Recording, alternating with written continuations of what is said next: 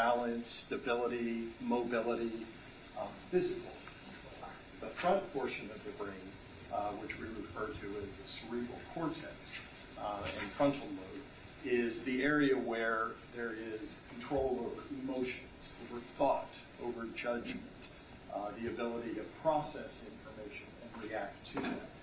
Throughout both sides, the left and right hemisphere of the brain, there is a series of chemicals, and we refer to those as neurotransmitters. We all depend on those to be produced, to be sensitive, and to be processed and help to signal from one area of the brain to the next.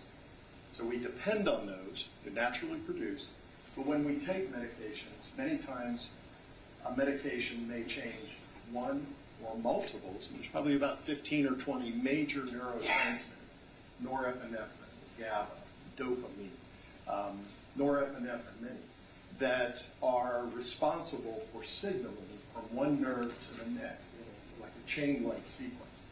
So some medications can reduce the amount of a neurotransmitter, some may increase the effect, some may change the sensitivity at a receptor in a part of the brain. So when we look at a medication, we have to understand why we selected it. Is it appropriate to treat a particular condition? How to monitor the effect of that to see that we're getting that effect, but also to realize that we have to understand where in the brain we may be causing interruption or problems in the natural or normal processing of neurotransmitters. We often refer to when we see problems, and again, I can give you examples of blood pressure medication or anti-inflammatory over-the-counter or antihistamine that you would say, well, that's not a psychiatric medicine. But I can tell you very distinctly how and where in the brain that as an adverse side effect, they may produce psychological complications or side effects.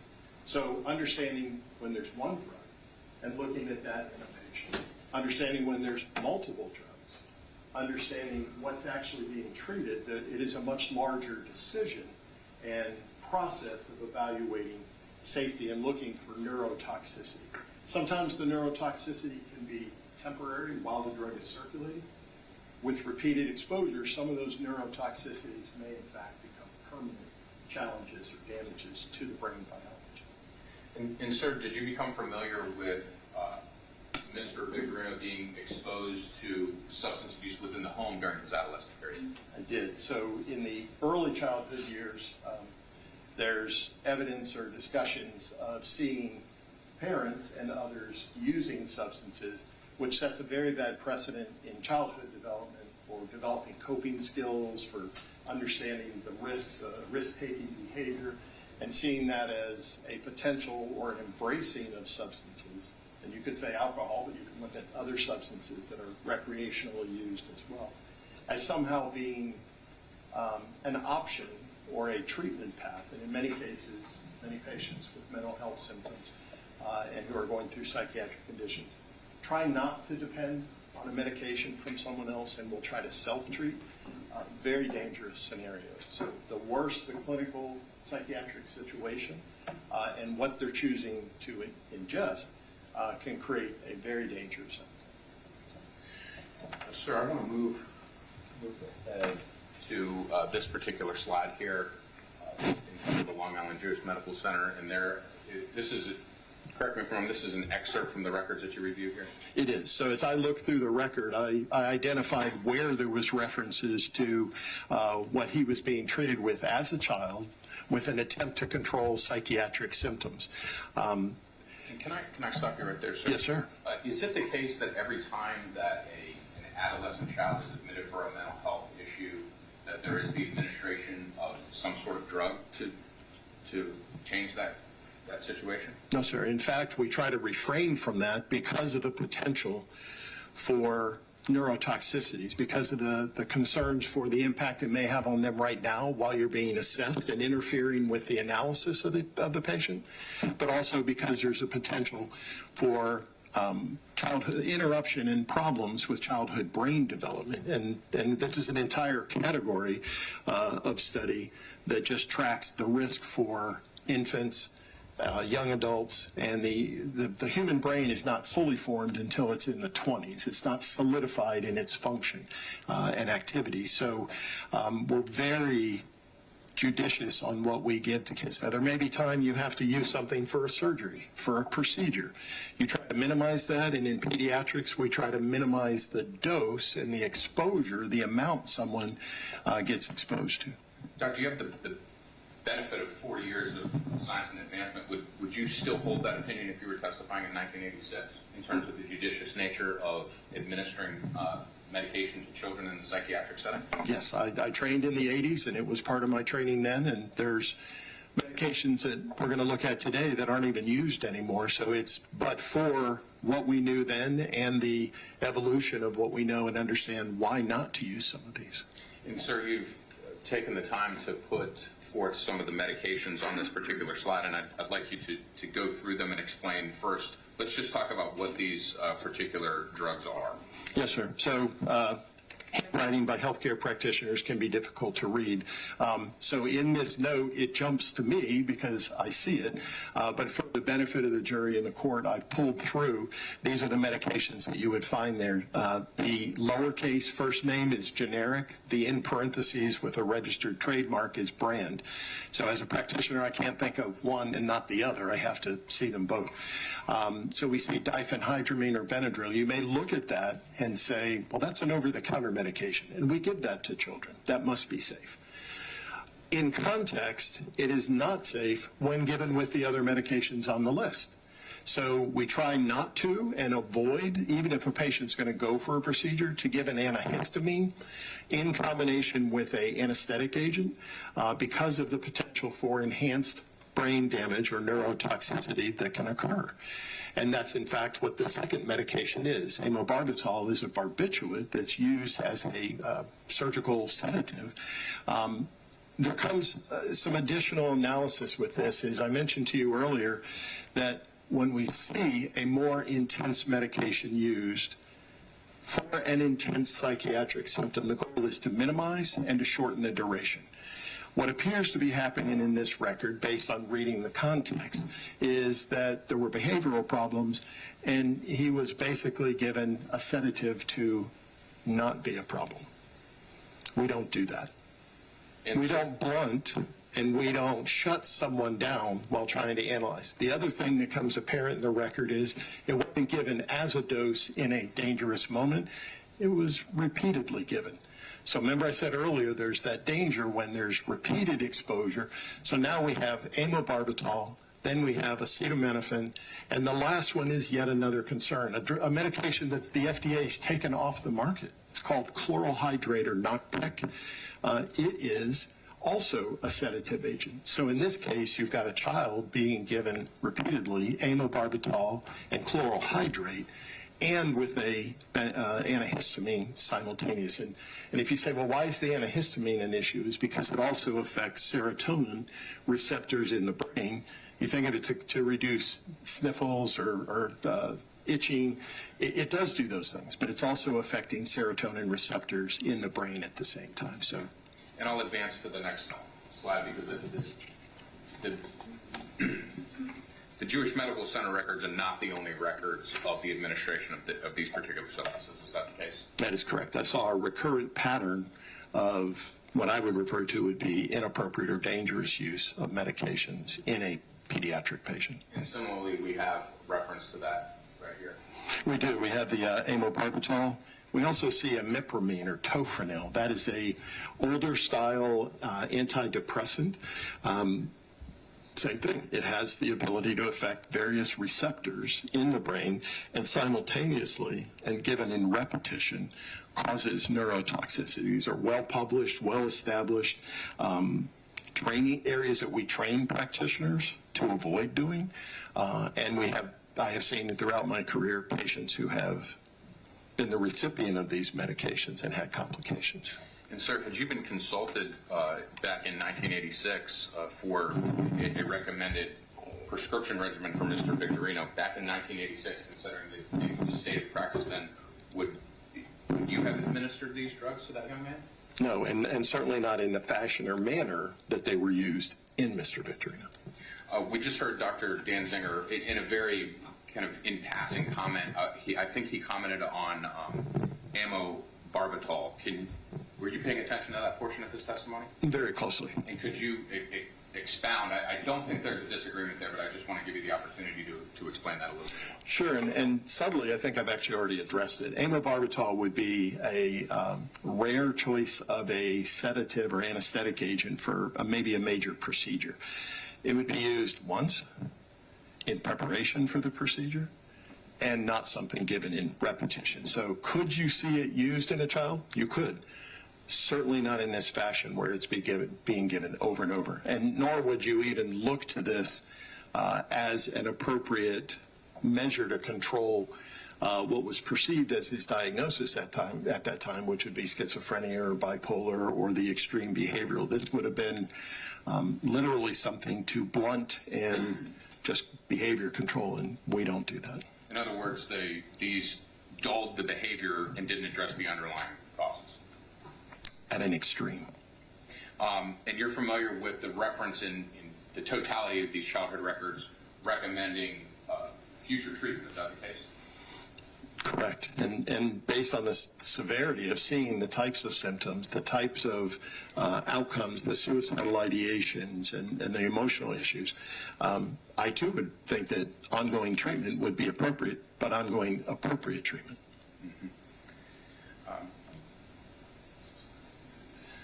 And sir, I believe this is a bit of a culmination of how the administration of those drugs that you just discussed would affect a developing mind. Is that the case? Correct. Can you use this slide to kind of bring home the point that we just talked about? Yes. So in a child where you're having behavioral and emotional control issues, there are other medications and things that would be appropriate, pharmacologically appropriate. The problem with the combining of these and giving them in repetition is one of the things that you would see is something we call paradoxical agitation. That's a mouthful. What that means is we're giving it to control the behavior, and we're actually inducing a worsening of the original behavior. All of the antidepressants as a category have that concern with adolescents because you may give it to treat depression, and you may get an agitation or an exaggeration of the depression before you get a therapeutic positive result. The other issue is emotional blunting, which could interfere with actually trying to identify and treat and counsel on the core issues. Could generate risk dependence. So where these drugs are working and having their neurotoxicities are in fact a tee-up or a setup for later addiction potential. So you're changing the receptors like GABA receptors and dopamine receptors, where when someone maybe gets older, starts to use recreational substances, they now have a greater predisposition, not genetically, but pharmacologically, what's in neurotoxicity and what's happened to them based on previous treatment. And then the other is cognitive impairment, where you decrease an individual's I'm not saying their IQ score, but I'm saying you decrease their judgment. You decrease their ability to control their behaviors, to conform. So all those have ramifications and are why we treat pediatrics and pediatric pharmacology with a high degree of respect because of the potential benefit but potential harm. So in other words, the chemical composition of the brain can be affected by the administration of these drugs. Is that fair? Most definitely, and it's far beyond just these, but these are clinically apparent, documented in clinical trials, and have long-standing concerns. In assuming a scenario where you have the diagnosis of significant mental health illness at age 8 and the administration of the drugs that we just discussed, would that in and of itself create the risk of long-term behavioral effects in a human being, notwithstanding anything else? It most definitely does. And if you combine that with just exposure to substance abuse or physical or sexual abuse within the home, would that have a exacerbating consequence? The answer is yes on many levels. One is if you're not dealing with the early trauma, if you're not dealing with how to develop proper coping skills, if you're not dealing with getting an individual who's engaged in quality health care, and you're self-treating with other substances, it's a compounded effect, sort of a vicious cycle. Sure. And I think that transitions to the term neurotransmitter storm. Are you familiar with that phrase? Yes, sir. And we prepared a slide to discuss that in more detail. Yes. So can you explain to the jury how does that particular term play into the issues with Mr. Victorino? Yes. So earlier I mentioned that we all depend on neurotransmitters, these various chemicals to function, for our brains to function properly, our thought, our emotions, our control of behaviors, and organ function as well, not simply psychiatric, but even organ function. Neurotransmitter storm, and I use this as an analogy, we've all probably seen the moment where you walk up to a calm lake, you pick up a stone and you skip it across the water, or you try, in my case. In that case, what you end up seeing is a ripple, and a very distinct pattern, and that ripple occurs and it gets slower and it goes back to eventually a resting state. When we use a medication, when we administer a medication once, most definitely when it's given repeatedly, what we're doing is we're changing the brain's sense, like a feedback mechanism, a sense of saying, well, here's how I need to produce this particular neurotransmitter, or I'm not getting the desired effect now because of the drug, so I need to adjust the sensitivity. It creates that ripple. It takes 2 to 3 months in the brain. So when you look at an individual who we've made significant psychiatric medication changes, or if you look at somebody who's in rehab for a substance use disorder, they're not fine the next week. It takes 2 to 3 months for the brain in a controlled, the substance is in, or the substance is no longer there. It takes 2 to 3 months for the brain and the neurotransmitters for that ripple to subside. I call it re-equilibrate, to have to get back to their normal balance. So that's what we refer to as neurotransmitter storm, is that 2 to 3 month period that giving a substance that affects neurotransmitters in various areas of the brain takes the brain and the body to adjust to. During your interview with Mr. Victorino, did he self-endorse abusing cocaine and alcohol around the time of the offense? So sadly it was from teens through 20s. And the answer was yes. One of my primary questions was, what substances, what medications were you being treated with? What substances were you taking? And in what fashion? And yes, his 2 substances of choice for self-medicating at that time were the cocaine and the alcohol. And we heard a little bit, and I moved back the slide here, we heard a little bit from Dr. Denzinger with regard to the dangerous combination of cocaine and alcohol. And I'd like to kind of pose the question to you in this way. Is there a relationship between the abuse of those 2 substances that exists in changing behavior beyond just when a person is receiving the intoxicating effects of those 2 substances? Yes, so this is a key pharmacology principle and tox principle, is many of us think that when I put a substance into my system, how long does it take to have its effect, its onset of action? How long is its duration of action? When will it wear off? When will that effect be gone? Positive or illicit, either way. The problem with chronic substance use is that with repetition, the brain neurobiology is changing as well. So in chronic substance use, if an individual is electing to use a substance daily, then we're back to that same principle of the neurotransmitter storm. And the individual doesn't even have to have, they could have used yesterday. And you go, well, I want to know how much they took in 3 hours before or 6 hours before an event. If it's chronic substance use disorder, what drives many of these patients into rehab is the development of psychiatric symptoms, paranoia, agitation, anxiety, schizophrenia, psychotic episodes, hallucinations, gaps in memory. It's these other effects, and again, can't confuse. Intoxication is in the moment you take something and the magnitude of the effect that you're having. With chronic substance use disorder, it's no longer just dependent upon how much the person ingested or took. It's something that may last or be an overlay for days or weeks at a time. So the jury has received some readback testimony regarding observations of Mr. Victorino experiencing an observable change in behavior, being more agitated and more excitable. Would that be consistent with the ingestion of cocaine and alcohol? It could. It could also be from the chronic substance use and being introduced with a new aggravator or an enhanced aggravator, some emotional stress. And sir, would the circumstance you just described with respect to the chronic use of cocaine and alcohol have a detrimental effect on behavior even without the pre-existing mental health illness and adolescent substance abuse exposure? Most definitely. And sadly, not having everyone, a layperson having the benefit of pharmacology training, alcohol in and of itself, and we know it's human performance effects, the higher the concentration goes in the moment, you can have a very detrimental effect on your thought process and judgment. Cocaine, very different. Alcohol is a central nervous system depressant.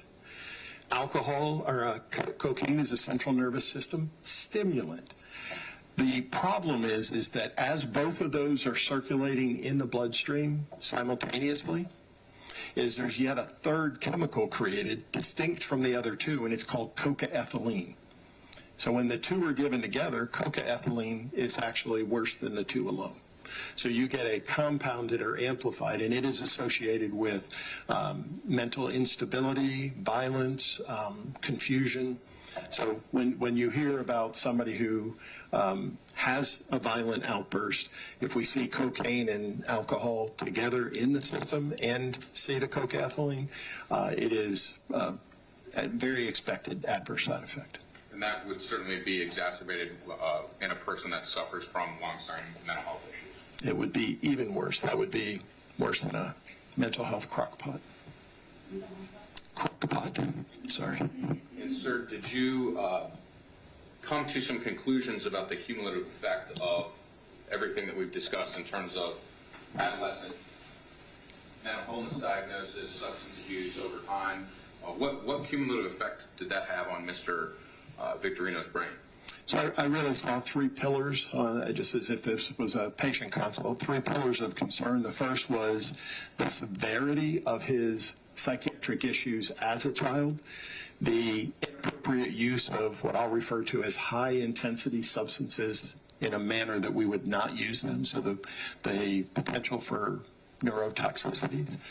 The substance use disorder documented over time, and the chronic addiction that appeared present, and then also the impaired mental health and violence that appeared obvious from the record. Thank you very much, Doctor. I have no further questions. Actually, can I have one second?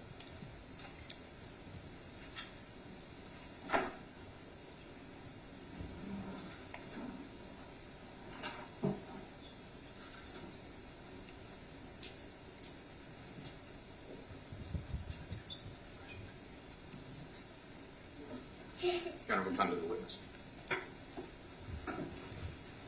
Mr. Bennett?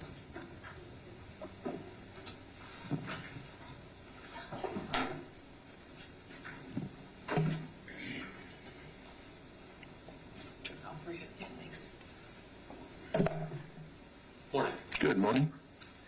Sir, you are not a psychologist, right? That is correct. You're not a neuropsychologist, right? That is correct. You're not a psychiatrist like the previous doctor we heard from. That is correct. You're not a MD, right? That is correct. When were you retained on this case? Early March of 2023. 2023. So you weren't involved back in 2004, 5, and 6. That is correct. What's your hourly rate that you charge? Similar to our clinic rate is $400 per hour.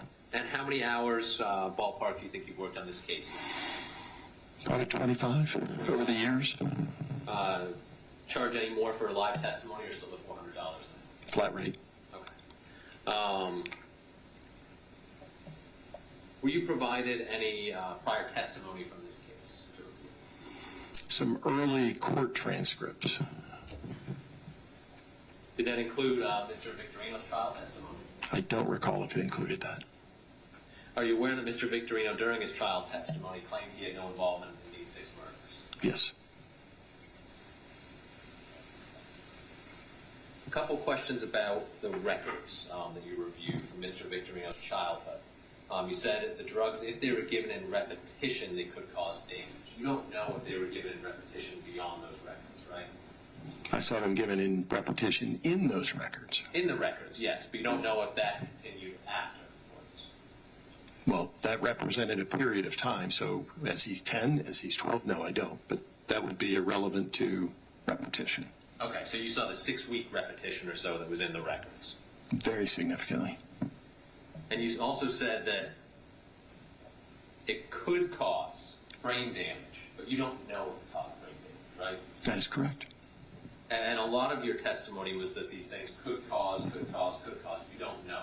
You're speculating based upon your knowledge of the substances, right? Correct, and that's how it happens in clinical practice. We don't have a tissue test that we can run to show that. And there were already some of these behavioral issues. There already were behavioral issues prior to the administration of these substances over this 6-week period, right? Very severe. That wouldn't make the way they were used appropriate. Now, you would agree. Now, let me go back. You met with Mr. Victorino twice in 2023, right? Correct.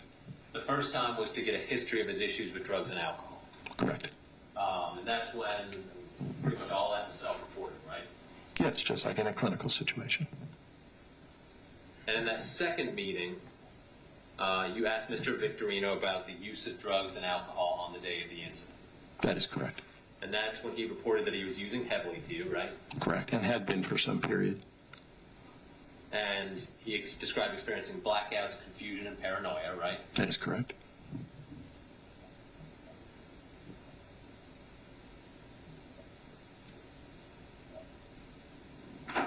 And he indicated to you that, again, self-reporting, that they caused him to be more aggressive, right?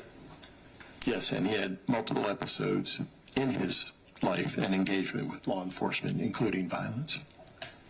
And he described alcohol and cocaine.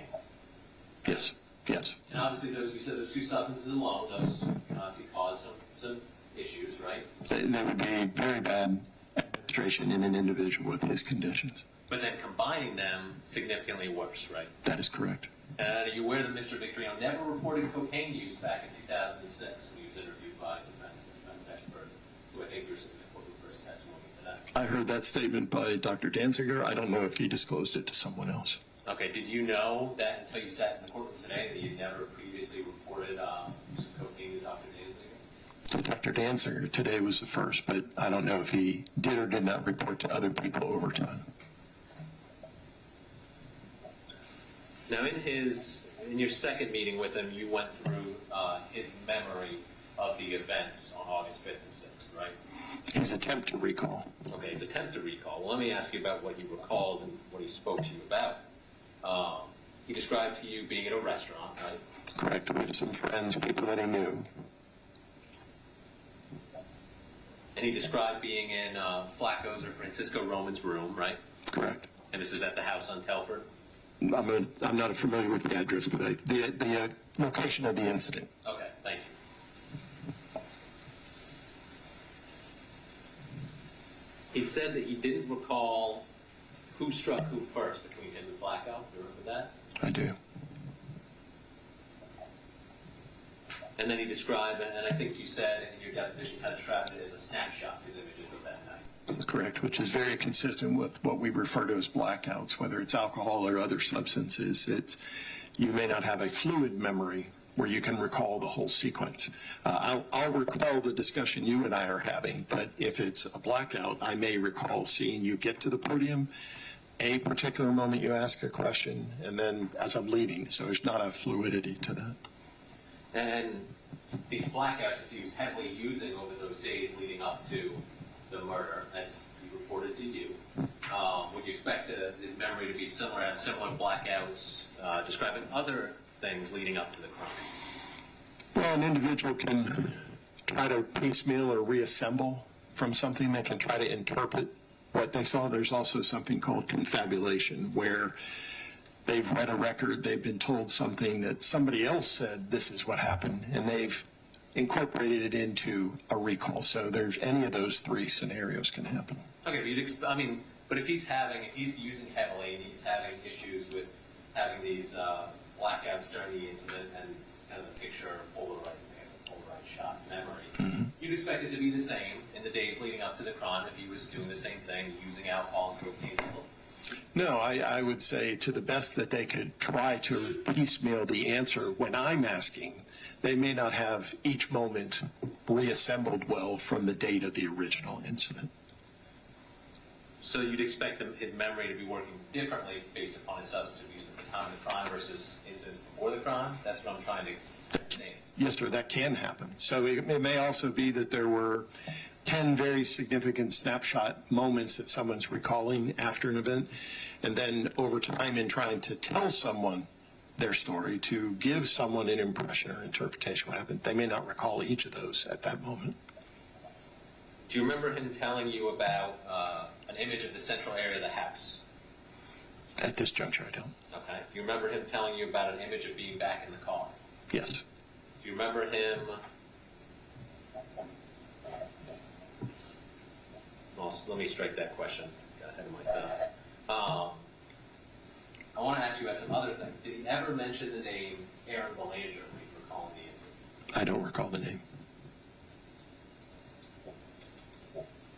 And the purpose of this second interview was specifically to talk to him about his use of substances and the incident that day, right? More, well, combination, but mostly to try to recall the amounts and when he was using. Like, was it all day? Was it just at a particular time during the day? Whether it was over multiple days prior. And I did ask questions about the incident, but there was limited recall. And he never mentioned kicking in the door to you, did he? I don't recall kicking in. I also don't think he was the first one in the door. He never mentioned any type of motive to you, right? I think it was to get his things back.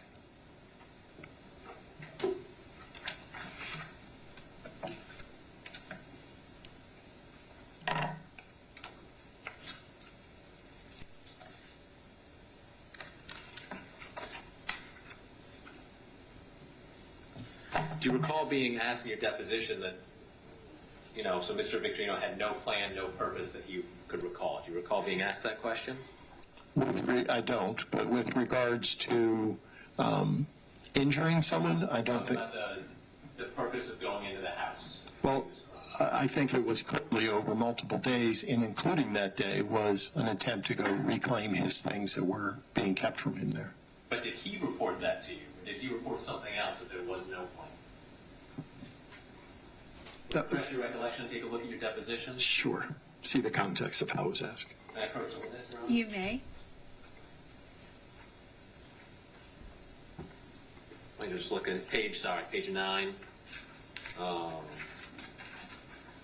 You can start at the top of the page, but my focus is on lines 10 and 12. Yes, sir. 10 through 12.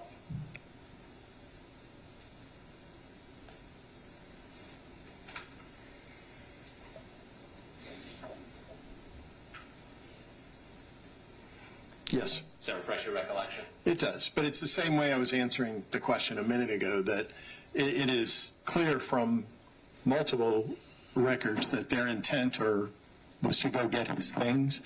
I didn't recall any plan or intent of the interaction that took place. Okay, and that's, I know you know about other records. I'm focusing on your conversation with Mr. Victorino. What he reported to you. Same answer. He didn't mention any baseball bats, did he? No.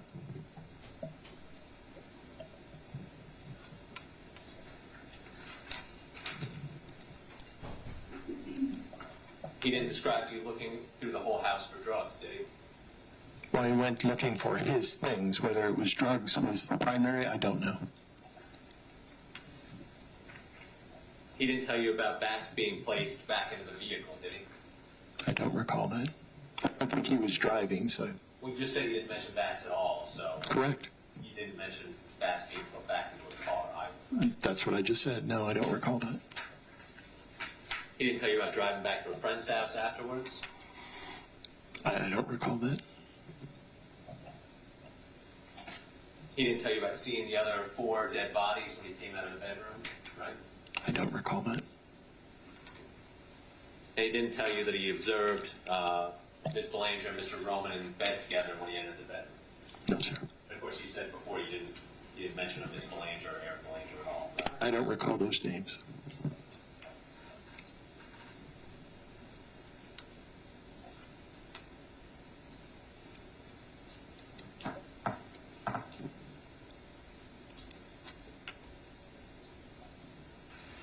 Do you review any DOC records in this case? Department of Corrections. I understand the question. I don't recall receiving any. Okay, so you don't recall whether or not you were shown any records about current prescriptions that the defendant is taking at the Department of Corrections?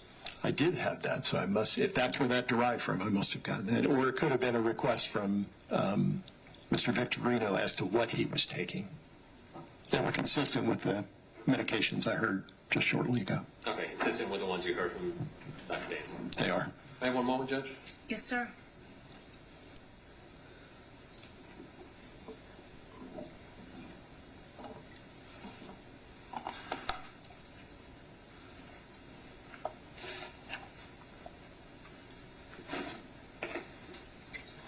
Thank you, sir. I have no further questions. Thank you.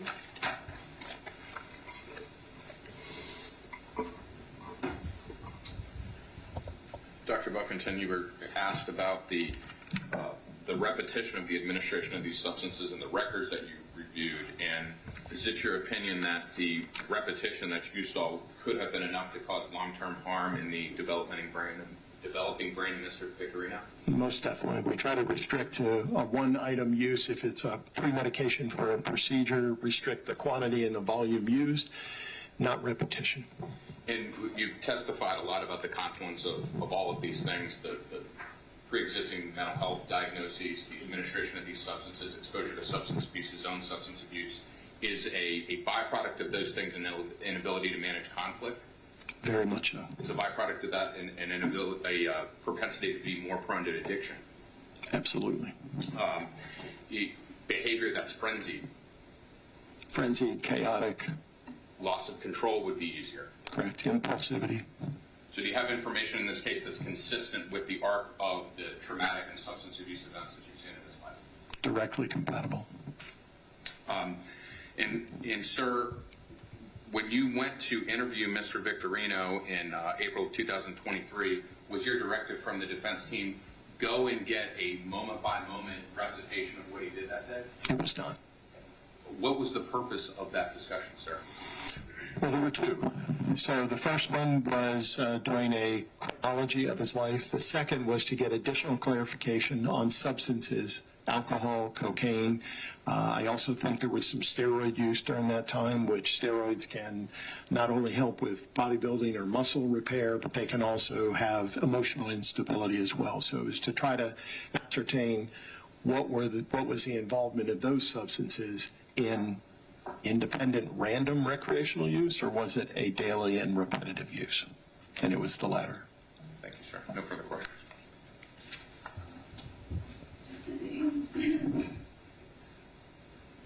The steroid use, did that information also come from Mr. Victorino? It did. Did he report when that was? It was in the month prior, is what I recall, but not a specific date. The month prior. And just like, I know you weren't here for Dr. Danzier's testimony, just like his work in this case, your job isn't to question the credibility of the information that's being given to you, right? Correct. I can't go back and, in that circumstance, go back and find out where it was purchased, where it was acquired, how many milligrams were administered. Especially when someone's self-reporting 20 years. Well, correct. Even if it's a patient in an exam room from something in the last 30 days, it's in the same caliber. I'm factoring that information into my analysis. Thank you. I have no further questions. Hold on. Oh, sure.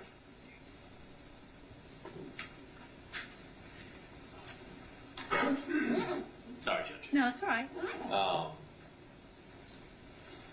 You did, when we met with Mr. Victorino the second time, you did ask him to tell you everything that he remembered about that day, right?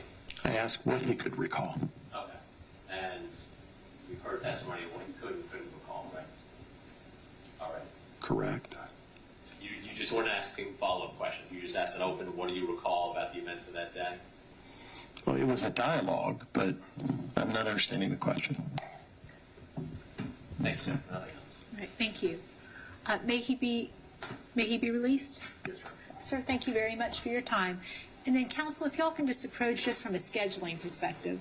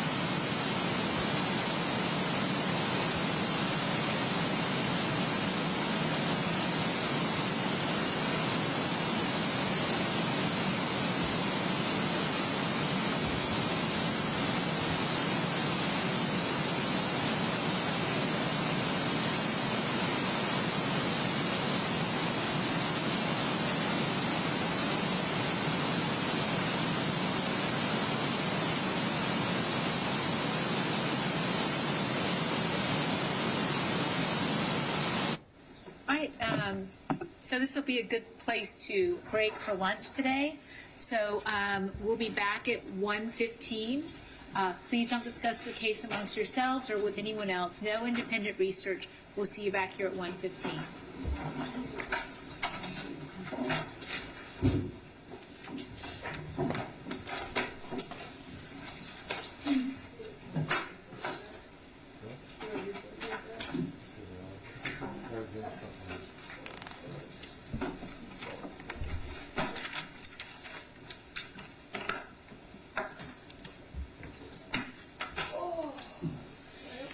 What are you gonna do for lunch?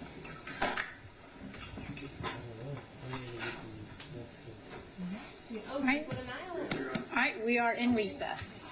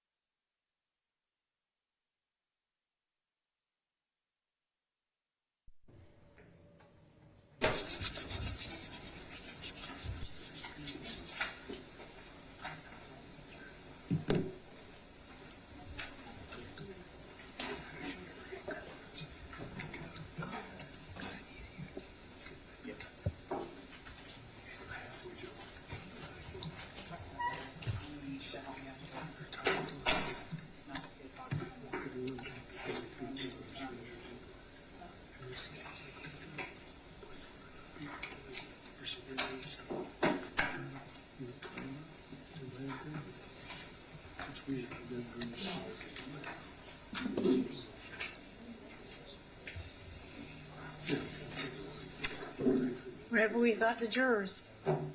Everyone ready to go? Yes. Okay, all right. When you're done with your hit report on it, I think it's a hit plan report or something. I think it's plan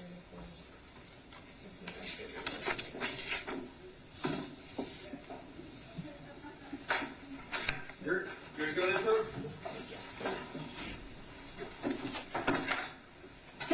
Excuse me. Thank you.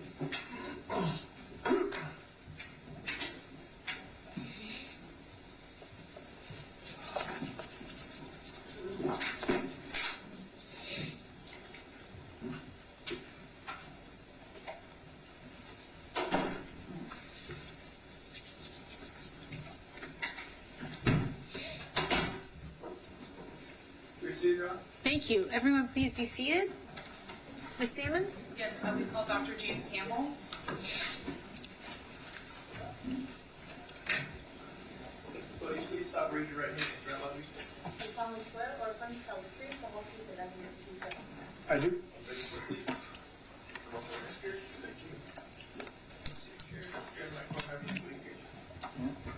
Does this belong to somebody? Thank you. All right. Good afternoon, actually. Yeah, good afternoon. How are you? Fine, thank you. Let me know when you're all set up, okay? I know you Yep, just one quick moment here.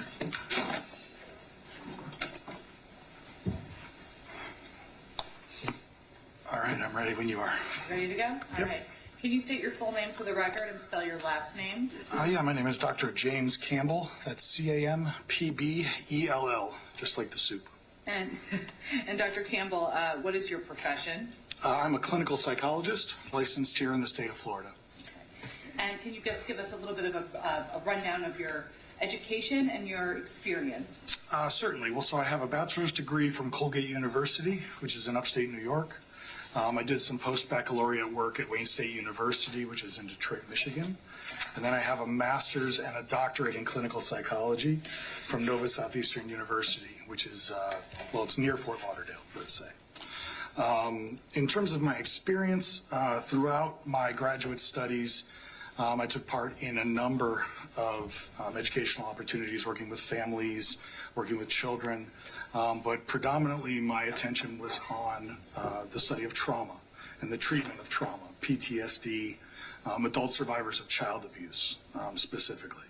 I worked under the tutelage of a gentleman named Dr. Stephen Gold, who has written several books and is a pretty well-known name in the world of trauma and adult survivors of child abuse.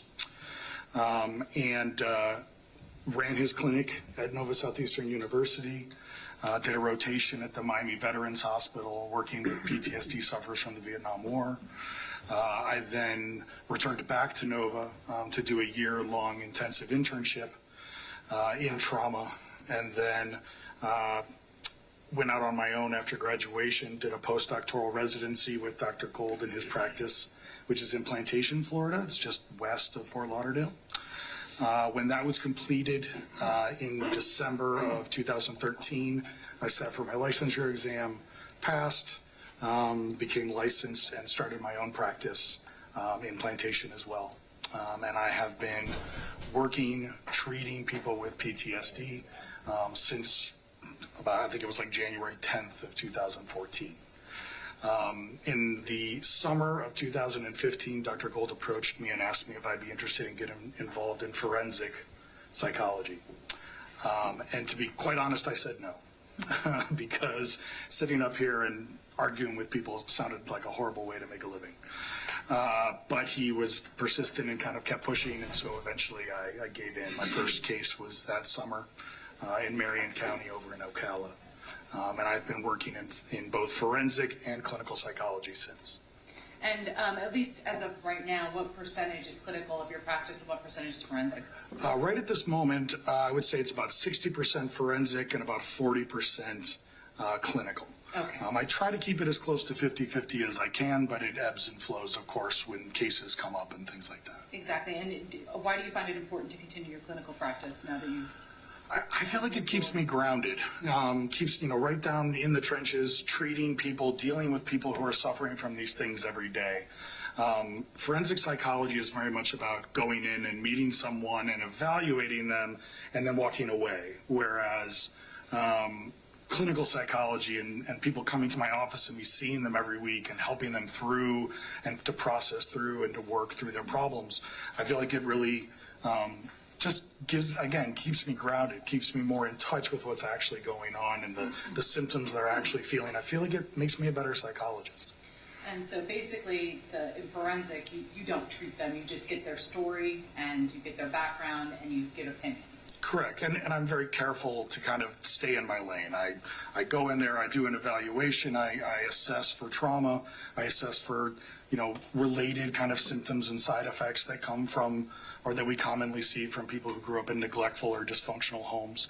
And that's basically it. I try very hard not to be a detective or an investigator or to kind of do things that are outside of my area of expertise. Exactly. So when were you hired to evaluate and to review Troy Victorino's case? I don't recall exactly, but it was in the fall of 2021 sometime. Okay.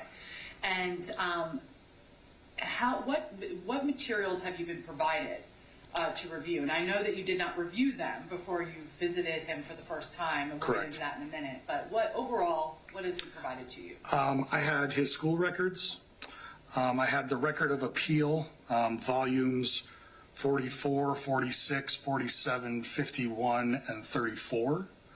I had medical records, specifically from Schneider's Children's Hospital at Long Island Jewish Hospital, and also from Elmhurst Hospital in New Jersey. I had a report from Only McClarty, M.A. I had documents from the New York Department of Social Services. I had a DC-14 from the Florida Department of Corrections. And then more recently, I had a copy of my own deposition. Okay. And as far as how many times you met with him since the 2021 hire date, can you go over the dates and how long approximately you spent with him? Yes. Well, the amount of time that I spent with him is dictated by the setting he was in. Yes. So I met with him on October 27th of 2021 for 2 hours that morning and then for 2 hours that afternoon. I then met with him on June 30th of 22, again for 2 hours. After that point, he was transferred from the DOC to the Volusia County Jail, and I saw him on April 7th of 2023 for a little over 2 hours, about 2 hours and 15 minutes. Okay. And that was the last time you've seen him? That was. And you weren't requested to go back and see him for any reason, correct? No, I have not been asked to do that, no. Okay. And when you went to go see him the first time, did you review all those records and the facts of his case and all of those things before you met him? No, on purpose, and I do this with all of my cases. I want to meet the person first. I don't want to go in there having read a whole bunch of records. From my perspective, psychologically speaking, records are someone's opinion that just happened to have been written down. And time has passed and I'm reading them, and there can be information garnered from them, but I don't want other people's opinions of the person I'm going to evaluate. I want to go in there cold, so to speak, and evaluate him myself. I want to talk to him. I want to get to know him. I want to read him myself, use my experience to determine what I think about him. And then I review the records before I go back the subsequent time. Okay. So over the course of the many meetings you've had with Troy, did you go over with him specific instances of trauma that he remembered and recalled?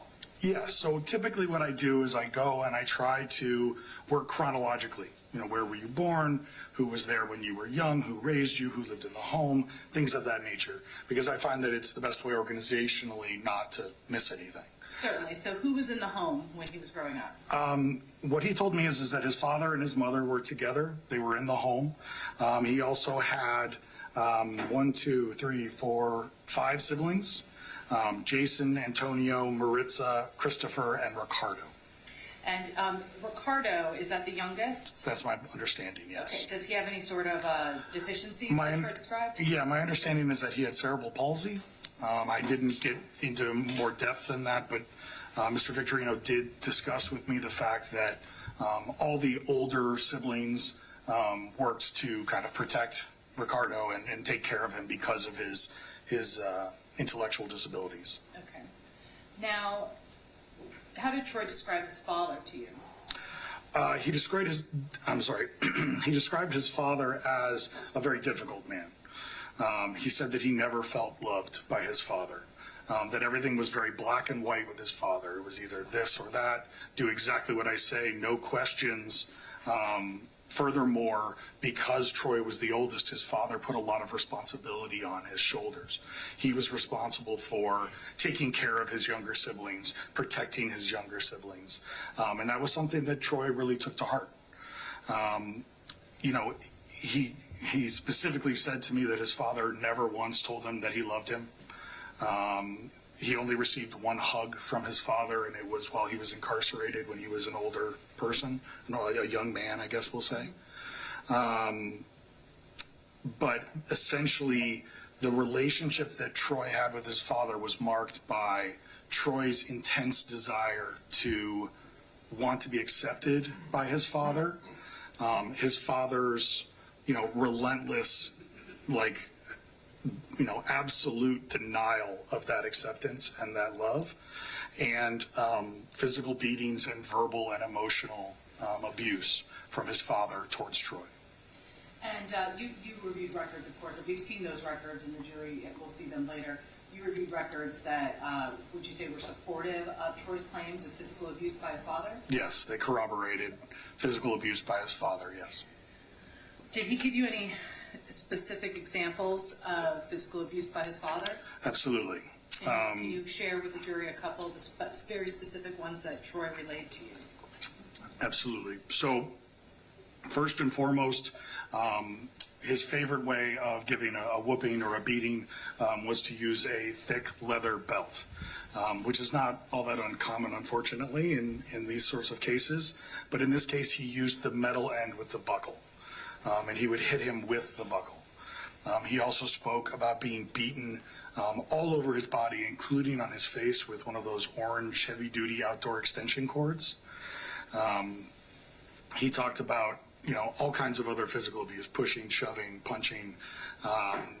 Told, one particular story that stands out in my head was his father came home, said that he didn't want to look at Troy anymore, didn't want to see him, something very just kind of mean and evil-spirited.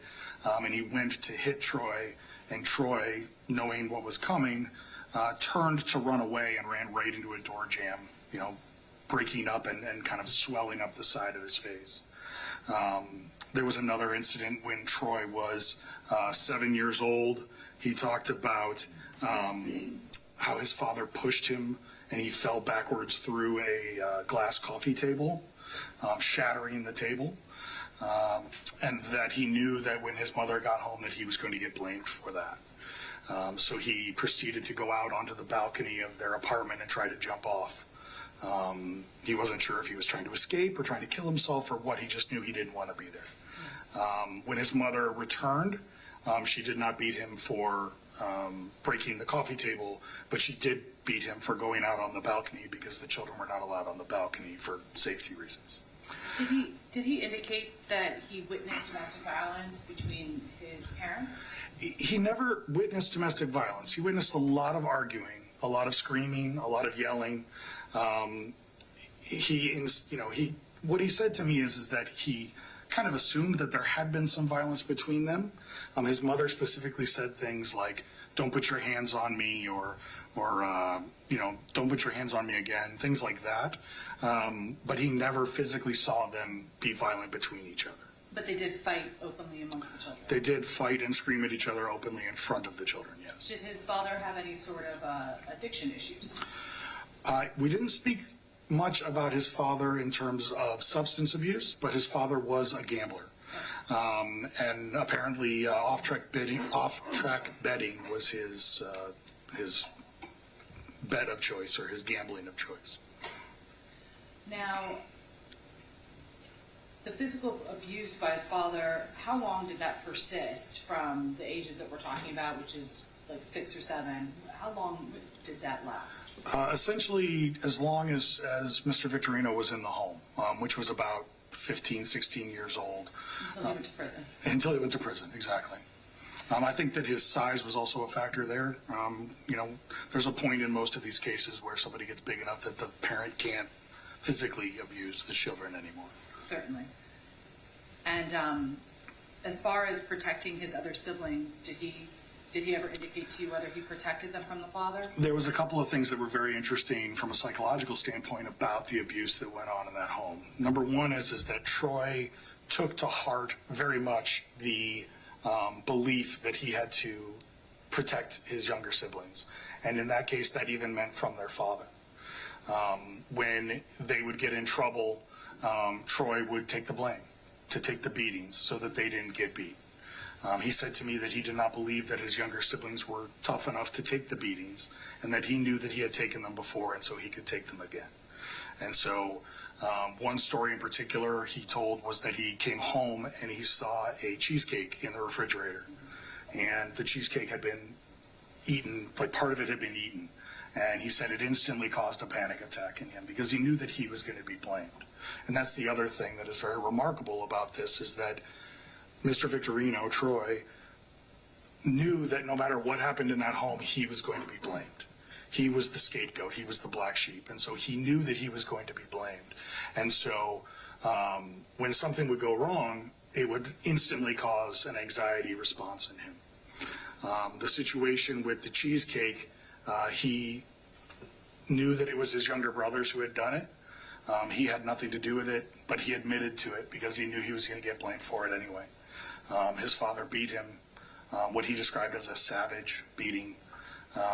And then his mother was so upset over the destruction of the cheesecake that she refused to tend to his wounds, his welts, and any bleeding that was a result of the beating that he got from his father. So it sounds like you felt kind of like hopeless in the way you moved through life? Very hopeless, very helpless. There's something in psychology that we call learned helplessness. And it's the idea that you learn that no matter what you do, it's not going to work. And so you just stop. You stop trying. You essentially give up. And it's a precursor, along with frustration and things like that, to depression, to self-esteem issues, to self-confidence issues, a lack of belief in yourself. And what is wrong with me? Why can't I make this?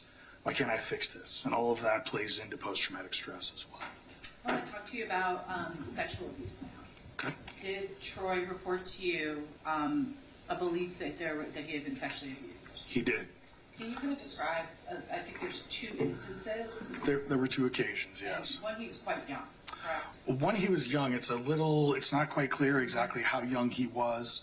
I believe when I spoke with Troy, he said he believed he was 4 or 5 years old. But there was a babysitter who came to the home. His parents were not home. And the babysitter called her boyfriend over to the home. And the boyfriend and the babysitter took off Troy's clothes and then escorted him into the bedroom.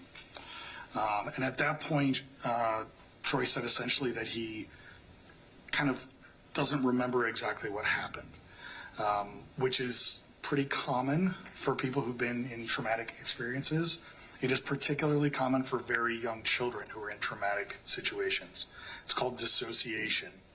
And it's essentially the idea that your brain kind of turns off your conscious processing and you just kind of go through the motions. You're on like automatic pilot, sort of. If you've ever been driving on the highway and you feel yourself kind of go into a daze and all of a sudden you look up and you've gone a couple of exits, but you don't actually physically remember driving those miles.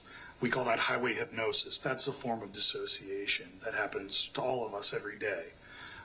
It's essentially our brain taking a little nap, or a little break. But in this case, your brain can also put that into effect when it's worried that it's going to be overwhelmed or it's going to experience something that is going to be damaging to it.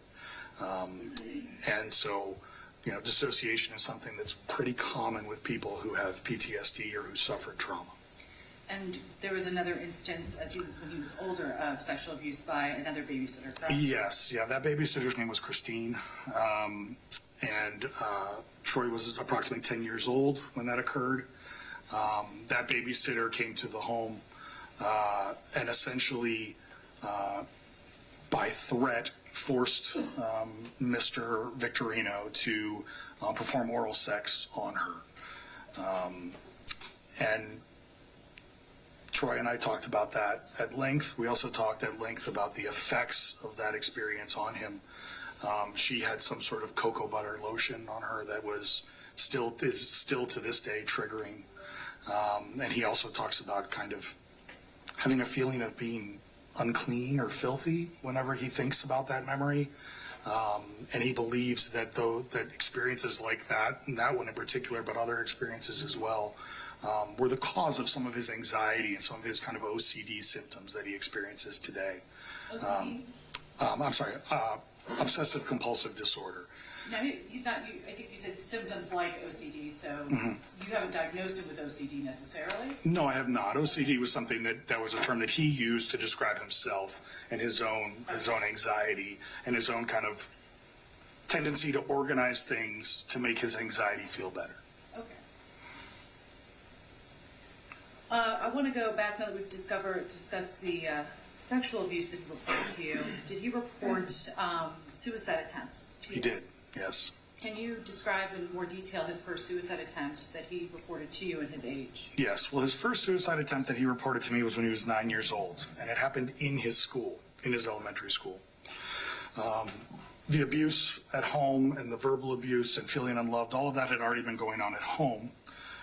He was at school, and there were some boys, some people at school that were picking on him. He went to the teacher to tell the teacher about it, and the teacher essentially said, "I don't want to hear it," which he saw as a rejection, very kind of invalidating to him.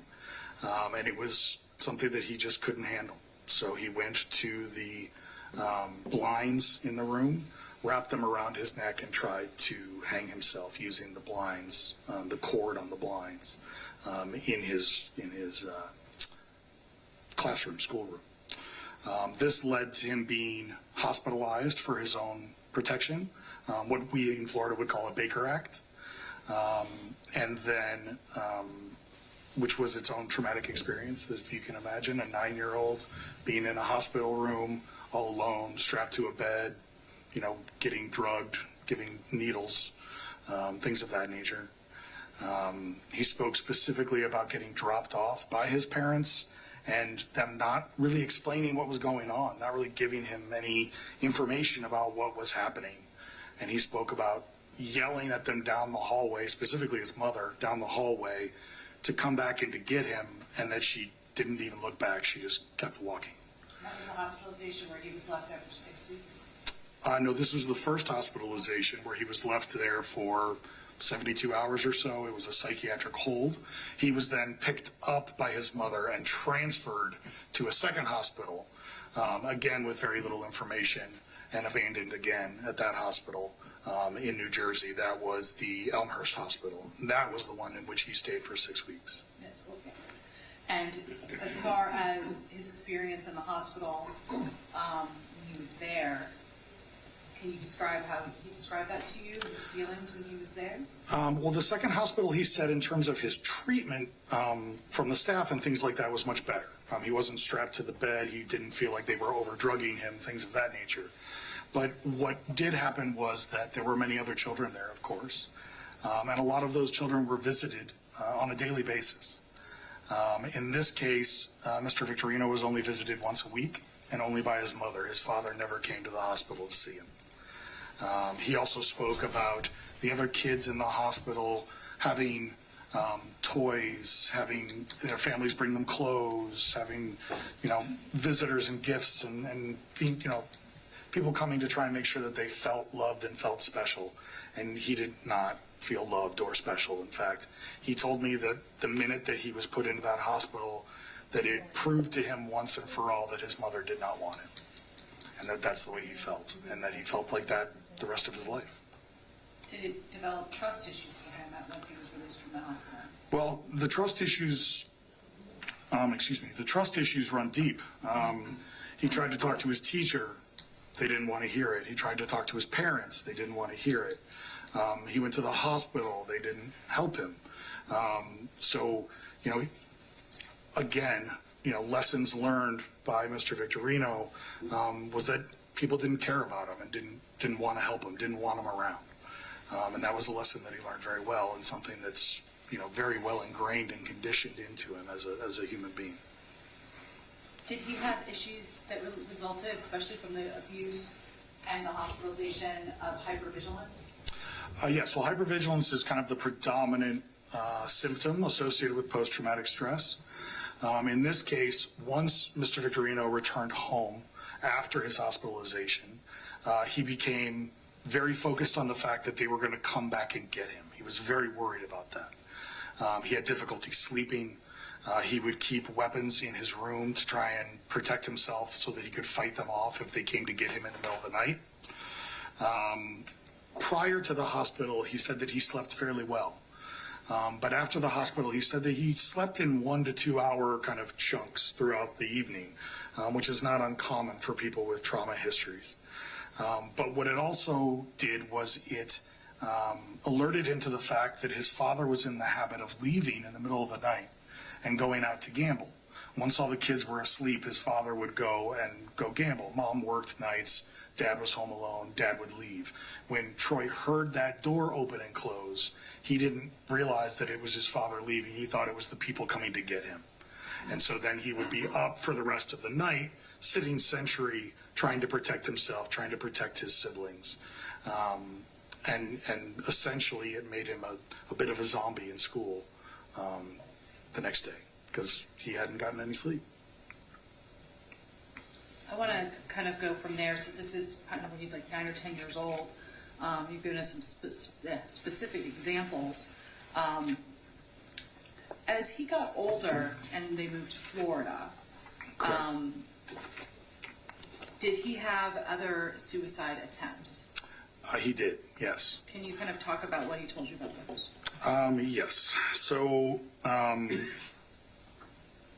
first of all, he spoke about slitting his wrists, or attempting to slit his wrists for the purpose of committing suicide. He said that this occurred around the age of 14 and at least 3 or 4 times. The scars on his right wrist, which I saw when I was there, go across like this. The scar that's on his left arm, which I just saw today, is more of kind of a diagonal up his arm, but clearly an attempt to go long ways up his forearm instead of across. He spoke about trying to drink himself to death after his first time in prison, when he was living with his father after his release at approximately 19, 20 years old. And he also spoke about an attempt to overdose with the prescription drug Xanax when he was in his 20s.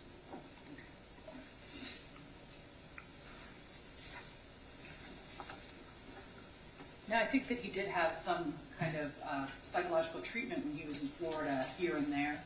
But did it appear that he was getting everything that he likely needed, considering his severity of his symptoms? No, well, and I think this isn't a good spot to fit this in. In terms of my clinical practice, I specialize in treating trauma. It's on my website. The other psychologists in the area know that this is what I do. The majority of the clients that are in my therapy practice were referred to me by other psychologists. They were in therapy with a psychologist. They were treating depression or anxiety or something like that. And issues of trauma came forth. At that point, those therapists said, this is not something that I'm qualified to treat. Let me refer you out. And they called me, and I took them on as a treatment provider. So it kind of demonstrates to you that trauma is a specialty area. It's not something that every psychologist that you walk up to can handle and handle effectively. So while Mr. Victorino has had some psychological treatment while he was in the hospital, while he was in the DOC, while he was in the, in the public, He never received any specialized trauma care. He never received any trauma-focused therapy that would actually help with the issues that he needs help with. Exactly, and he kind of tried to self-medicate himself, starting at a pretty young age, in his young teenage years. Yeah, he reported that he started drinking alcohol around the age of 13 or 14, that he drank specifically to get drunk, that he was basically trying to numb himself from the anxiety and the worry that he had. And as he's getting older, he's getting larger, right? Did he talk to you a little bit about how his size has, like at least how he perceives people seeing him? He talked about his size being a problem from his entire life. As a child in grade school, he was always bigger than everybody else. This made him, a target for people who wanted to kind of make a name for themselves. It also, made him, people would essentially assume that he was big and physical and angry and mean and things of that nature. He talked about being a teenager and walking through a grocery store or a drugstore and having mothers reach out and grab their children and like pull them back as he walked by. And all of these things coupled together with the way he was treated at home, it really did a number on his mental state in terms of his self-esteem and his self-confidence. What's wrong with me? Why is everyone afraid of me? What did I do? Like, I didn't ask to be this big. And it really affected his self-esteem, his self-confidence, his belief in himself, and his worldview, the way that he sees, the way that he fits into the world around him. And as far as, as he's getting older, he obviously starts getting into some legal trouble, both as a juvenile, delinquent, and things like that, correct? Correct. And he is eventually, after quite a few juvenile cases, he's eventually charged as an adult. Correct. I want to talk to you about the impact that even Troy has discussed with you about being institutionalized in kind of an adult facility when he was 16 and what that did to him and what he experienced. Well, he spoke specifically about that first prison stint, which was from 16 to 19 approximately. Years of age, not like 2 Yes, years of age, not length, yes. His age, 16 to 19 years old. And talked about being in the Central Florida Reception Center for 3 months before he was transferred to a prison, having to fight his way out of several sexual assault attempts. There was evidence of him being stabbed while he was in there. Again, the biggest guy in the rec yard draws attention, and people were drawn to him to make a name for themselves, to put him in his place, or to potentially use him for their own good. That's what he expressed to you was going on. Exactly. And he was 16 to 19 years old. These are how critical are these years for the development of a young man? Well, they're very important. We've believed for a long time and functioned for a long time like the juvenile brain and our brain is fully developed at the age of 18. We know now that that's not true. Okay, research shows that it actually is fully developed in an ideal setting around the age of 25. Okay, so what that says is that between 16, 19, 20, 21, those are very critical years for the juvenile brain to continue developing. And we know that from the age of 18 to the age of 25, there's a process that our brain and our body goes through called myelination. If anyone's ever heard of the myelin sheath, it's a coating on the outside of a neuron, like the coating on the outside of an electrical wire. And it keeps that neuron from connecting with other neurons that it's not supposed to, and it also makes the signal running down the neuron go faster. So it makes our brain more efficient and more effective. And that's not complete until the age of 25 in ideal settings, okay? And I keep saying in ideal settings because it's important to note here that research has shown that trauma specifically affects the development of the juvenile brain. The idea essentially being that when you go through traumatic experiences, it triggers your fight or flight response, right? Your survival mechanism, which we all have, right? And essentially your body allocates resources away from building your brain to your heart, your lungs, your muscles, the things that it believes you're going to need to stay alive, to survive, to fight, or to run. And so research has shown that going through traumatic experiences, what we call adverse childhood experiences, or ACEs, that can further delay the development of the brain. And we don't know, it's hard to quantify exactly how much, 1 year, 2 years, 3 years, we don't really know.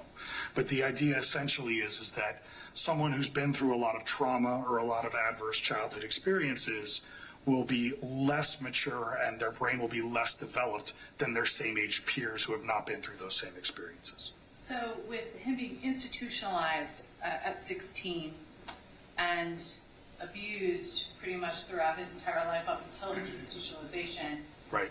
would you say that he was, perhaps like his development was a little bit arrested at that point? Absolutely. And that- Maybe not arrested, but delayed, certainly. Right. I think it was still progressing, but it was delayed. It was behind schedule. So, just to put it out there, it's pretty clear that he was probably the oldest of the co-defendants in this case. That's correct. Does that surprise you? No, it does not surprise me that he's hanging out with younger people, and that's for 2 reasons. Number one is that people who feel unloved in their family of origin tend to seek other places of acceptance outside of the home. They still want to be loved. They still want to have a group of people that are like their family. And if their real family won't do that, then they go out and they try and find it and seek it. So that would be number one. Number two would be that if he is, 26, 27 at the time of the offense, where the co-defendants were younger, it's likely that, internally from an emotional maturity level and an intellectual development level, he was on their level. He was closer to their level in age mentally than he was chronologically.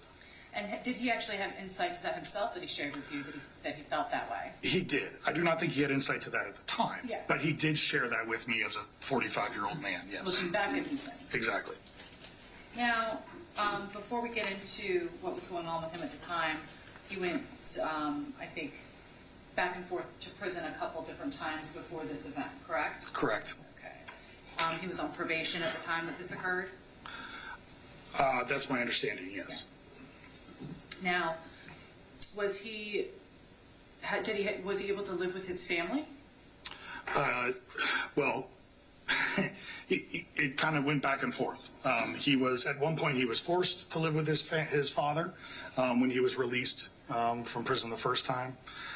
There were other times where his family refused to kind of take him in, and then HRS or social services or whatever kind of had to step in and make the family take him. There were plenty of times, of course, where he didn't want to live with his family, and he sought other places to live. Family, couch surfing, whatever he could do to kind of stay away from that home that was so invalidating and intensely violent towards him throughout his life. Was there a time that his father got sick? Yes, I believe he was 27 years old or so.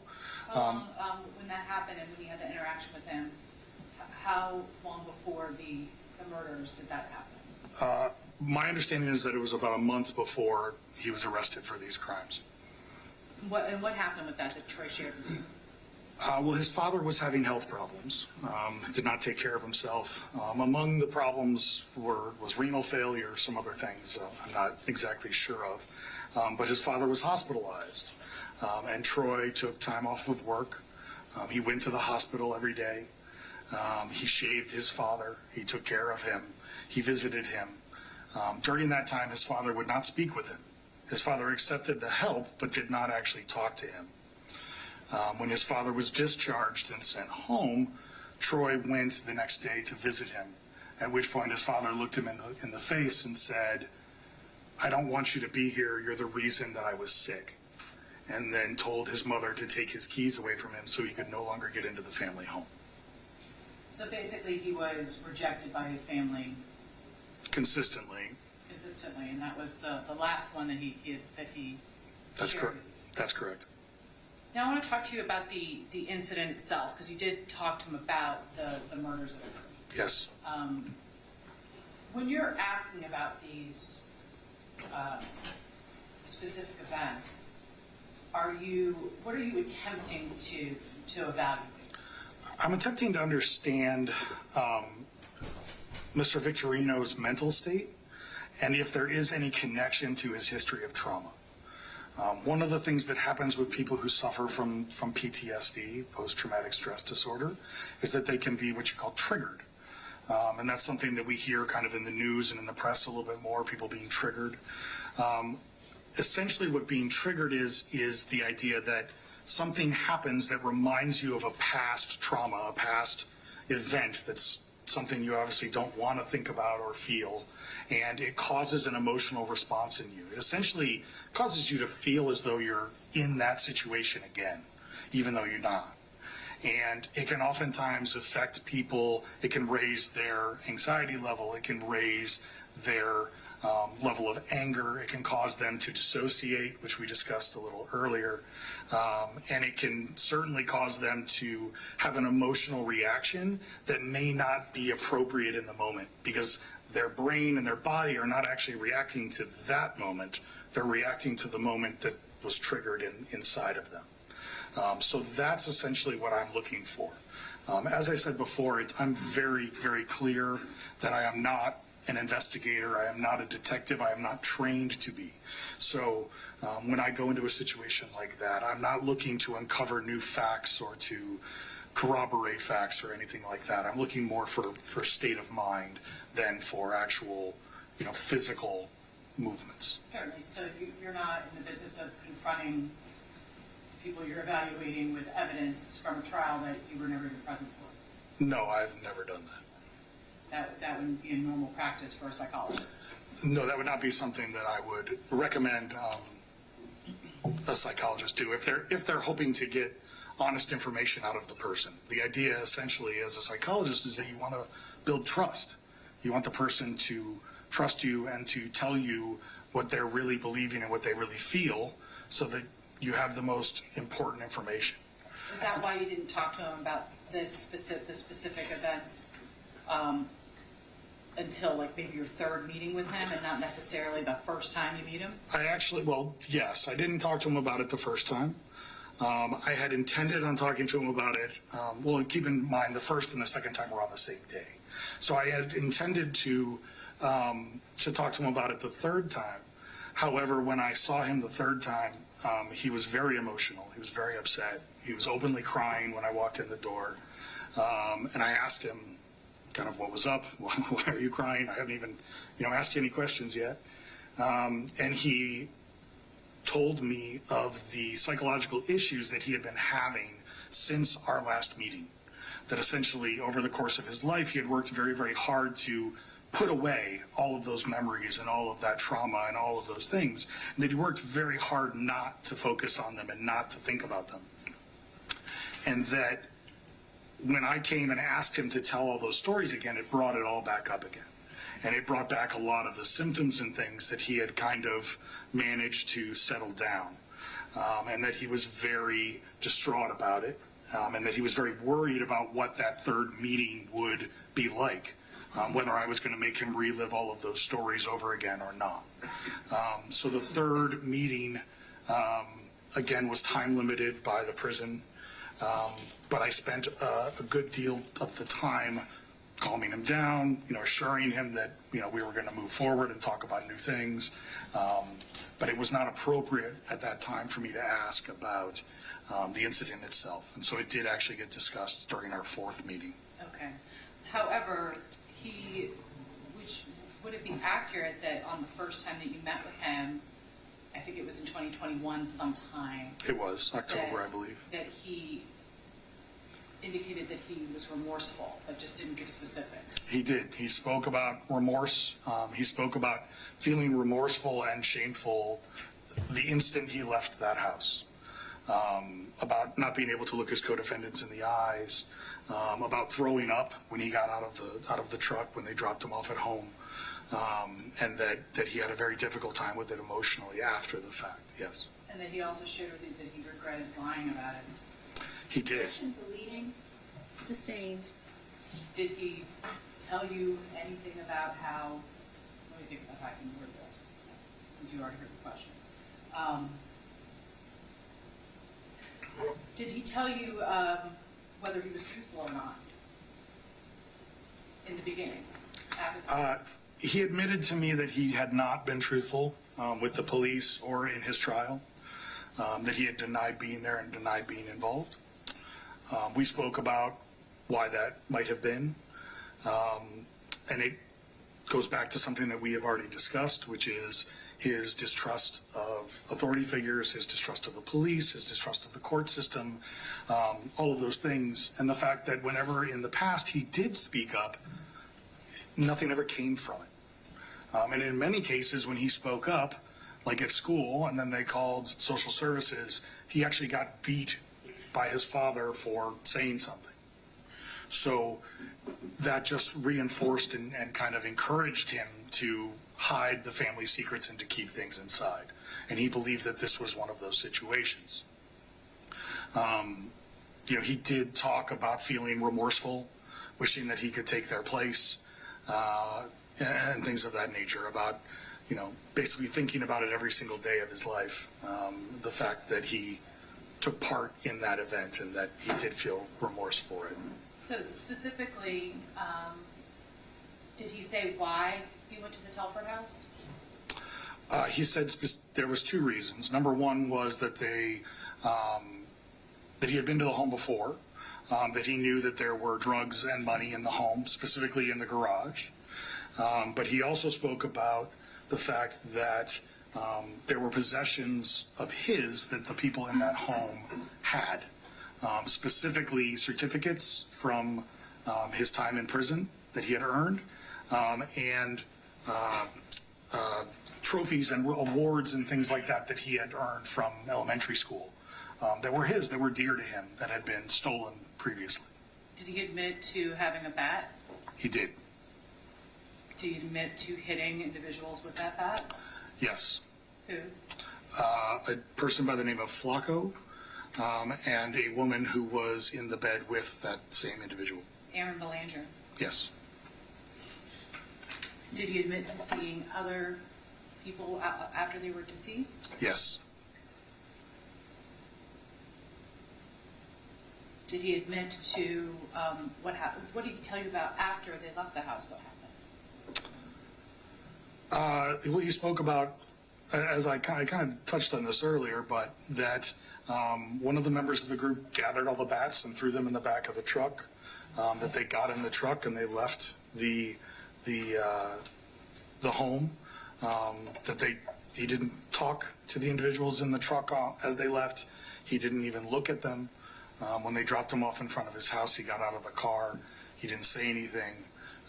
He vomited and essentially went in the home. And he was picked up about a day later.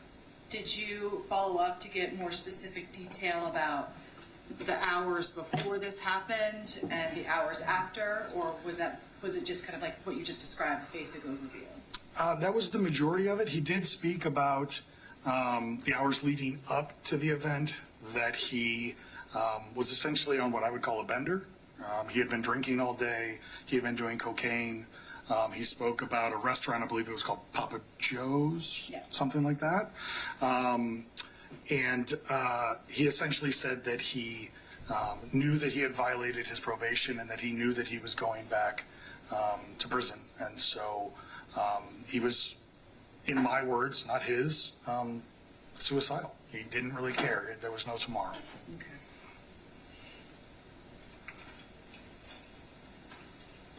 When he was talking to you about these things, was he, what was his demeanor like? He was quiet, withdrawn, reserved, I guess you could say. Certainly not proud, shameful, I guess I would say. Certainly, I got an air of remorse. I wouldn't say that he openly cried, but there were tears in his eyes. And it was clear that this was an additional traumatic experience for him, one that he obviously helped to create, but still, in hindsight now, a traumatic experience that he went through. Now, I want to get into your diagnoses and your opinion at this point. Did you diagnose Troy Victorino with anything? Yes, I do believe that he meets criteria, or at least met criteria in 2023 of post-traumatic stress disorder, as outlined by the DSM-5. Yeah. And that's based upon all of the observations and all of the information that he provided you about his Objection test? for reading? What is that based on? Well, essentially, that's based on my 8+ hours of evaluation, discussing with him, and records reviewed. But again, being that I am a clinician, and when I'm in my office and someone comes to me for treatment, I don't have records. I don't have all this extra information. So, it's really not necessary for a diagnosis. It's very helpful, and it certainly helps to kind of corroborate stories and things like that, especially when we're talking about, past child abuse and things like that. But certainly, the majority of it was based on my evaluation of him and my experience as a clinician. And as far as I think you had mentioned a term and you defined what it is, and you weren't here for Dr. Danziger's testimony, correct? No. So the phrase ACEs has been used. Can you actually tell the jury what that is and what that's based on? Yeah, so ACEs stands for Adverse Childhood Experience. And essentially what happened was there's a large hospital chain in California called Kaiser Permanente. This particular hospital happened to be in San Diego. It was in the 90s.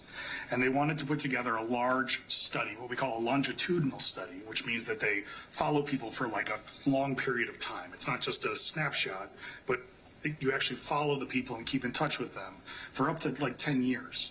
Okay, and they wanted to know what were the underpinnings, what were the causes of obesity in adulthood, and what happens in your childhood that leads to you being obese as an adult.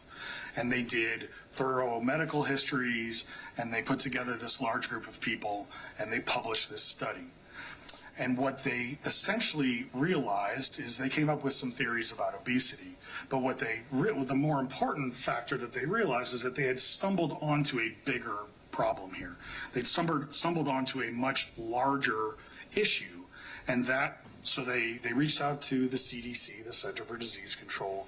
They got some federal funding. They expanded the study, and they did what we call meta-analysis, which is just a huge kind of computer program running statistics. And they were able to make a connection between people going through one of 10, or going through any number of 10 adverse childhood experiences, what I would call traumatic experiences, during their childhood, before their 18th birthday, and them having emotional, psychological, and physical problems later in their life. So the 10 things that they identified were physical abuse, sexual abuse, verbal abuse, physical neglect, emotional neglect, divorce, domestic violence in the home, someone with mental illness in the home, alcohol or drug use in the home, and someone in the home going to prison. Any one of those 10 things occur before the age of 18, there was a connection, not a causation, but a connection correlation, I would say, between those events and people later in life experiencing a very large number of issues. And I won't be able to name them all, but to give you just an idea, cardiac disease, back problems, increased use of alcohol, increased use of drugs, shorter life expectancy, increased chance of mental illness. The list goes on and on and on. Liver problems, all kinds of things that they were able to connect. And at the time, when they published this study, they weren't able to kind of put the causation and understand what it was. Since that time, that data set, because it was funded by the federal government, has been open to all other researchers to access and to run their own statistical analysis on. And they have continued to dig into it. And what they've essentially found was that there's a connection between the amount of stress that people go through before their 18th birthday and these problems later in their life, right? And it makes sense if you're talking about back problems or heart problems or, you know, high blood pressure, things like that. Those are stress related, right?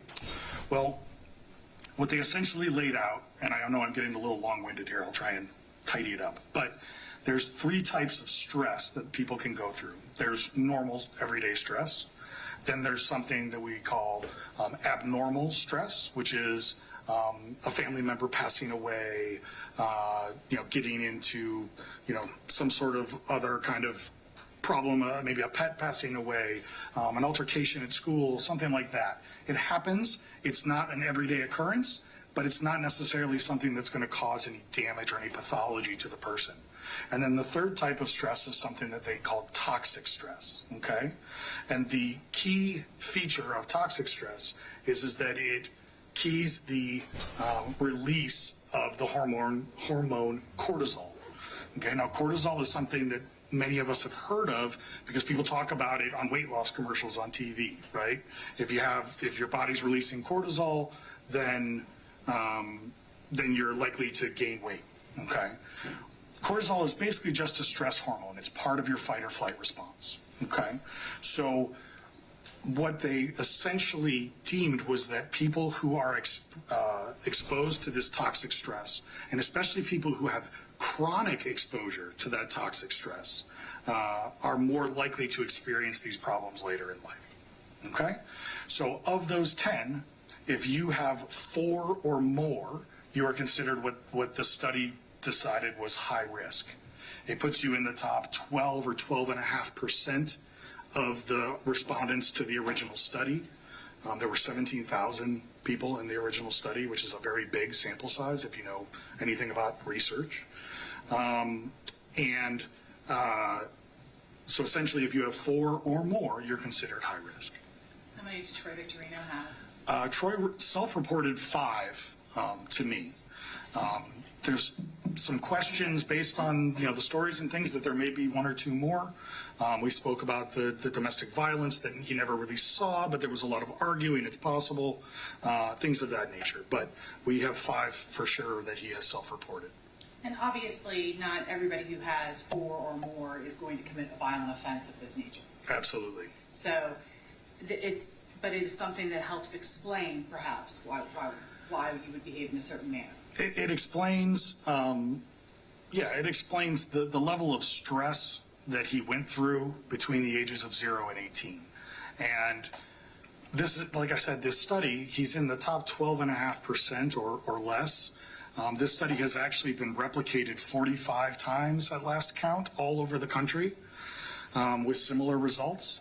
So from my perspective, there's 2 great values to the ACEs. The first one is that it has a questionnaire, and on that questionnaire there's writing that specifically lays out, was your mother pushed, shoved, choked, hit, whatever. If you walk in and you ask people, were you abused, you're going to get a whole bunch of different answers. If you say, did someone ever hit you? Did someone ever punch you? Did someone ever push you? It's a very concrete thing that everyone understands. So it gives you a standard definition for the use of those terms, abuse, verbal abuse, things like that. The other part is that it does give us a representation of just how different or extreme the life experiences that Mr. Victorino went through were compared to the general public. 12% versus the other 87 or 88% of the population. He was over in the 12%. This is not just your run-of-the-mill, spankings and things like that. This is above and beyond that. And after reviewing, of course, the results of the ACEs for Troy, as well as all the documents and all of your interviews, do you have any sort of opinion about his state of mind at the time of the offense? Well, I know for a fact that at the time of the offense, he was in an emotional state that was traumatic enough or triggering enough that his memories of the event are fuzzy. And that only happens again as a dissociative process. It's brought on by extreme anxiety, extreme emotion of some kind, anger, fear, whatever. So I know from his self-report that is something that he was in a heightened emotional state, and that certainly affected his behavior on the day in question. Just one more moment. You all tender the witness. Thank you.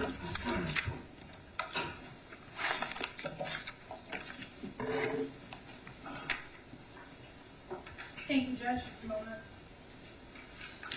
Do you have a copy of your deposition there, Doctor? No, not on me, no. Okay, I brought a copy for you. An extra one? Is that one? No, I haven't. I'm going to give it to you just in case you need it when I'm cross-examining. I appreciate that. Thank you.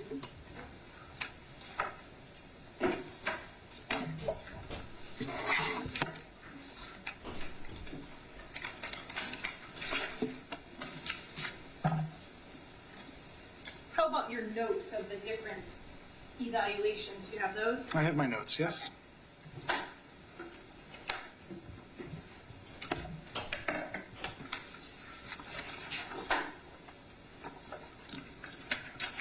Just one moment. I just need to get organized. Okay. You've only ever testified for defendants or for defense attorneys on behalf of defendants. Is that right? That's correct. I've been notified or been called twice by the state. I consulted with them, but they did not decide to hire me. So And when you say call, you don't mean at trial, you mean on the phone. yes, I mean they or maybe it was an email. I don't remember. They contacted me, Okay. and I consulted with them, and they decided not to use my services. And you charge $300 an hour? I charge $300 an hour now. I believe that on this case, I was charging $250 an hour because it's a couple of years old. So I think that's what I'm making on this case. Okay. And how about for travel, though? For travel, I get $150 an hour. If at the time of your depo, you had indicated you charged $300 an hour, would that have been the rate then, or you still think it was $250?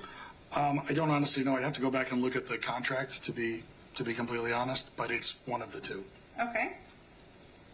And then approximately how many hours have you worked so far on this case?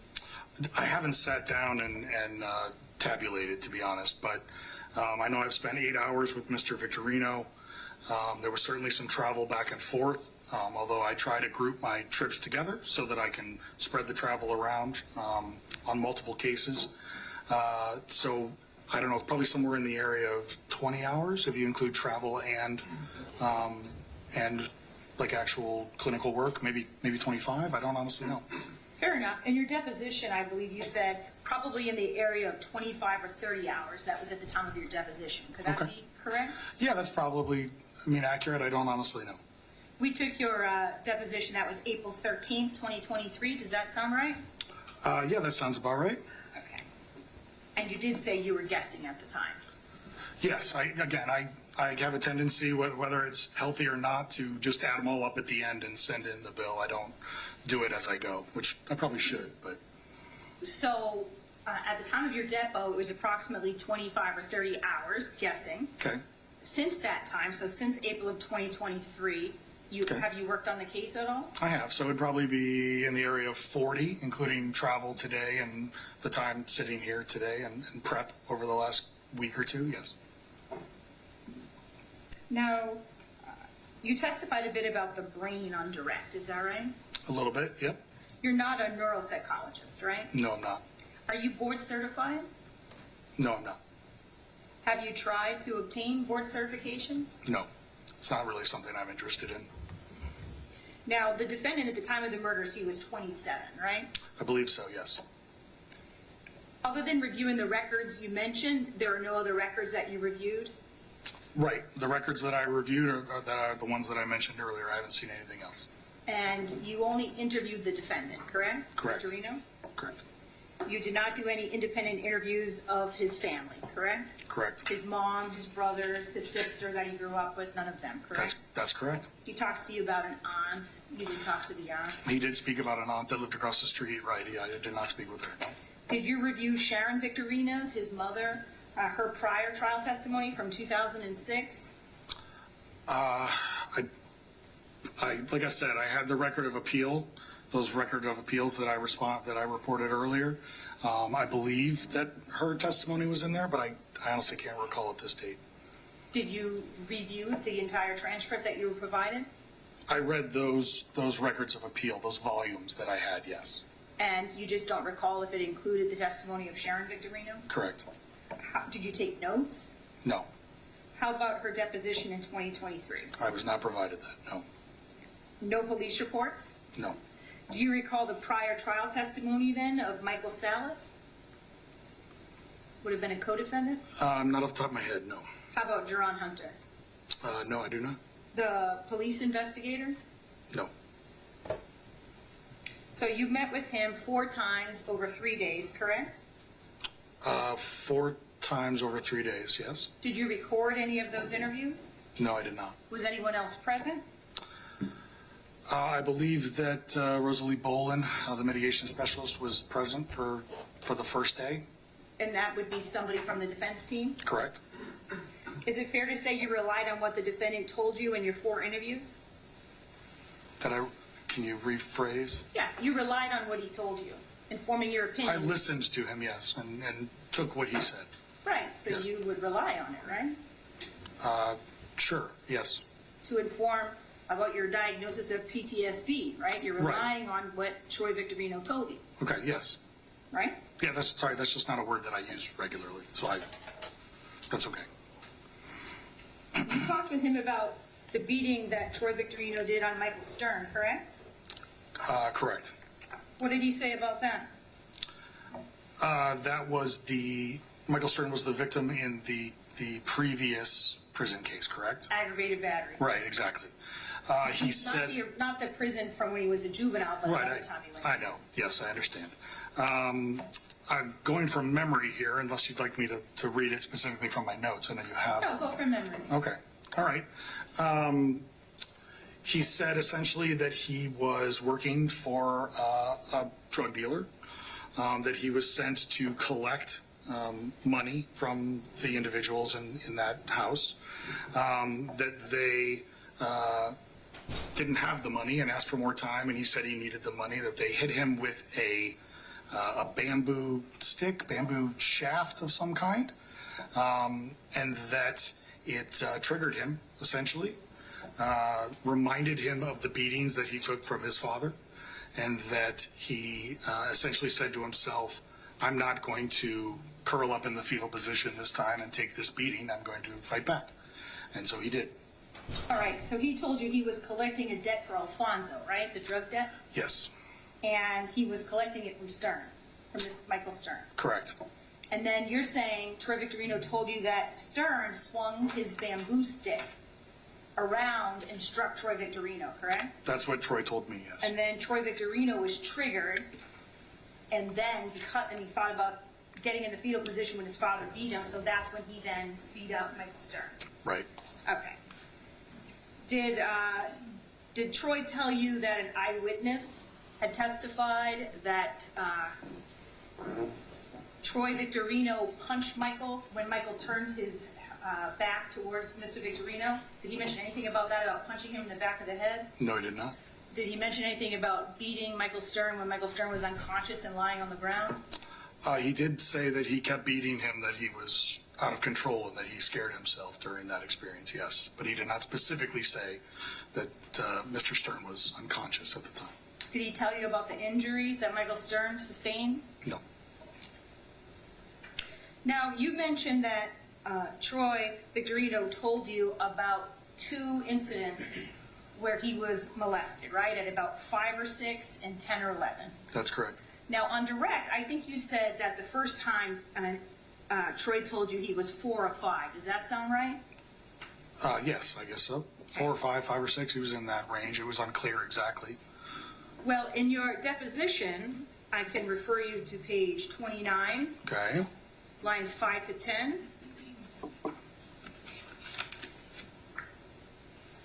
okay, Do you see there, back then, you said sexual abuse at 5 or 6 years old, right?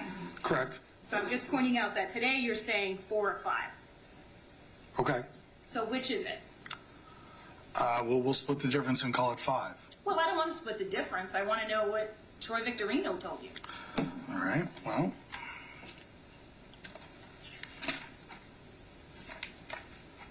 In your deposition, you say I'm on the 3rd page from the back of visit 1, if that helps you. okay. Yes, it says 5 or 6. Yep. Correct. In my notes, it says 5 or 6. So that would have gone from his mouth to my paper. Right. Now, he's telling you he remembers they took their clothes off and they had him go in the bedroom, correct? Correct. He doesn't recall if something happened, right? That's correct. And that's what I said on direct as well. Right. Yeah. So it's not that he was molested there. Something may or may not have happened. Is that fair? Sure. And then the second time, this time he does recall, right? And you said at about 10, but I think in your deposition you said 10 or 11. Okay. And in And, the notes, it says 10 or 11. okay. That the babysitter, Christine, coerced him into giving oral sex, correct? That's correct. And I think he told you that she was 16. Well, one time he told me this story. He said she was 3 or 4 years older than him. The second time he said she was 16. I think he's obviously unclear as to just how old she was. Did he tell you how often that happened? He said that it happened, let me look for my words again here. He just said it happened multiple times. Are you aware that the defendant told Dr. Danziger that he was molested when he was 2 to 4 years old? I saw something about that, that somebody believed it was 2 years old, yes. But he didn't tell me that, so I'm not reporting that. Okay. Now, you talked a lot about Troy expressing that his dad didn't love him and his dad wouldn't talk to him, even after Troy went to see him in the hospital. Is that right, that he never felt love from him? That's correct. Did you ask Troy why he thought his father didn't love him? Well, he mentioned that he believed that his mother getting pregnant with him was a way to trap his father into the marriage. But he did not specifically make the connection that that was why his father hated him. When did he tell you was the last time his father had spoken to him? I don't believe we specifically talked about that, at least not off the top of my head. I know he said that his father didn't speak with him for a long period of time. Obviously, his father spoke with him a month before he was arrested. Was there some incident where he was caught masturbating and his sister walked in? Objection, Your Honor. Can you approach? Yes.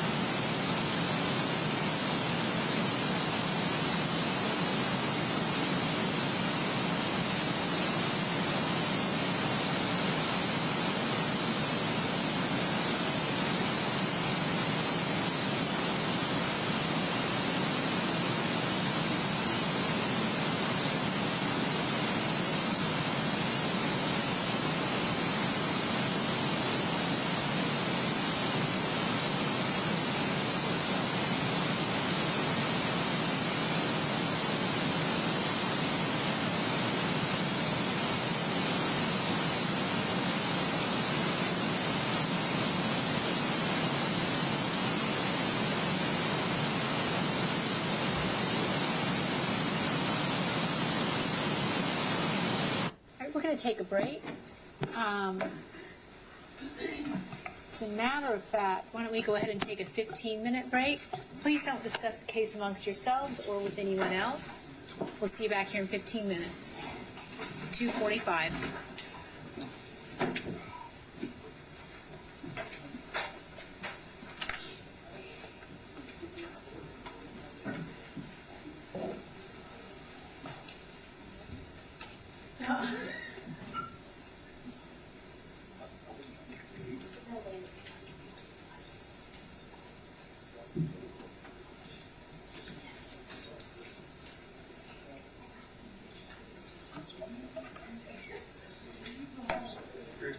Thank you. Everyone, please be seated. I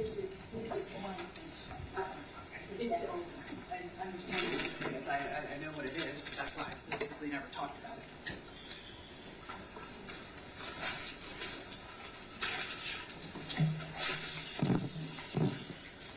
Not yet, because I'm not getting this.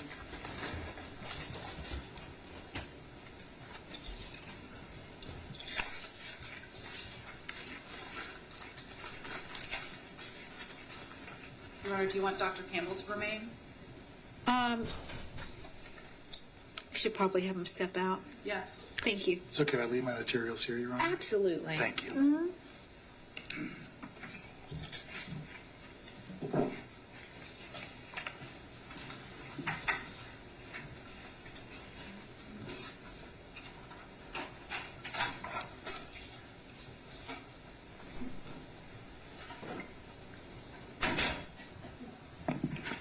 All right, Mr. Gonis? Judge, and I misspoke. It wasn't the deposition, it was his report. That's where I got that information from. So on his first visit, on Dr. Kimball's first visit, page 10, they're talking about, he's making notes about why his father doesn't love him, and Troy Victorino tells them, the notes are, a 15-year-old neighbor gave him a porno mag, he was masturbating, sister walked in, then Antonio came in, told dad, savage beatdown, exclamation point, dad sitting on his chest, punching him, mom called the police. Oh, I'm sorry, it does say L&L.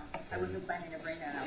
It's already out. I was going to bring out the masturbating in front of mom. Mom wouldn't take him back. Group home a couple of months, halfway house, and HRS forced family to take him back. He testified about the family didn't want to take him back and the family being forced about it. He testified about that on direct. And then dad never spoke to him again, even when Troy came to the hospital to take care of him. He gave up on the family after that, learned from the streets and the jail and the prison. So their whole thing has been trying to say dad abused him, dad never loved him from the start, he felt unloved. So the fact that the defendant was in and out of the juvenile system was chaotic for the family. That's what's in the records. It was chaos for the family. He stole the family car. He ran away. He left secured detention, stealing another car. So all of that is what was also affecting the family. So I don't think there's anything wrong with the state bringing any of that out. And I'm going to allow both sides to fully vet this issue, but here's what my concern is. And understandably, that part of the defense's position is that Mr. Victorino's family was not a great family. And so by bringing that up, which is understandable why it's being brought up,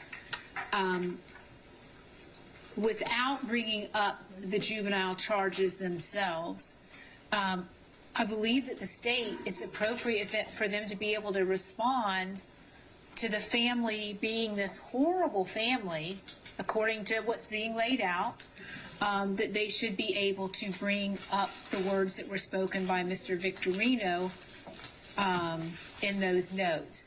Ms. Sammons, you may respond. This was something that was litigated quite a while ago. They waived the significant criminal history or lack of significant criminal history mitigator. The reason why we try to keep out these kind of weird collateral bad acts, it's like walking a tightrope. This is an opinion that he is giving based upon what Mr. Victorino says. He is not someone who interviewed mom. Mom is going to be testifying. She is going to be able to say all these things. First of all, this was 14 or 15 years old when this occurred.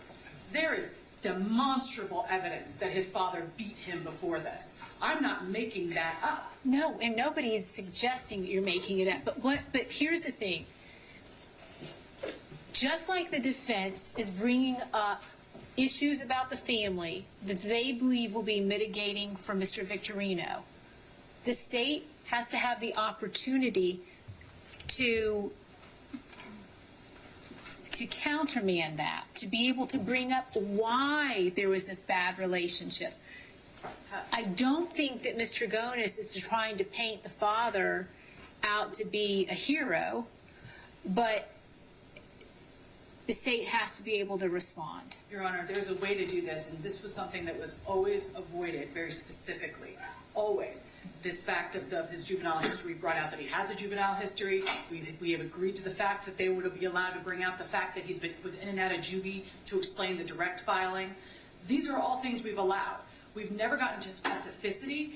This is an actual act that the prejudicial value way outweighs any probative. There was a way for them to talk to him about this without ever saying the words masturbation in front of your sister. A 15-year-old who's allegedly masturbating and his sister walks in is not, I'm just going to say this at this point in time. I'm going to allow it, Mr. Gonis, but be very careful. Yes, Judge. All right? We're going to... What I'm saying is, how far is this going? Is she going to be able to give him the exact explanation? Because the way that it came out sounded like he was basically doing this in front of his sister on purpose. That's not how it came across to the court. Remember, I'm neutral, and I can tell you how it came across was a teenage kid, magazine, sister walks in. So I did not get any, nothing other than that. And I think in that sense, Mr. Gonis, I think that that's appropriate, but just be very careful. Yes, and Judge, I'm basing it off the doctor's notes. It's not, I haven't read any police reports related to that. I have no idea about specifically what those facts were, other than he had a history of being arrested for sexual battery and he pled to an attempted L&L. That's all I saw in the juvenile records. I don't know any of the facts. I'm assuming, like Ms. Salmon said at Sidebar, that is the same thing, but I don't know. So but I will be careful. And I will not say lewd and lascivious, even though those are the words that Troy Victorino used to Dr. Campbell. Because he was referring back to a history. That's why he was doing that. That's the issue. So that was what my concern was, is because I knew what those notes said, and I knew where this was going, because I believed that the insinuation was going to be there. All right, I've made my ruling. All right, we're on break. I need to speak with Dr. Campbell to make sure it doesn't say lascivious. May I listen? You may. Absolutely. All right. Just want to make sure he doesn't say it. Thank you. We're in recess.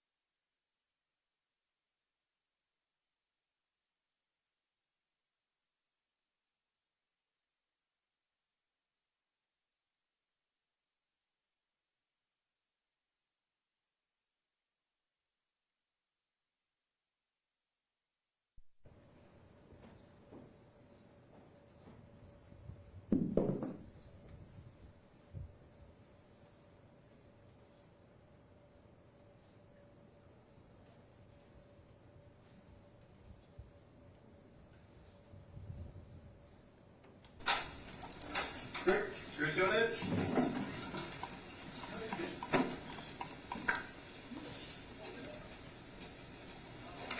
Maybe.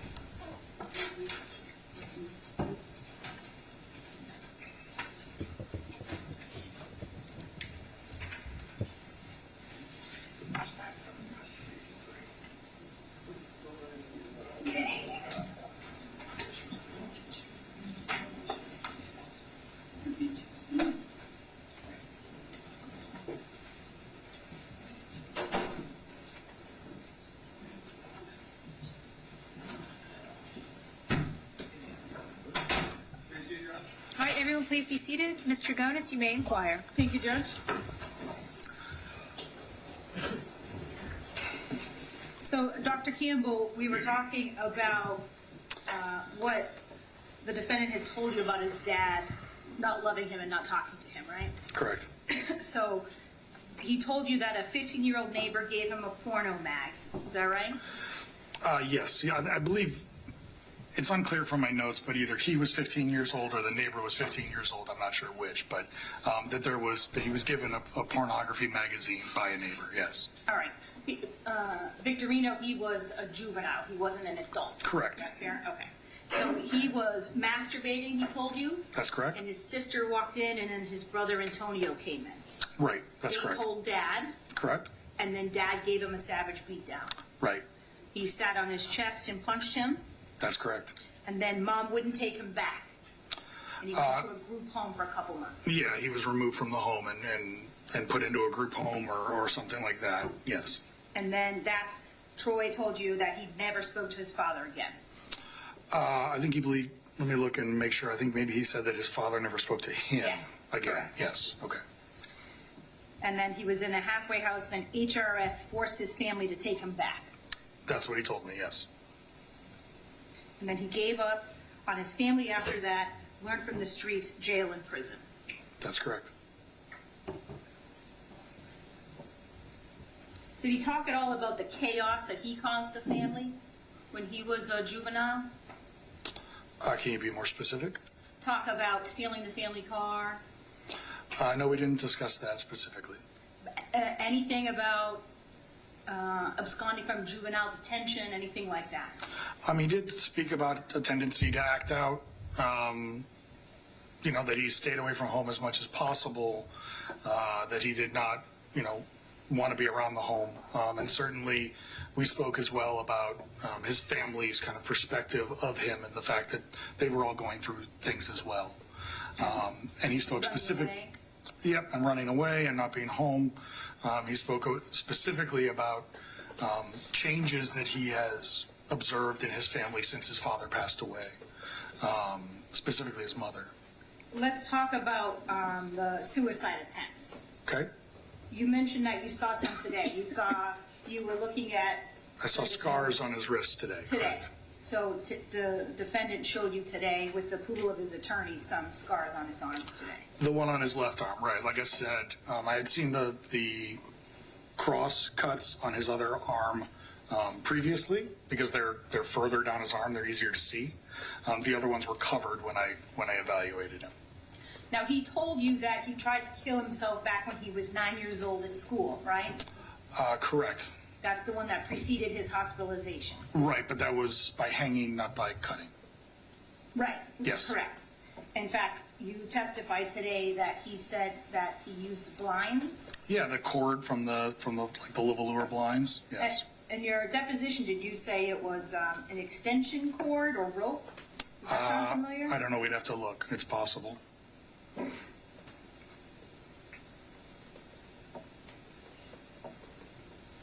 You could look at page 16. Okay.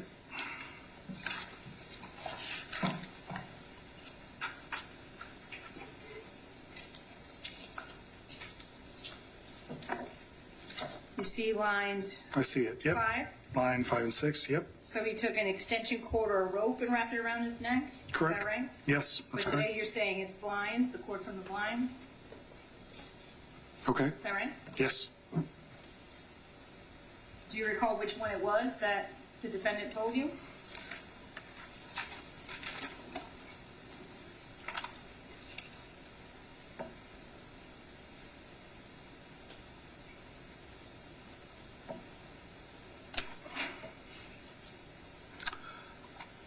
No, I don't recall.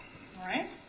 Now, the records that you reviewed, they didn't confirm that he actually attempted to commit suicide in school, did they? It was just that he had suicidal and homicidal thoughts? Yeah, I believe so. Ideation is the word they usually use, yes. Right. Not that he actually tried to do it in school, Okay, that's fair enough. right? I mean, you reviewed the records, I right? did, yeah. Are you aware that the defendant denied that this was a suicide attempt to Dr. Danziger? At trial, he testified to that. Does that sound familiar? At the previous, not today, but Correct. previously? Correct. Yes, that does sound familiar. And that Dr. Danziger found it questionable that he did try to kill himself? Okay. Does that sound familiar? I remember it being an issue between the two of them. I don't recall Dr. Danziger's specific words, no. Now, the defendant told you repeatedly that teachers, he didn't trust teachers, he told teachers things and they didn't do anything. Is that right? No, he spoke specifically about that one situation where he talked to a teacher and the teacher said, I don't want to hear it. But he did not speak about teachers repeatedly, no. Okay, because the teachers did report physical abuse, right? They did at one point, yes. And they reported the suicidal talk, right? Correct.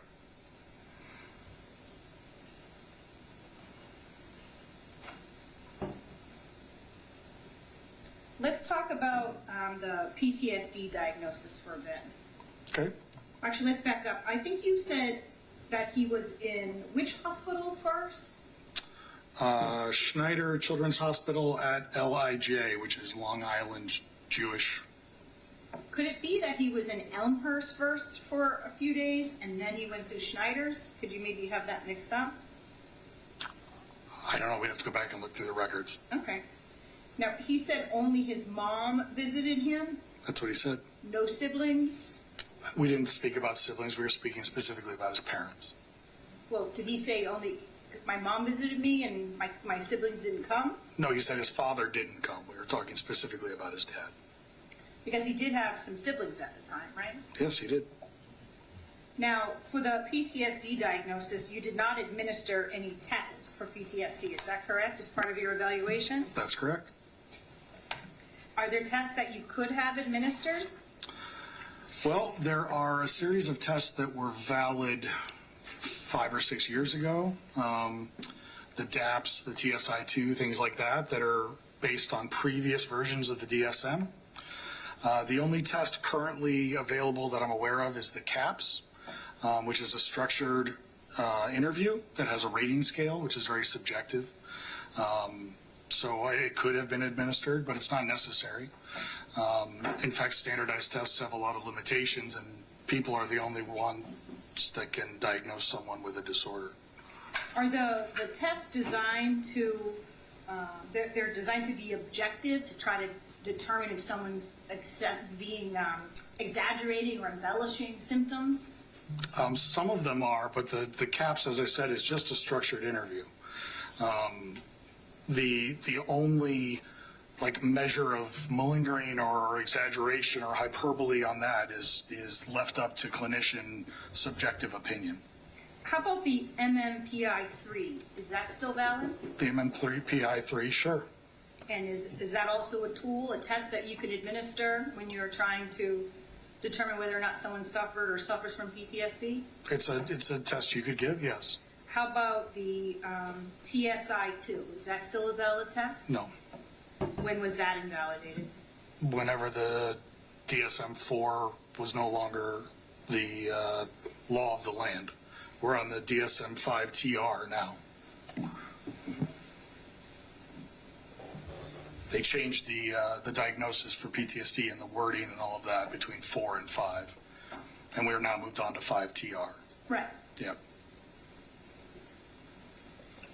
Are you aware that back in 2006, Dr. Danziger did not diagnose the defendant with PTSD? I am.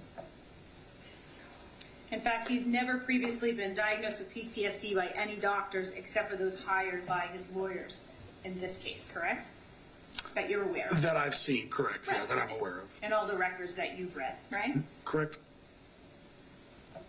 And what are the PTSD symptoms on the day of the murders, but prior to committing them, that the defendant was experiencing?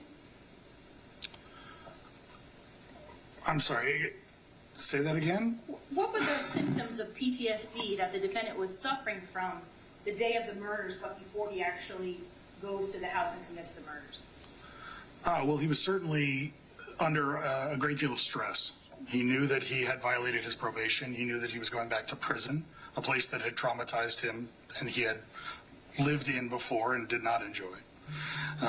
So there certainly was a level of anxiety and a level of stress, a level of avoidance. The use of alcohol and drug use is evidence of that.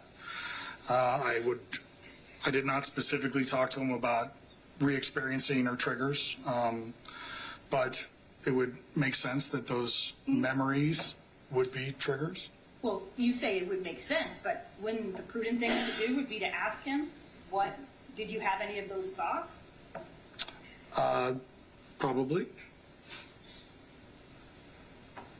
How about during the murders? During the murders, he reported that his memory was fuzzy, that he was under a great deal of duress, and he told me what he told me, what's in my notes. Okay. And how about, was he having any flashbacks to his father beating him during the murders, like he did during the aggravated battery of Michael Stern?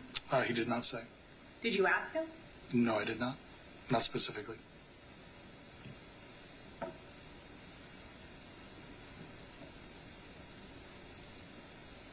Don't you think it would be prudent to ask him that?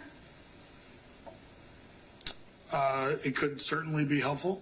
Again, he said that he was already in a semi-dissociative state and fuzzy, so I wasn't really pushing for additional facts at that point because I knew that what came would be fuzzy.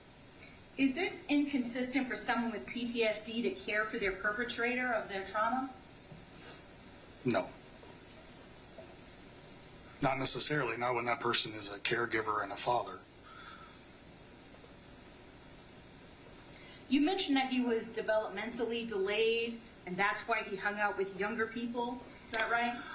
I spoke about the effects of trauma on brain development, and that research shows that people are delayed emotionally and developmentally, so that he would be less mature than his same age peers, and that was a possible explanation for why he was hanging out with younger people. Yes. Sure. Or it could be that they're easier to manipulate, maybe?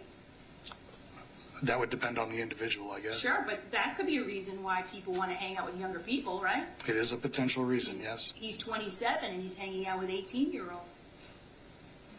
Right? That's reasonable. I just said that, yes. Sure. And he did have adult friends, right? I don't know. Did he mention the people he was drinking with the night of the murder? At Papa Joe's? No, he did not. Not by name. How about the people he was living with? Henry Melendez. Did he mention him? That was his friend. No, he did not.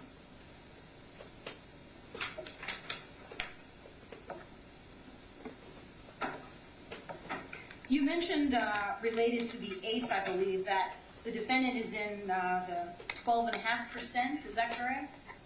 The top, 12.5%. How many of the people in that 12.5% commit murder? I don't know. How I don't- about 6 murders?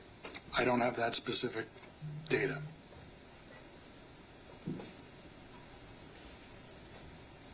You mentioned that he was at an adult facility between the ages of 16 and 19. I believe the defense said that, but I did talk about how he was incarcerated between the ages of 16 and 19, yes. Right. You talked about it on direct, right? But I didn't call it an adult facility. That's all Or I'm a saying. facility. That's fine. I'm just trying to keep the record straight. Was he around other adults, other adult prisoners, or were they children? Well, I would guess that some of them were children like him, and some of them were adults. It would be a mixed population, I would think. You would think. Did you ask him? No, I did not ask him.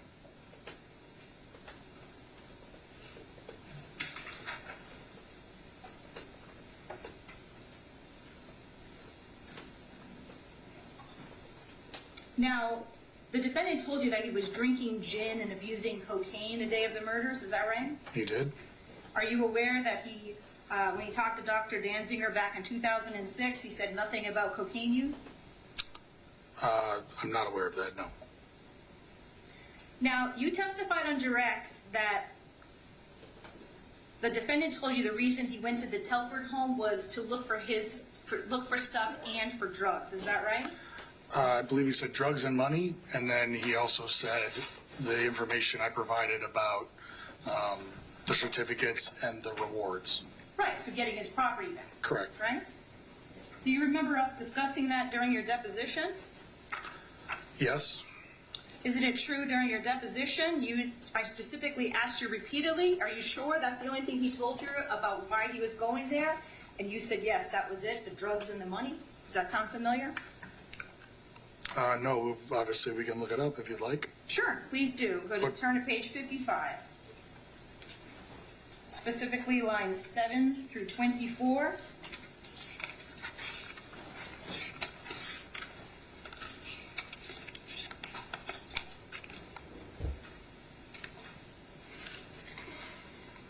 I'm sorry, say that again, 7 through... You're on page 55? I am. 7 through 24. Gotcha.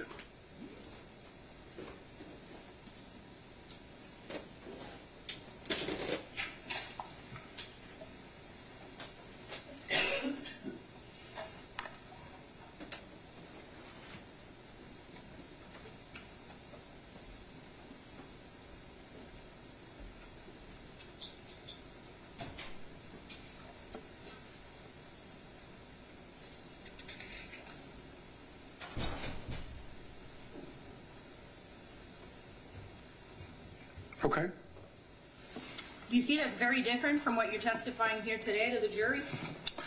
I see that, yes, it is different. Yeah, it's very different. You said on direct, clearly, he wanted to get stuff back, awards, things like that. But you see on page 55 and some on page 56, I repeatedly ask you, right? Are you sure? What was his motivation? Nothing about Aaron taking his stuff or people taking his stuff and he wanted to get his stuff back. And you say, no, I heard that about the talking of the case. Somebody called it the Xbox case or something. He did not mention anything about getting his stuff back from anyone. He essentially just said, I want to go in there. I want money. I want drugs. I want to have a good time before I go back to prison, right? Right. And I say, so I just want to be clear. You didn't ask him about that, and he denied it. He just didn't mention that as his motivation. Yeah, he just didn't mention it. You said, I didn't ask. Again, that's kind of, I don't see that as my goal, right? Correct.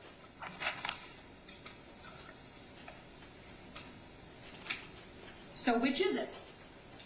What did he tell you? Well, on the margin of my notes, it said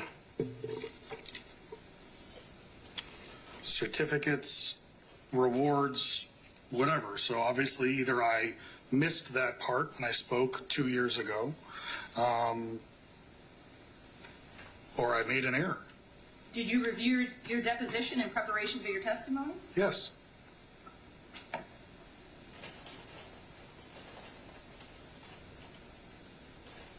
Did he tell you that the plan was to kill anybody when he went there?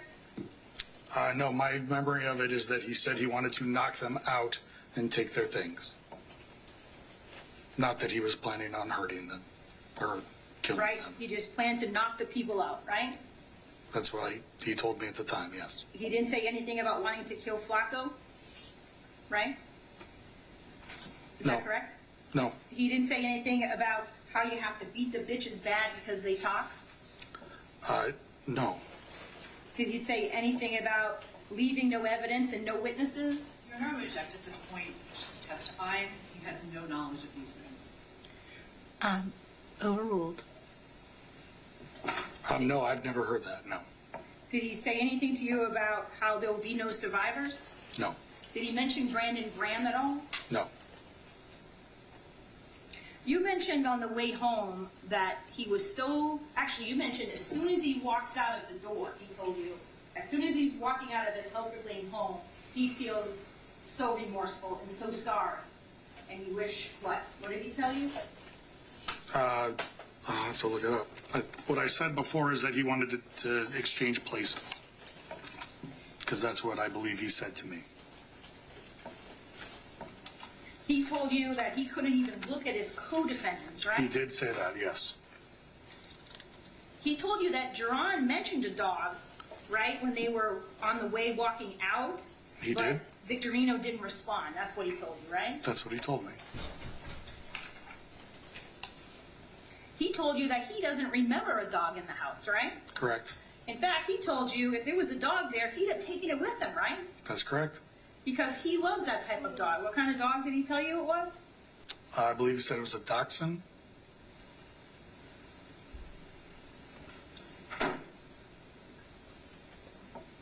Did he tell you that on the way home, they stopped at Walmart? Obviously not. No, he told you they went straight home and he vomited. He didn't say that they went straight home. He just said that they dropped him at home. Did he mention anything about stopping and changing clothes and washing up in DeBerry? No. Throwing bats away? No. You mentioned he felt so remorseful right away, but that didn't seem to stop him from lying at trial, right? Where he denied involvement? Well, the lying at trial has a much deeper psychological explanation than that. Sure, he didn't want to be convicted of murders, right? He also doesn't trust the system to protect him. But he knows he committed the murders. You've heard him now admit to you he murdered at least 2 people, right? I have. So couldn't that be the reason that a person doesn't want to admit under oath that they did it? They don't want to be convicted of murder? I mean, that's a pretty good reason, but I also believe that it could be affected by a lot of things like juvenile brain development, his history of trauma, his distrust of the police and of all authority figures. I think there's a lot of potential explanations there than just the one. Have you seen the neuropsychologist testing data in this case of the defendant? No.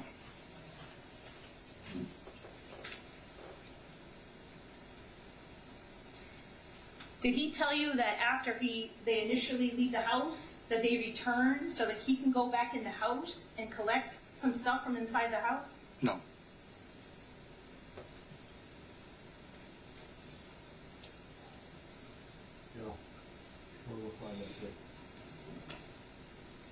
So he did tell you, though, that when he entered, it was him and him alone that went in that first bedroom there, right? He did.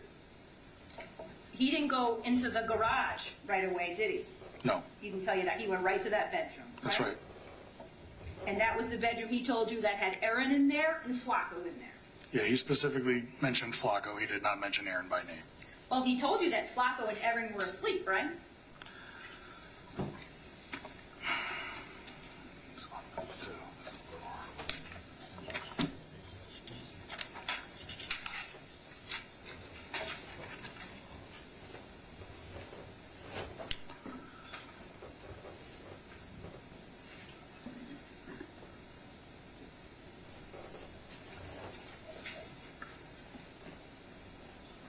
Yes, he did. He said he went in the room on the right. Flacco got up, hit him, just kept hitting them, lost control. Girl in bed with him, Aaron, hit her too, fuzzy memory, just swinging, can't see it clearly. And then he told me that Flacco was a dealer who worked at Burger King and had a 3-bedroom home with a 2-car garage. So Flacco knew someone was in there. That's what the defendant told you, right? He knew someone was in the bedroom. Someone had entered his bedroom. You said Flacco knew. Do you mean Mr. Victorino knew that someone was in the bedroom? No, we know Victorino knew someone was in Oh. there. But Flacco at some point realizes, holy crap, someone's in my Objection, bedroom. Your Honor. This is completely improper. Rephrase, Ms. Dragonis. At some point, the defendant told you that Flacco became aware that he was in the room, right? Right, and got up. Correct. Right. Yes. And he was defending himself, right? Yes, The defendant told you that. that would make sense. Well, he didn't tell me that he was defending himself. I just read you what he told me, but he did tell me that Flacco got up. Yes. And then the girl got up, right? No, he didn't say that. He just said that he hit her too, that she was in the bed. He didn't tell you that there was a girl in the bed next to him who up and tried to fight back, so he hit her too? I just read to you what it says in my notes. All right, well, if you could turn to your deposition, page 40. Gosh.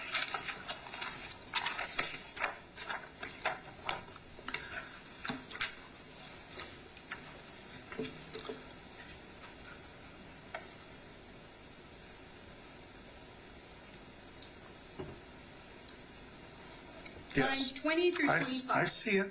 Yes, I did say that. First, I want to make sure that the attorney can see it. So have you had a chance to review lines 20 through 25? Yes. And did you say then that he said, I just kept hitting him, he said I lost control, there was a girl in bed next to him who got up and tried to fight back, so he hit her too? Yes, I did say that 2 years ago. Yeah, 2 years ago, right? Yes, I said it 2 years ago. I'm just stating a fact. Yeah. So did the defendant tell you that? No, apparently not. So you just made that up? Apparently I misspoke. You have a copy of my notes. Sir, I'll wait for the next question, please. Oh, I'm sorry. Do you write down verbatim in your notes everything that you and the defendant spoke about?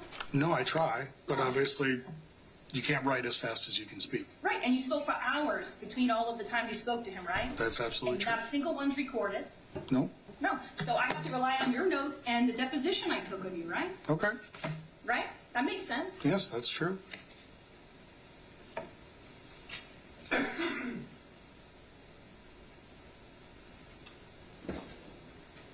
Did he tell you how many times he hit either of them?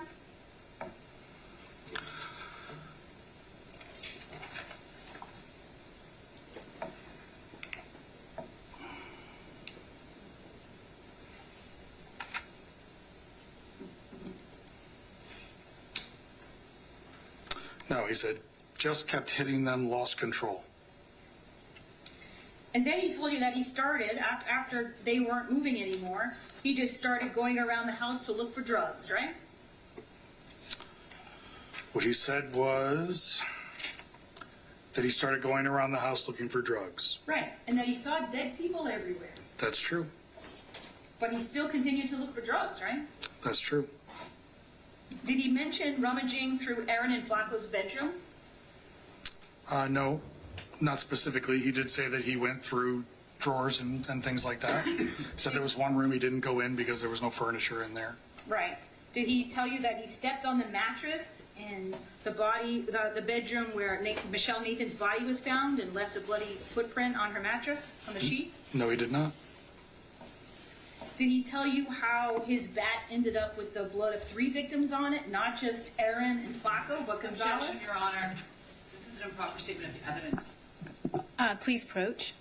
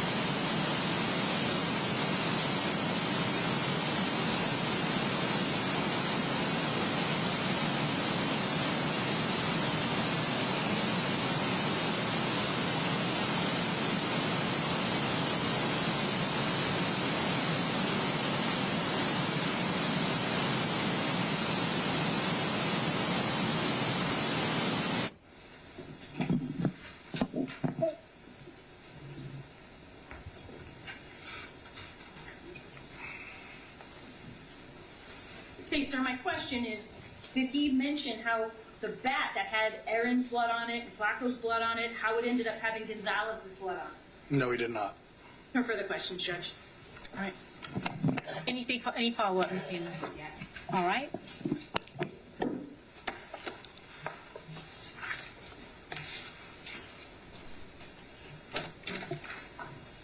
Dr. Campbell, can I see your notes Sure.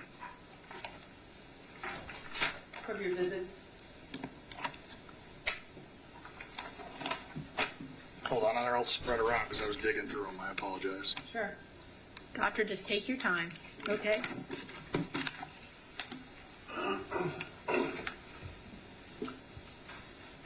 Do you want me to actually hand them to you or just hold them up? Your Honor, they're not in evidence, so the jury shouldn't see them. If she Well, wants to see hold them, on a she should second. approach. Counsel approach.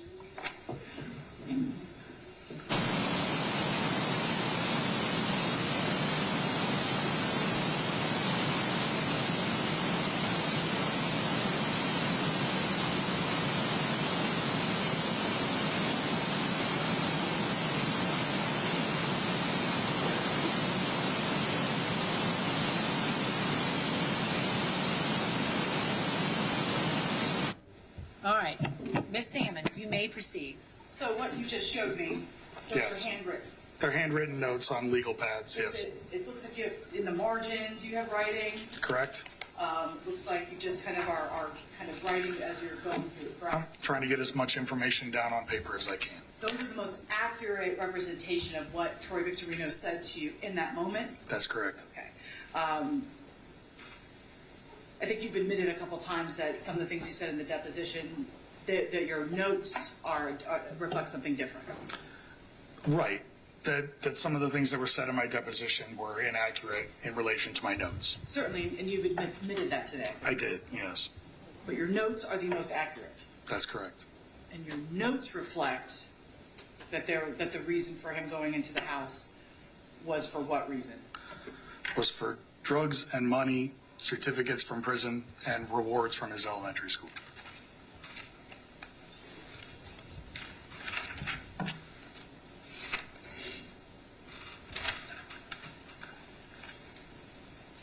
And since we're talking about your knowledge of this case, are you aware that those were actually found, certificates from his elementary school, things like that? No, I was not aware of that. They were shown to the jury? No, I was not aware of that.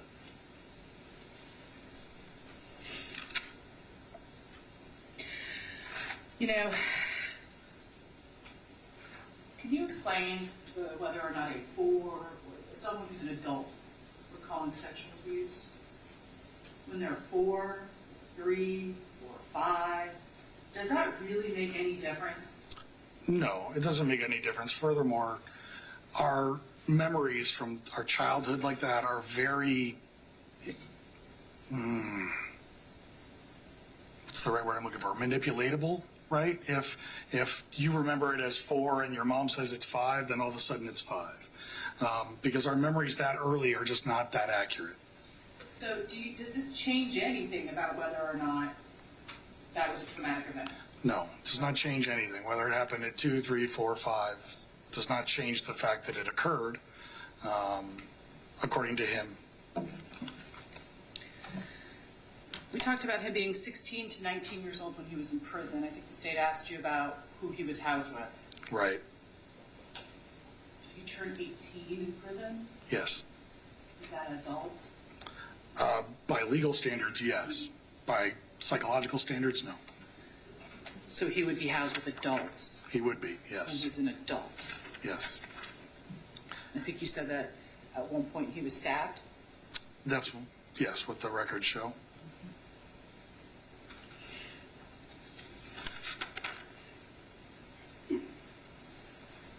PTSD, we talked a lot about you mentioned a couple things that I think are interesting. DSM-5, DSM-5-TR, DSM-4. What is this?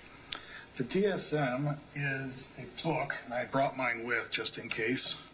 Just for the record, which one is that? This is the 5TR. This is the newest, most current one that is being used right now. So this is essentially a physician's desk reference, but for psychologists. It lists all the recognized mental health disorders right now. It is put out by the American Psychiatric Association, so it's put out by MDs, not by psychologists like myself. And there's a panel that determines what goes in and the wording and all of those things. And for each one, it lists the different criteria that must be met in order for a diagnosis to be given. And as you can see, it is not a small book, which is why I try not to bring it to court when I don't have to, because it weighs about 10 pounds. So for does the DSM-5-TR change kind of the diagnostic criteria for PTSD and from the prior versions? Well, from 5 to 5TR, it did not change, but from 4 to 5, there was a pretty big change, yes. What was that change? It has to do with wording, it has to do a lot of kind of little ticky-tacky things, but it does make it so that a psychological measure from a previous edition is no longer valid to diagnose given the new edition. In your clinical practice, do you generally speak with a person, ask about their experiences, and then provide a diagnosis? Yes, So have you diagnosed people in your clinical practice with post-traumatic stress disorder? multiple hundreds of times, yes. Is it based on exact witness accounts or records, or what is it usually based on? It's based on the perception of the individual. It's based on their experience of their own life, what's going on inside their head, and the way that they see the world around them. Certainly. So is it uncommon for you to, basically somebody's narrative of what they're experiencing, and then you can use that to diagnose? That's correct. Is that generally how most people are diagnosed with things? That is how all people are diagnosed with things, yes, because assessments cannot diagnose people. It has to be a licensed professional who gives a diagnosis. But in this case, you do have records. I do. Do those records support that traumatic experiences occurred when Mr. Victorino was a child? Yes, they do.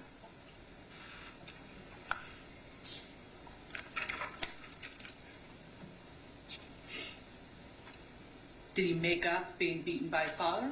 No, I did not. Are children usually hospitalized for 6+ weeks for faking things? No, they're not. They're not strapped to beds either.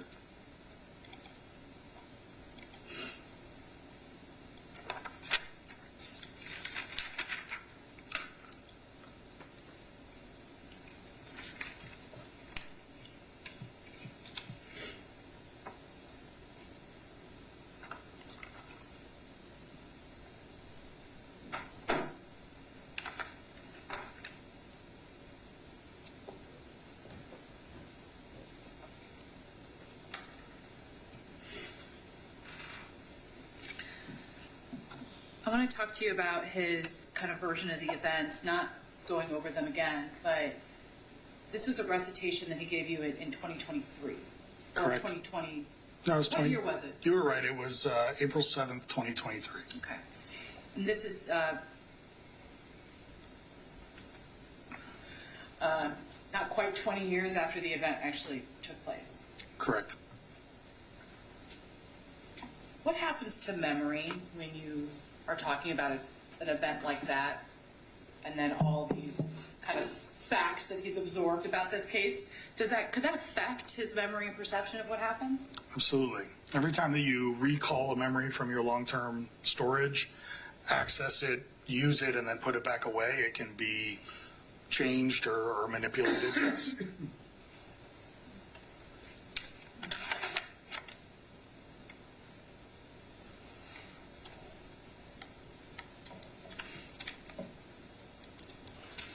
In your opinion right now, you're not making your opinion about brain development.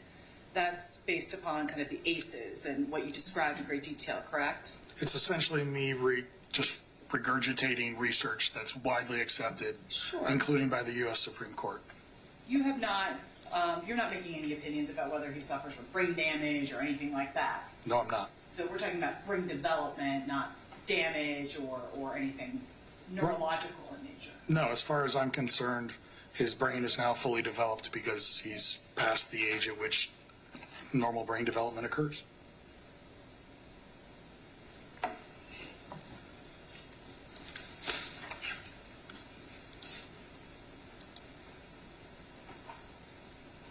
Just give me 1 second.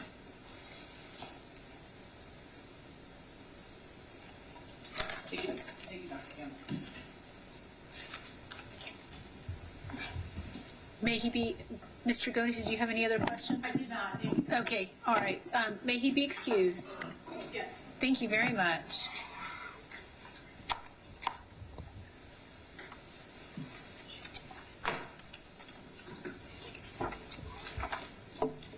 council, just for scheduling, if y'all can just come up just a moment.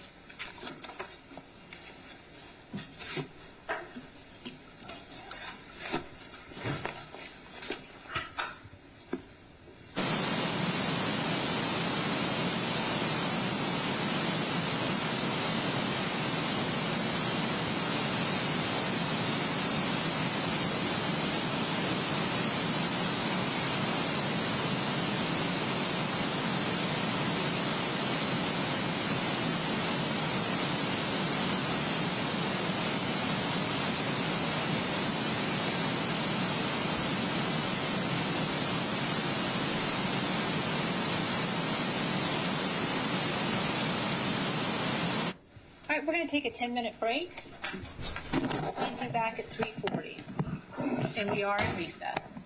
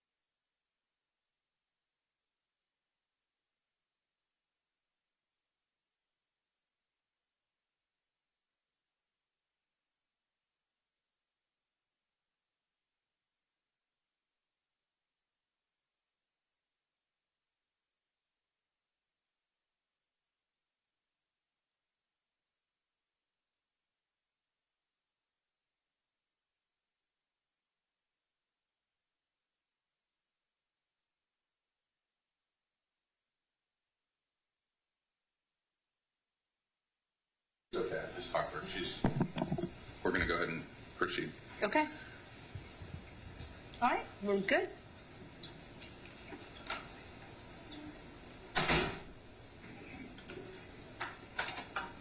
Sure. You ready to get my votes?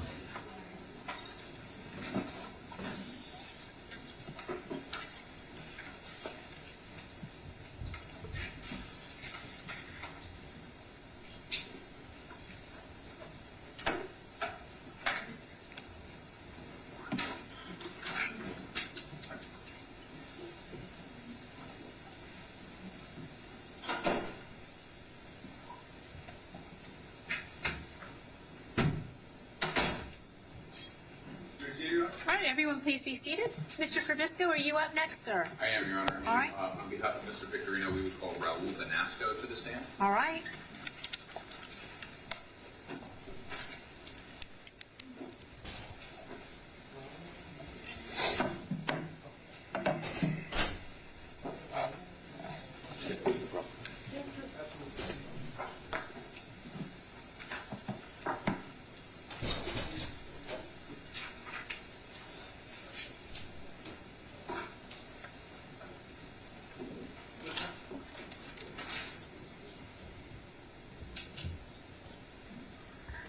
Instead of closing your stop, raise your right hand and answer out loud, please. You solemnly swear or affirm to tell the truth, the whole truth, and nothing but the truth, so help you God. I do. Right this way, sir. Step up to the line. Have a seat in the chair. Just turn the microphone. Okay. Are you Yana? Doing fine. How are you, sir? Great. Thank you.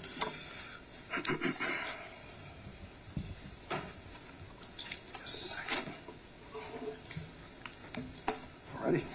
All right. Good afternoon, sir. Could you please introduce yourself to the jury? My name is Raul Benasco, and that's when I spell it out. Raulbanasco. Ms. Benasco, where are you currently employed? Currently employed as a jail and prison consultant, adjunct professor, as well as a jail administrator in Texas. And is that tell us a little bit about your company. Is it you? Do you have employees? I have an LLC in which I do, I'm one individual with the LLC. As far as a jail administrator, I run the jail in Austin, Texas with about 950 employees, fifth largest jail in Texas, as well as have 39 years of experience in the corrections profession. And I want you to talk a little bit about that more in a second, but the question is does that 39 years of experience allow you to be a valuable consultant in your field? Yes. Can you tell the jury a little bit about your 39 years of Department of Corrections experience? Started my profession in 1986, 87 in the New York City juvenile system, and in 1987, 88, joined the Florida Department of Corrections in Orlando, Florida, at the prison known as Orange Correctional, now known as Central Florida Reception Center. Started my career as a corrections officer and moved up the ranks in those 20 years. Served as a classification officer, classification supervisor, probation supervisor as well, assistant warden at 3 prisons, and warden as well as the director of staff development. To 20 years, I served at the Department of Corrections, and then went over to run the jail in Orange County as the major, as well as the chief deputy for Osceola County Corrections Department, and went over to Texas, and I've ran several jails, San Antonio, Fort Worth, and now Austin. So safe to say you know a lot about the Florida prison system. Yes, I do. I want to start from your fledgling aspect of your career all the way up to warden. You mentioned classifications officer. Can you explain to the jury a little bit more about the classification process? Okay. What happens is, in the state prison system here in Florida, every inmate that is sentenced to a year and a day will go into the state system. There's 3 reception centers for men. The Central Florida Reception Center will walk you through the process. You will come in for the county jail with your commitment papers. It's anywhere from a 6 to 12-week process in which you're assessed from medical, classification, case management, mental health, dental, all the aspects, because at the end of that period of time, the classification officer will sit down with their supervisor based on the need of the prison system. The prison system releases inmates every day, and we have to replenish those beds statewide from Pensacola to Miami. So we would take that entire assessment package, depending on the custody level and all the other components that come from the assessments of the various departments, and ship off that prisoner to that permanent camp in which they will serve the rest of their prison term. Thank you, sir. How about warden? I know we probably are all familiar with that term, but can you give the jury a little bit more information about what exactly does the job of a warden entail? Okay. Well, serving as a warden is like running an entire city. You're responsible for not only the care and custody of those that are incarcerated in a prison, but you have to worry about the staff that not only work inside the fences, the staff who live on property, because the warden lives on property, as well as all those visitors and volunteers that come into our environment. Our key role is to keep the environment of that prison as safe as possible and mitigate any risk of security. And more important, dealing with issues as they come up with an environment, in a prison environment. The people that you have there don't want to be there, so our job is to make sure that we're addressing the behavior, curbing behavior, and holding folks accountable. And sir, in your 39 years of corrections experience, are you familiar with the circumstances of a prisoner who is under a death sentence in terms of their day-to-day life? Yes, I do. Okay. And you had professional experience whenever you were there at the Department of Corrections? With that? Yes, every warden in the Department of Corrections has to be well-versed and knowledgeable on all the procedures of every prison's category, and death row being one of them. I frequently visited UNCI as a warden, didn't run it, but we all had to be familiar with the protocol on how those facilities run, as well as those facilities that might be of different custody levels and missions. Sir, we've heard the term DR or disciplinary review. Can you explain to the jury a little bit about what is that? Are there rules? What's the consequences in prison if you violate the rules? So when it comes to disciplinary reports, as we reference disciplinary DRs, there is a code of expectations in any prison setting. Every individual, every prisoner in the prison system has to follow the rules and regulations. If they're found to have violated any of the rules, they come in two categories: minor disciplinary report or major disciplinary report. There's a process that's in place. There's the infraction charge, in which the officer or the supervisor finds the individual inmate in violation. There's an investigation process. There's a disciplinary board hearing through the institutional classification team. And then there's sanctions. If the individual violates and was found guilty, they will be either given loss of gain time, placed in confinement, as we referenced the whole, in which they will serve their time in that confinement environment until they are released back into general pop. And that is the process. It's basically our way of controlling and curbing inappropriate behavior in a correctional setting. And how is it the case that if you are an inmate, you are likely to have a DR, or are there some inmates that never get a DR?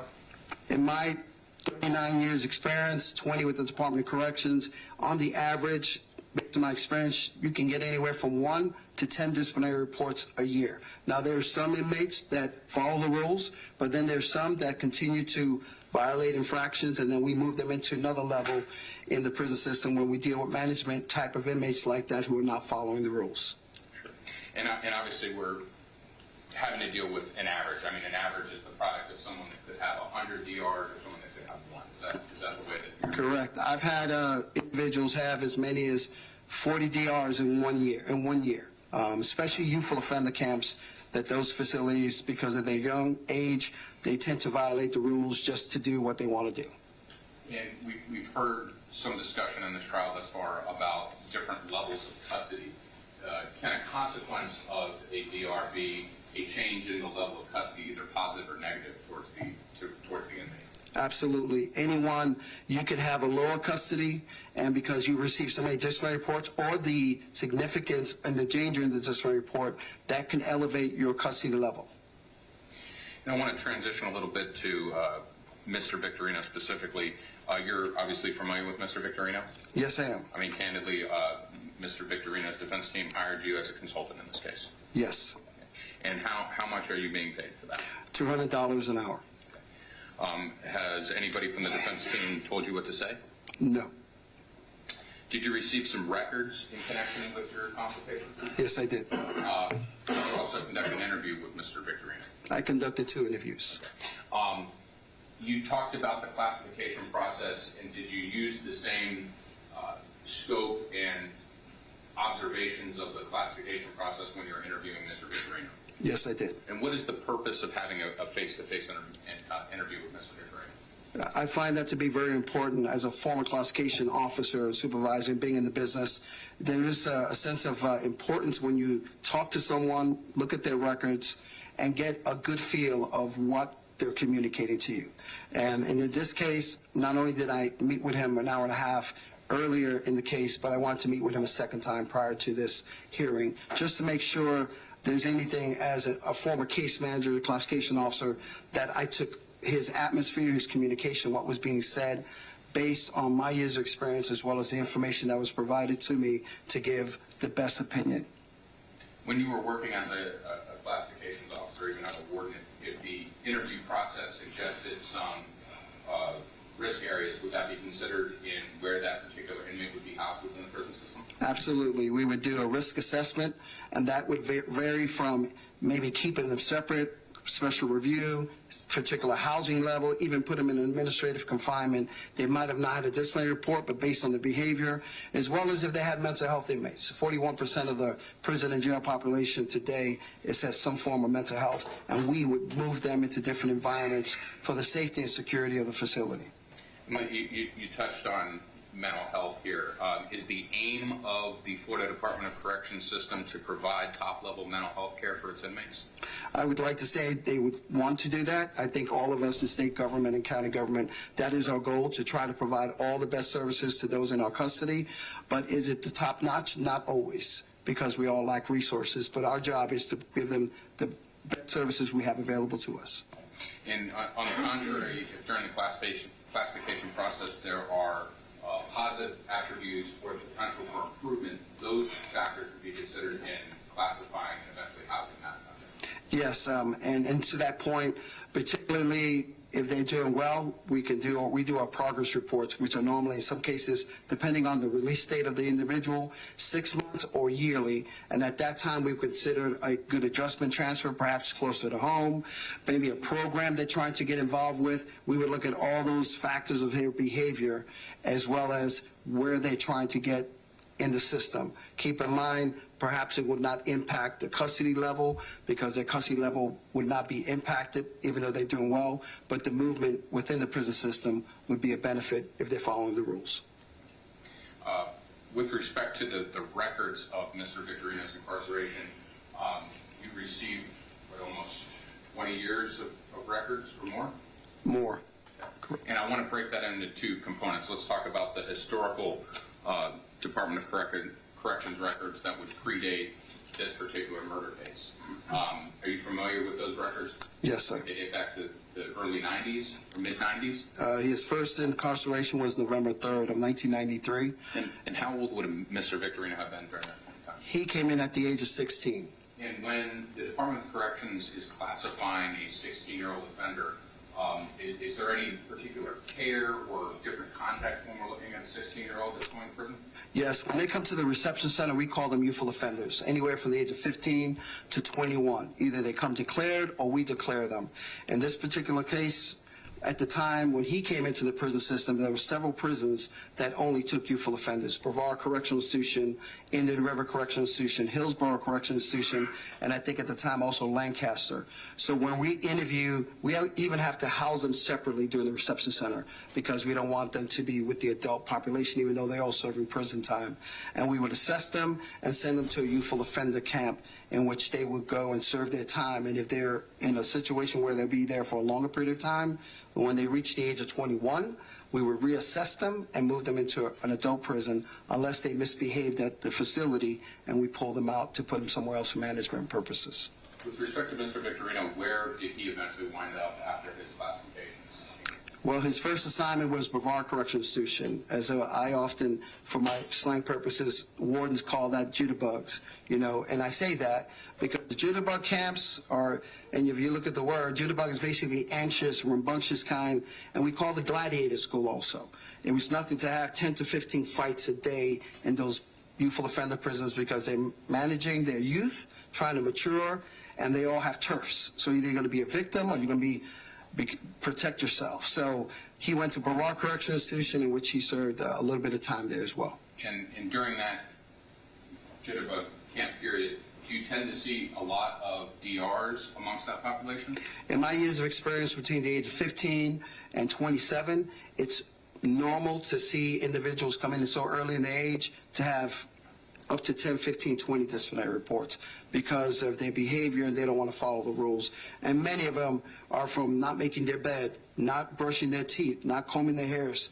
And at the end of the day, we have to continue to hold them accountable for not following the rules. And how many DRs did Mr. Victorino have during that period of, let's say, that initial arc of his incarceration? Let me confirm that. So in reference to his disciplinary reports, during his first commitment, he received, I just want to make sure accurate here. He received 4 disciplinary reports. Over how many years? Well, over the entire period of time he was in, because he was in the second time, he received 12 disciplinary reports. Over how many years? So, If you give me one, I just want to make sure. sure. The reference. It was over a period of 7 years, from 1994 all the way to 2001. So a little over 1 a year?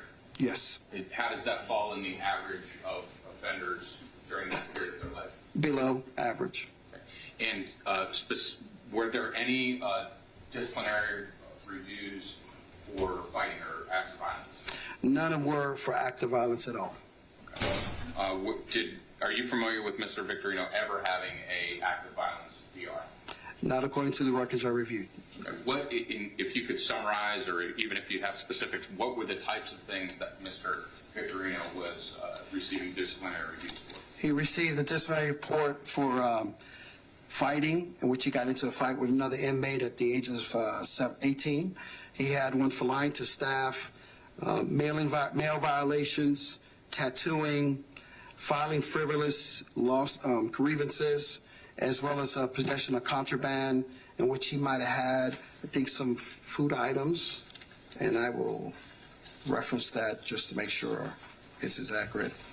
Well, he had a possession of contraband at Mayo Correctional Institution where he had a blade from the razor on the bottom of his bunk box, as well as a possession of contraband across city in which he wrote the black lettering on the state-issued jersey, or as we call it, sweatshirt, and he altered it, so he got a disciplinary report for that as well. So it sounds like there's a combination of what we'll call technical kind of conformity violations and a few that are a little bit more severe in nature. Yes. With respect to the fight, do you have any circumstances surrounding that? And from what I recall, it was just him and another inmate. It was a group of them that were fighting over, I think it was a TV or something. Sort of all got into it. There was multiple individuals that got disciplinary reports. And was there, in terms of the blade DR, was there any suggestion that that was actually to be used as a weapon, or was it more deemed as contraband? It's more deemed as contraband. These are the razors that we issue prisoners. They're very small. They're very dull, but it is an infraction. I mean, they sort of break them off and use them to cut for sandwiches and food and stuff, but it was a blade, and he was found guilty and put in confinement for that. So you can have the razor, you just can't have it in your cell? Right, you have to return the razor with the blade, and in this case, what they do is return the blade, and the officer doesn't look for the razor in it, and then they'll search for it, they'll find it eventually. Going back to the 90s when these DRs occurred, were drugs prevalent in the Florida Department of Corrections? There's drugs prevalence then, and there's drug prevalence now. Unfortunately, that's something that, as a corrections administrator, we try to curb, but they make it in either through our work crews that work on the DOT squads, bring them in, or individual staff members or volunteers. They get in somehow, but it does happen. And how many DRs did Mr. Victorino have for drugs during that time? None according to the records that I reviewed. You mentioned before about being the director of a jail, and I want to talk to you, what's the difference, just to educate the jury, between a jail and a prison? Okay, the big difference, the most important difference is everyone in America, if you're involved in the criminal justice system, will go to a local detention center. Determining the outcome, depending on the outcome of the crime, if you're sentenced to a state prison for more than a year and a day, you will be sent to a state prison. The difference is while you're in the county jail, you're not convicted. So there's some things that you still have the right to do. You still can keep your hair long. You're not required to work. Basically, you're just in a holding pattern. Now, you go to the state penitentiary from day one, whether you run a women's prison, which I have, or men's prison, your first day is to let you know you are walking into a different environment. You go through the intake process in which your commitment papers are verified to make sure you were sentenced. You will get your head shaved off. You were told where to go, how to go, what time to eat, when to get up, when to go to bed. They will give you a blanket with your pillow and your toiletries, and you will be marched to the intake housing unit in which you'll remain there until you get through the reception process. Is fighting commonplace in prison? Yes, it is. It's unfortunate. So is it uncommon to see over a decade-long time a inmate getting involved in an altercation? It's common. Is fighting such in prison where it's almost a survival? Yeah, it's either flight or fight, and depending also the culture of the prison you're sent to. As I mentioned earlier, if you went to a facility like Brevard Correctional Institution or Sumter where youthful offenders, you see an uptick. There's some prisons that have a different mission in which some of the more aggressive inmates are sent because they have more of a security protocol in place to deal with that population. And going back, we're calling it the historical Department of Corrections records. Were any of the camps that Mr. Victorino was sent to, were those like therapeutic camps where he's receiving therapy or kumbaya sessions? What's the culture like? No, looking at the records, all these were basically close custody facilities with minimum programs, nothing that was, as we know today, reentry type of facilities at all. You were working in the Department of Corrections during that time, right? Yes. You're personally familiar with the way that those camps existed at the time where Mr. Victorino was serving sentence? Yes. Were they dangerous places to be? I know for a fact Cross City was quite an interesting facility to work at. There were some major issues there with the type of activity and aggressive behavior because we had a disturbance during those years at Cross City. At the end of the day, Sumter is a very high-level facility, Brevard CI for youthful offenders. Most of the camps, with the exception of what we know now is Wakulla, and that's a different type of facility, but back then they were all designed to hold close custody type of inmates. So safe to say, routinely he would have been exposed to violence? Yes. And routinely he would have been exposed to drugs? Yes. Routinely he would have been exposed to criminality within the prison walls? Unfortunately, yes. And sort of transition into the somewhat more recent last 20 years of his incarceration. You're familiar with those records? Yes.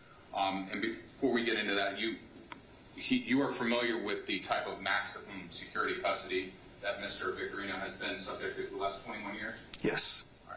All right. Do inmates of that particular classification have the ability to travel outside of their cells? When they are brought out to their recreation, day room, family visits, yes. So there is interaction where they're interacting with other inmates? Yes.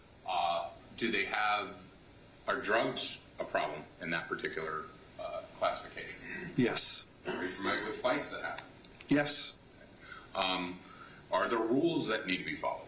Yes, the same rules that every other prison has, they have to follow the rules as well. And does the Department of Correction have a procedure in place that monitors on a very frequent basis an inmate's not only health status but also his activities from a day-to-day or week-to-week basis? Yes, that's a care, custody, and control. They have to do their hour watches as well as on evenings, do inspections of their cells and of their person whenever they're the officer or the sergeant or the lieutenant. And Mr. Bonasco, in your review of the 21 years of records, how many disciplinary reviews did Mr. Victorino have in the last 21 years? He hasn't received any disciplinary reports. And during that time, was it the case that he had interactions with other inmates? Yes. And there's no instances of fighting?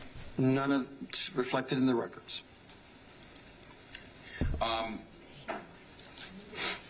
You're familiar with the parameters of a person who would be sentenced to life in prison without the possibility of parole? Yes, I am. You get a TV? No, you don't. You get a tablet? Some of the prisons do have a tablet now. Yes, most of them do. But is there just like a communal TV? Is there any TV? There is one TV for approximately 70 to 100 inmates. You get sentenced to death, you get a TV? Yes, You get sentenced to death, you have a tablet?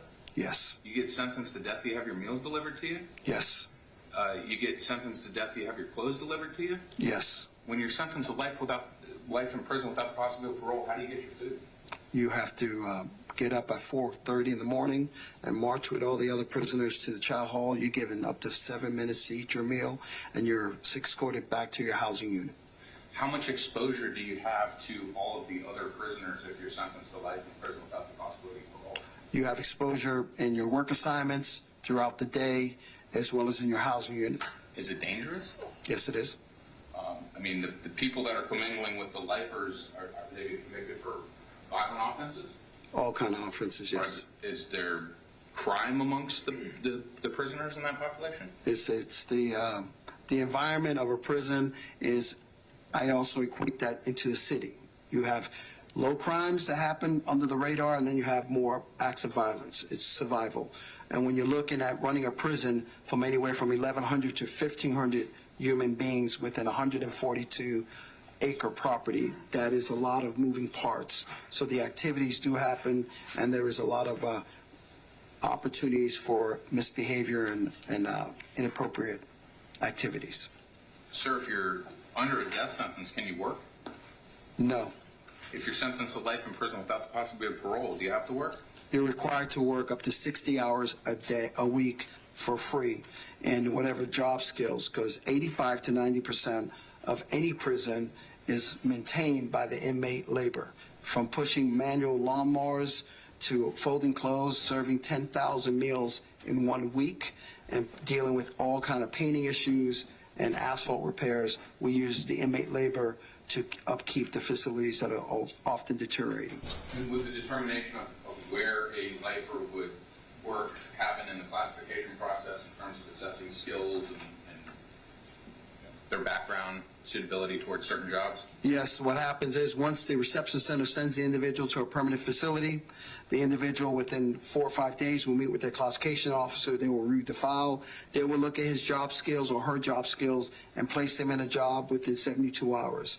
Now understand, because we have such an active population of meals and we launder a lot of clothes, usually the first 3 jobs you're going to get is cooking and prepping meals in the kitchen, cutting grass with manual lawnmowers, or in many cases we put them in the laundry, in which they will prove themselves and be responsible, because every inmate will be put on a schedule. You'll report to work, and depending on how respectful and how effective you are, you can move into other positions or other job assignments that exhibit a little bit more trust. If you get sentenced to the yard crew, do they let you work when it's not really hot outside? No, sir. Are you familiar with inmates that are sentenced to death becoming almost celebritized or martyred? Do they get a lot of attention from the outside? In my years of experience, those who have those type of high notarized cases, they get a lot of pen pals. They have a lot of folks who follow them. They create that environment, and there is usually a following in many cases. And sir, do you find that to be of a less prevalent degree for those that are sentenced to life in prison without the possibility of parole? When you go to life, you're just one of many others serving life. You're responsible to keep your upkeep every day at work, your home environment, your housing environment, keep up with your job assignment and any other assignment provided to you. And at the end of the day, you're just not as special. You're just a prisoner with a DC number serving time in prison.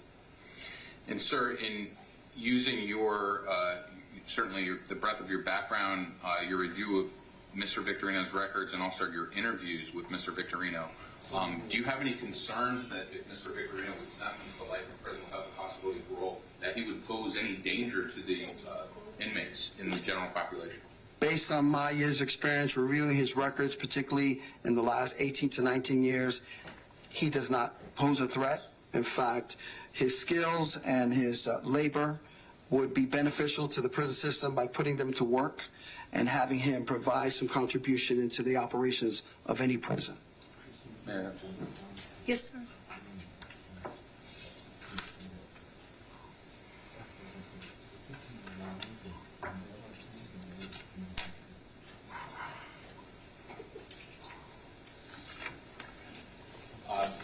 Sir, thank you for that response. In regard to his suitability for a life sentence, did you also conduct some family interviews? Yes, I did. And are having outside family relationships important in the assessment of sustainability and suitability within the prison population? Yes, I spoke to his mother Sharon by phone as well as his brother Antonio. One of the things in my years of experience where there's some things that we look for a well-behaved inmate. If you're serving a life prison term, if you have outside support, that helps them navigate the system. Those are the ones that we see that don't give us too many headaches. They're the ones who are going to follow the rules because they don't want their privileges taken away. Because a privilege is to have a visitor. A privilege is if you want commissary, if you want to make a phone call, if you want to watch TV, if you want to have recreation. Those are all privileges. And if you're not balancing your behavior in the prison setting, then those things are subject to be taken away. With family support, that, in my years of experience, those type of prisoners usually have a better adjustment in a prison setting because they have a lot of folks to communicate and they're supporting them and encourage them from a distance. Mr. Benasca, do you have an opinion on whether Mr. Victorino's day-to-day life would be harder if he was sentenced to life in prison or whether he was sentenced to death? Well, when I look at that, you have individuals who are in his current environment where he would have to transition to sharing communal bathrooms, showers, TVs, shared responsibility with the behavior of those dormitories and the housing units. So there is more expectations from prisoners who are in general population serving a life sentence. They are in a situation where they have to not only keep up with their commitments for work and anything else that the warden or the administration requires them. If they fail to do so, they would get a disciplinary report. And I think we talked about that earlier. If they get a disciplinary report and continue to get disciplinary reports, then they end up in this other environment as we know as close management. Close management, we have several prisons that are designated that if you have those serving life don't follow the rules, then they end up in close management where they basically allowed to come out of their cell 3 times a week for an hour each. The rest of the time they're locked down in the cell.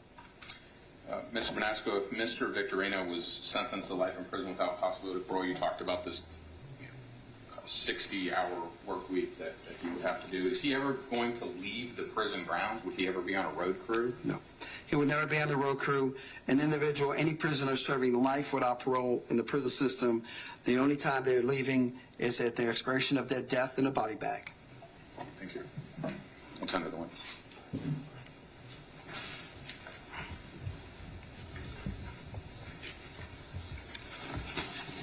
Good afternoon, sir.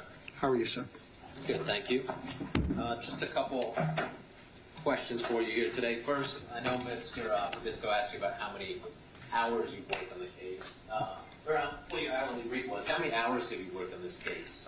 29 and a half hours. I missed at the beginning. Are you from Texas? I reside in Texas, but home is Tallahassee. I commute. Okay.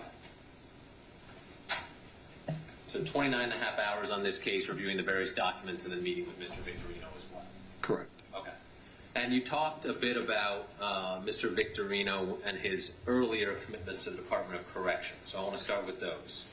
And I want to make sure my notes were right, that he had 16 DRs over the period of his earlier incarcerations prior to 2006. I had 12 this week. 12, okay. 12.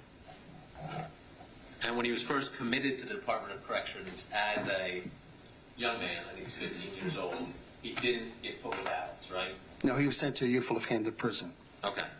And did he stay in that youthful offender prison or in a youthful offender location around juveniles until he turned 18? He stayed there till he was actually moved to Sumter, and then he was released from the prison system at 18. Okay. So the majority of the time on that first incarceration, he was around juvenile offenders? Yes. Not adults? Juvenile, no.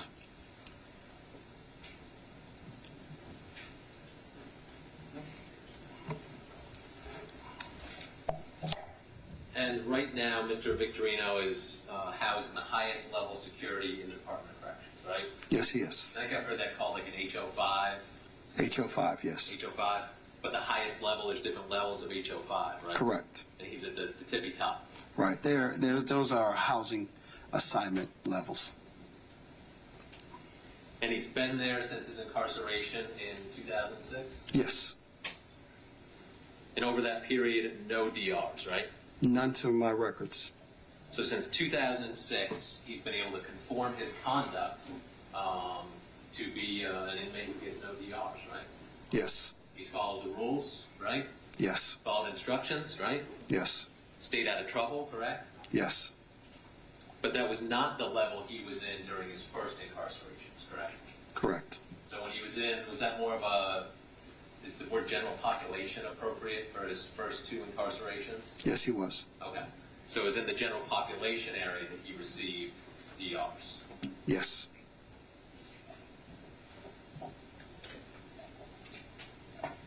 And where he's currently housed in that high-level HO5, he's not really allowed to move freely, is he? No. Okay. Now he's given rec time, right? Correct. Right on the rec yard. And how many hours a day is that? You can have anywhere from 6 to 12 hours a week, in which you go to the day room, 6 hours of recreation. You're allowed out of your cell amongst other inmates as well, but not as big of a crowd as general population. And that changed recently, didn't it? Yes, it used has. to be less?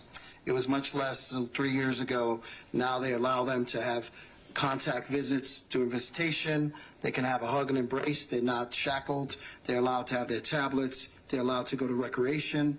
They're allowed to have day room time. They can be amongst 12 of them at a time, where historically they were always taken out one by one. So that changed 3 years ago. They have more out-of-cell time. Did the amount of hours with it last a couple years ago, too? It was much less many years ago. Do you remember what it was a couple years ago? It used to be like 3 hours a week, not much, just to get them out their cell. And just so I'm clear, that's not just rec, it's rec and a day room, 6 to 12 hours a week? Correct. Okay.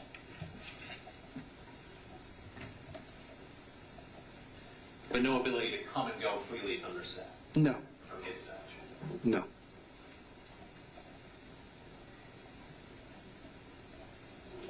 Now, should Mr. Victorino be sentenced to life, what's the classification level there?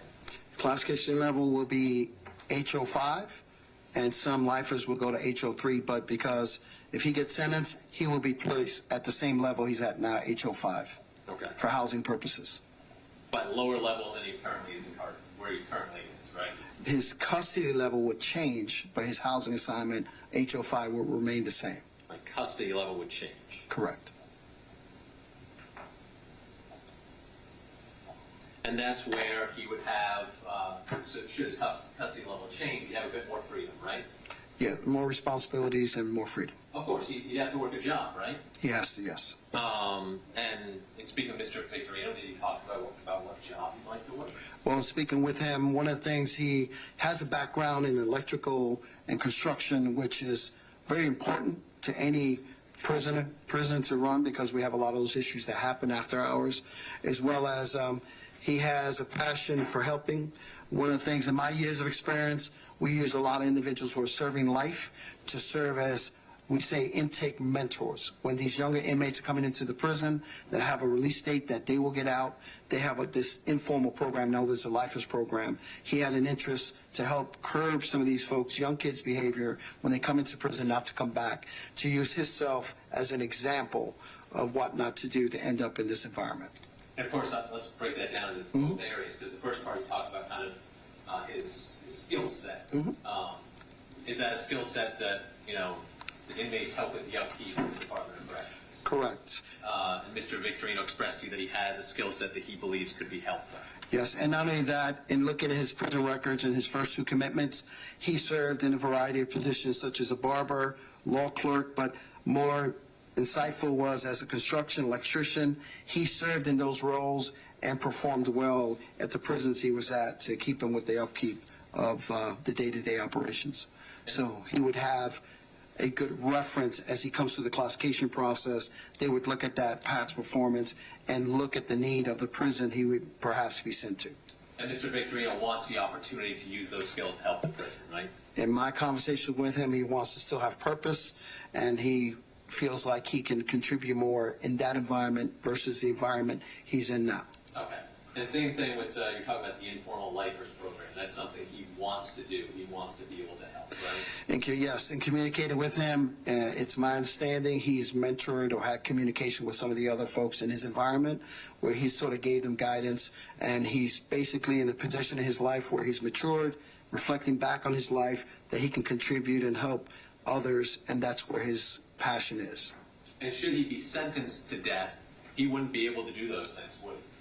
Well, in the current environment, those in that environment have communication with other prisoners, so he will continue to have them, but not as much as he was in a prison serving life. Okay, but he wouldn't be able to have the opportunity to work if he was sentenced to death, would he? No. In the capacity that he wants to? No.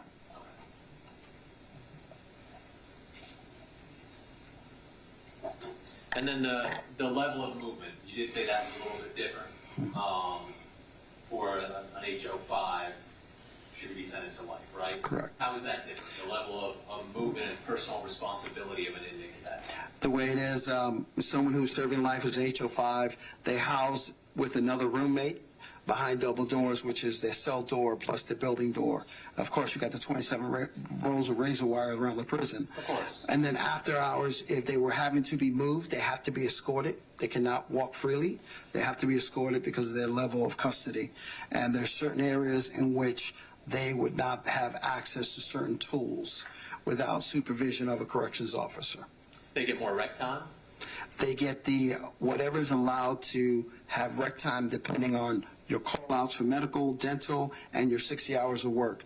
And any other commitments you have. If you have visitors that week, you have to work in your 60 hours, make sure your bed's done, and if you have time to have recreation, then you squeeze some in, but that's a privilege, not a requirement in general population. Are there overall more programs available? You mentioned the informal lifers, but more educational programs of that nature available to somebody who's sentenced to life as opposed to death? Yes and no. As a former classification officer, the lifers are the last ones we worry about. When we are classifying and putting inmates in the programs for education, substance abuse, or anything that's going to help them not reoffend, the lifers are the last one we worry about. They're not part of our priority. If there happens to be a vacant seat in the class and there's nobody on the waiting list, we might give them the opportunity, but that's not the priority. Lifers are not a priority for programs. But still, they're not going to get, individual on death row aren't going to get into the programs that a lifer could potentially get into. No. And you testified on direct that you don't have concern about Mr. Victorino going into an HO5 level should he be sentenced to life, right? No, because he's in that HO5 level now as well. And is that based upon your review of the Department of Correction records and the lack of DRs over the last 20 years? That was based on his DC-14, his records, his disciplinary reports, as well as his prior custody level, his job assignments, as well as his current adjustment where he's at now, where he has not shown any kind of concern from a security perspective. Based on my years of experience, he should transition well into general population if given the opportunity, with the understanding that if he doesn't follow the rules there's consequences as well. But that's not taken into consideration. I mean, you know the details about the aggravated battery from earlier in his life that led to him being on probation? Well, my role is to give an assessment on his jail and prison behavior. I'm aware we have a lot of violent people in prison. He's not the only one. In fact, he'll be one of many violent folks. We have everyone in those prison settings. We have people who have committed murders, assault, rape, and we house them as needed. We do not categorize them separately, so they're amongst themselves. At the end of the day, I've had mixed populations, and I've had to manage them as case by case, but I don't see any concern in his case. And here, 6 murders, not just murder, 6 murders. I've had worse, sir. May I have a moment, Judge? Yes. Thank you, sir. I have no further questions. Follow-up questions. Start with respect to Mr. Victorino's prior incarceration in the 90s. You mentioned that he was housed with juvenile offenders. Juvenile offenders in an adult prison system. Right. Was he ever commingled amongst the adult population at any point in time? No, when we send them to a youthful offender prison, they have to be amongst that same age group. They cannot be around adults. And I think you mentioned before there is a considerable amount of violence that still persists in that camp. Unfortunately, youthful offender camps, as we call them, gladiator camp, they're just rambunctious, and they're always getting into something and fighting, and there's informal gangs that form as well. And if you're sentenced to death, can you work at all? No, you're not required to work. Thank you. Any other questions of this witness? No, Your Honor. Thank you very much, sir. Thank you very much for your time. You're welcome. Counsel, if y'all can approach just for scheduling purposes.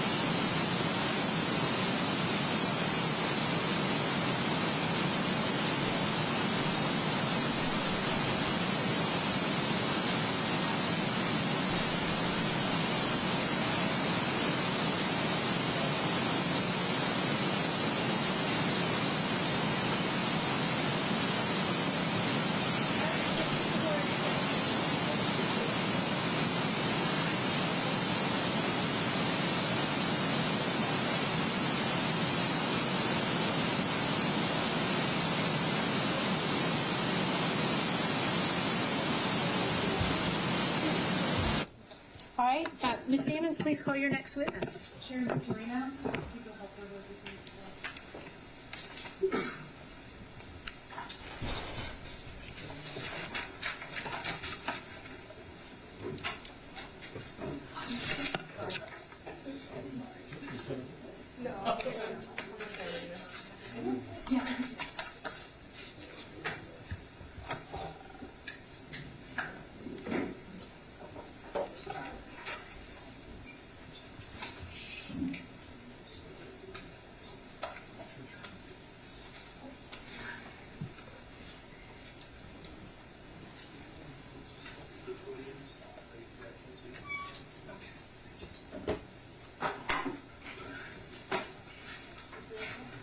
Do you solemnly swear or affirm to tell the truth, the whole truth, and nothing but the truth, so help you God? Yes, I do.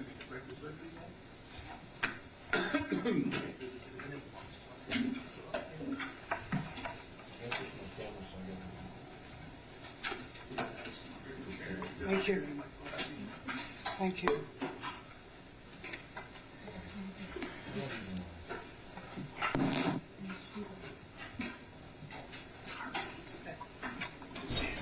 Thank you. Good afternoon. Hello. Ms. Victorino, can you state your full name for the record? Sharon Elizabeth Victorino, or Coleman Victorino. Coleman, your maiden name? Yes. Victorino is your... And my pre-adoption name is Gonzalez. So. a lot to unpack there. So I know you've testified before, but it's been a very long time. So let's just try to not talk over one another. I'll do my best as well. I tend to have a problem with that. I get excited. So we'll both do our best and just relax and just we're having a conversation, okay? Yeah? Yes, ma'am. Okay. You had indicated just now. First of all, how do you know Troy Victorino? He's my firstborn son. Did you see him when you came in the courtroom? Did you look? No,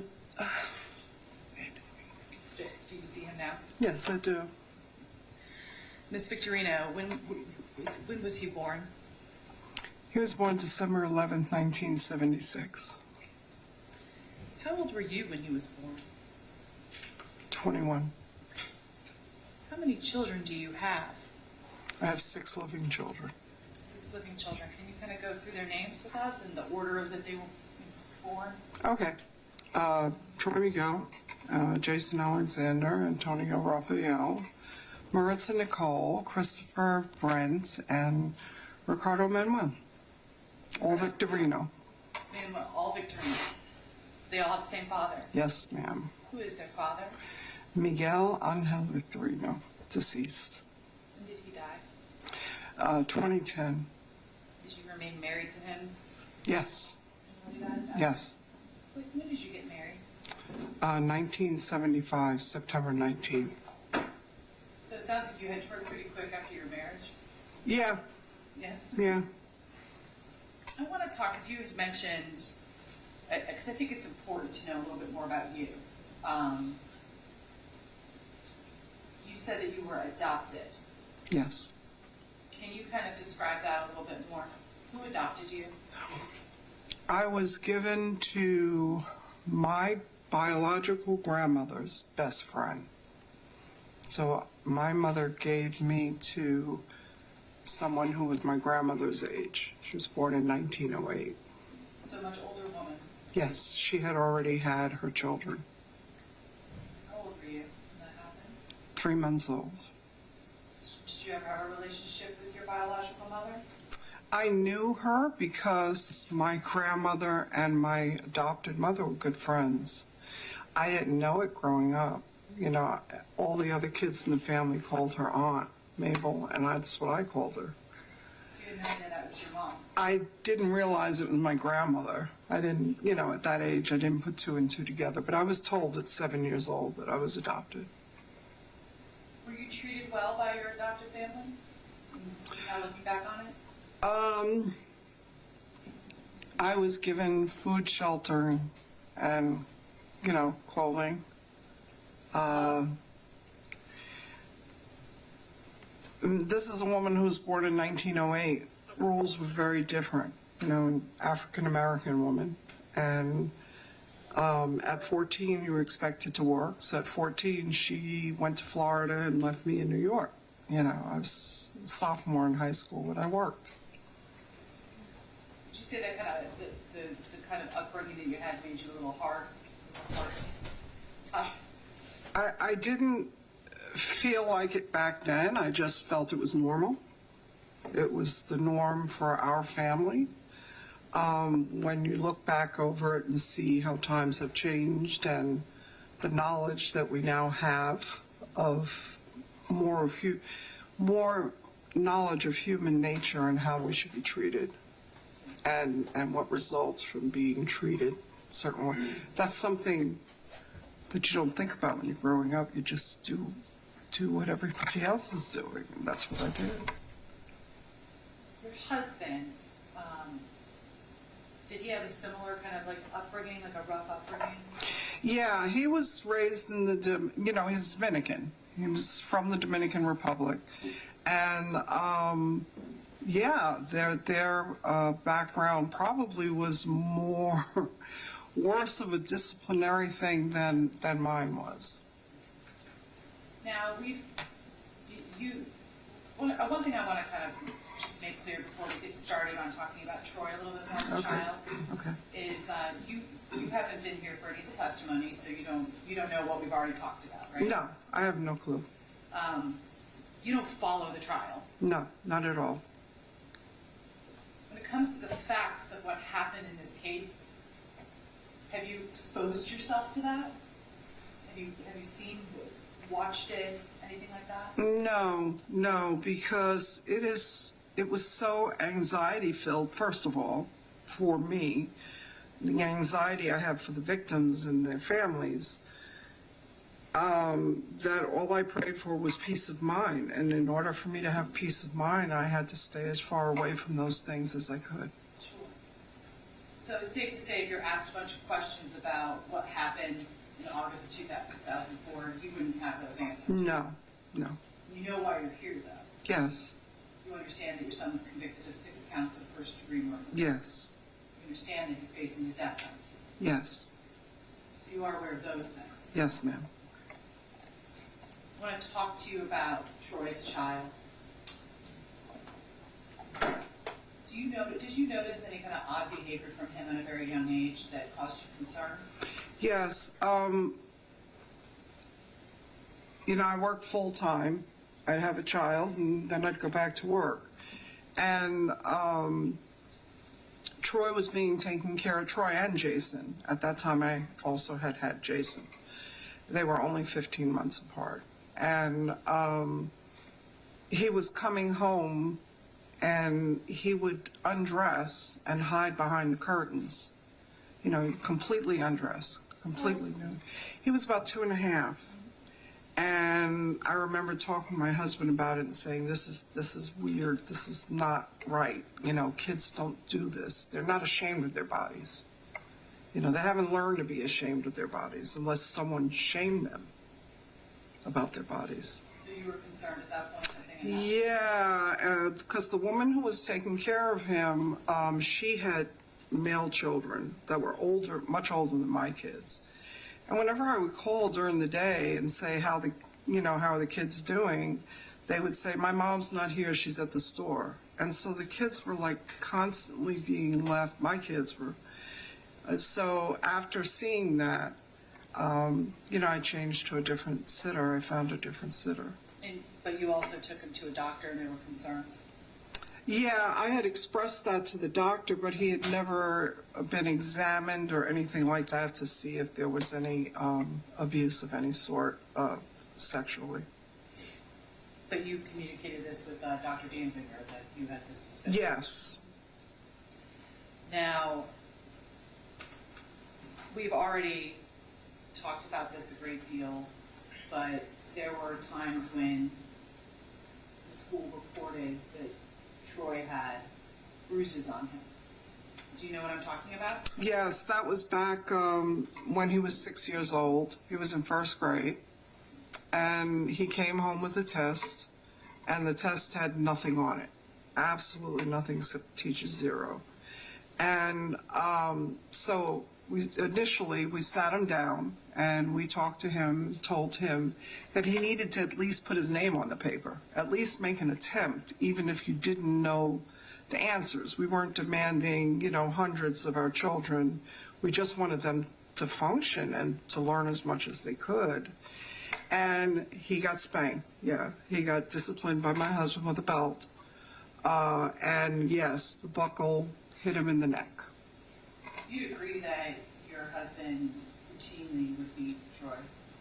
Yes, that was his form of discipline. That's how he had been disciplined. Looking back on it now, do you believe that it was abuse? Yes, yes.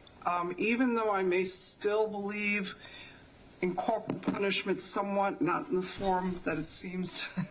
I mean, when we came here to Florida, teachers could discipline kids, with a paddle. So things have changed. But I do believe that discipline,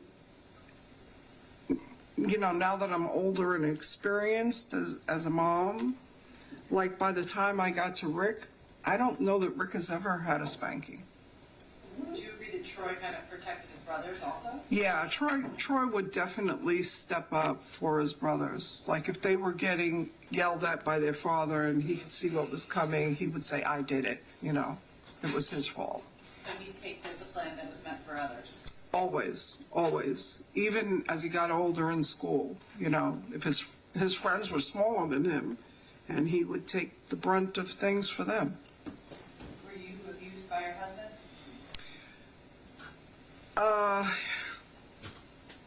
Hindsight, yes, absolutely. Did he put his hands on you? Yes, Did you do this behind closed doors? yes. But his cruelty with me was more emotional than physical. He would yell? There were physical incidents, but it was more emotional. You said cruelty. Yeah. How would he exhibit his cruelty on you? Just demeaning, demeaning who I was,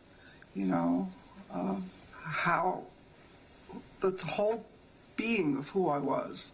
Did you do this in front of your children? No. You tried to keep it behind closed doors? Yes. Were your children aware? You had to be, because it's raised voices and,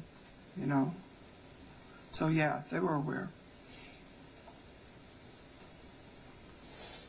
When Troy was in elementary school, he was admitted to a psychiatric hospital. Yes, he was 7 years old. Now, we know that he went to one facility first for a couple days, Yes. and then he was removed and put into Schneider's. Hopefully I'm pronouncing it right. Is that Yeah, correct? yeah, Laura and Jewish Schneider's Children's Hospital. That was an involuntary commitment? That was a voluntary commitment, and so was the first one at the first facility. But, we were waiting at the hospital. It was a city hospital, and we were waiting for the psychiatrist. The psychiatrist, they told us, wasn't coming, and this was about 11:30 at night. And they tried to get me to let him stay. I didn't want him to stay. And they reasoned with me that suppose he was actually suicidal, would you want something to happen to him because you took him out of our care? So he was there because of... So I admitted him, yes, I admitted him to the hospital. Okay, and you admitted him to the first hospital? Yes, which turned out to be a state mental hospital, which I didn't know until I got home. And then when we went to visit him the next day, we're leaving him in the hospital emergency room. We have no idea of what the facilities are. And when we went the next day, a Saturday, to visit him, you get off the elevator and the whole thing is like prison bars, and there's a guard out there at the front desk, and, he's got the big skeleton key and opens the door, and that's where he was. Now, you made observations of Troy when he was in the hospitalization? Yes.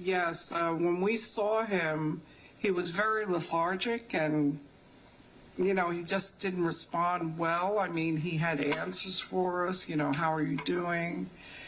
And, he pleaded with us to go home. And I confronted the doctor. I said, why did you drug my son?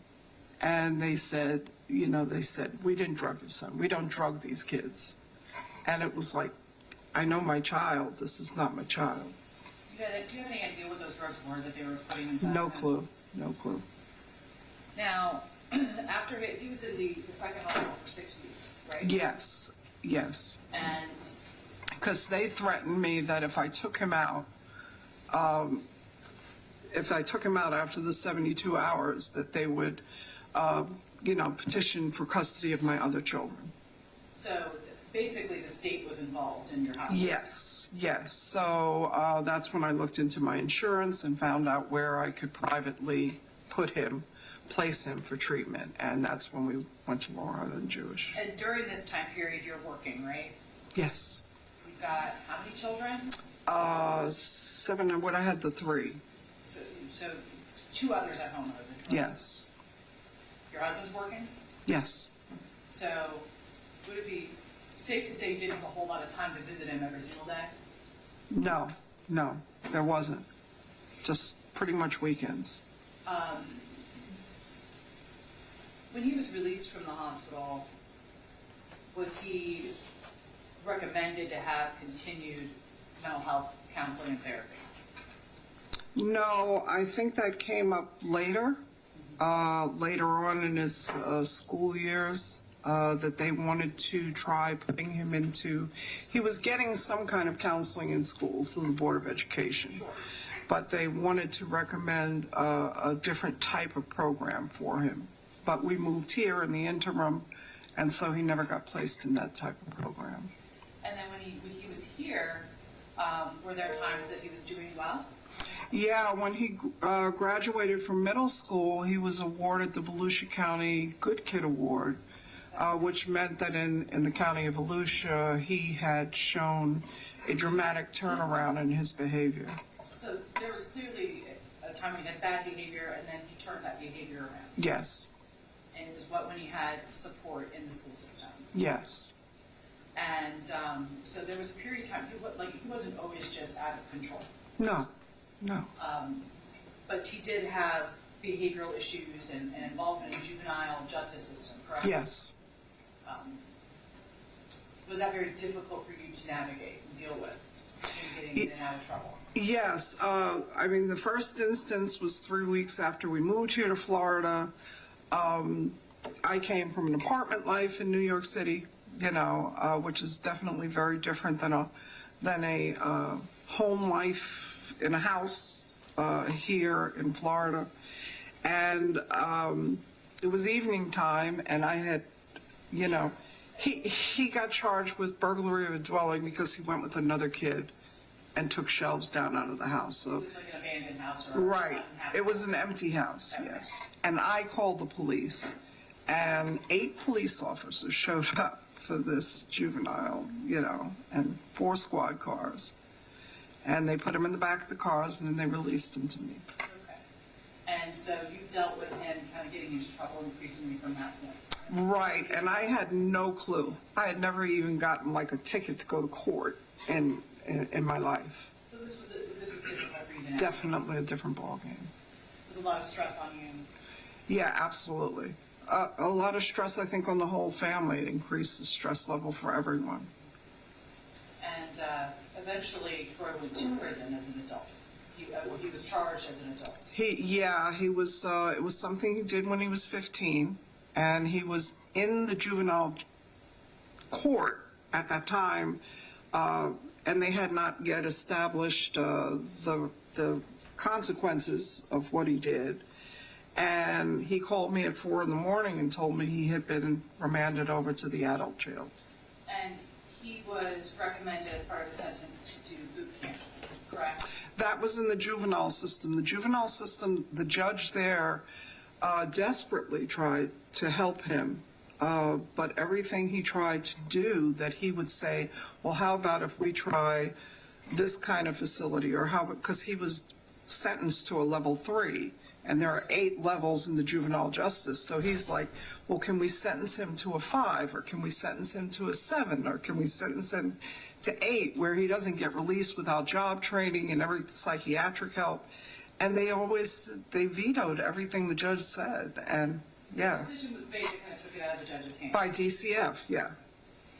And when he was in prison, were you able to visit with him? Yes. And did he get his GED? Did he what? Get his GED? Oh, yes, he did. He was one of the first ones in Volusia County that got, I think he was the second one that got his GED. He's been basically in prison for a large period of his life. Would you agree? Oh, most definitely. I would say at least 3/4. Does he seem to do well behind prison walls, as far as adjustment and attempting to do an okay job, you know, with being in prison?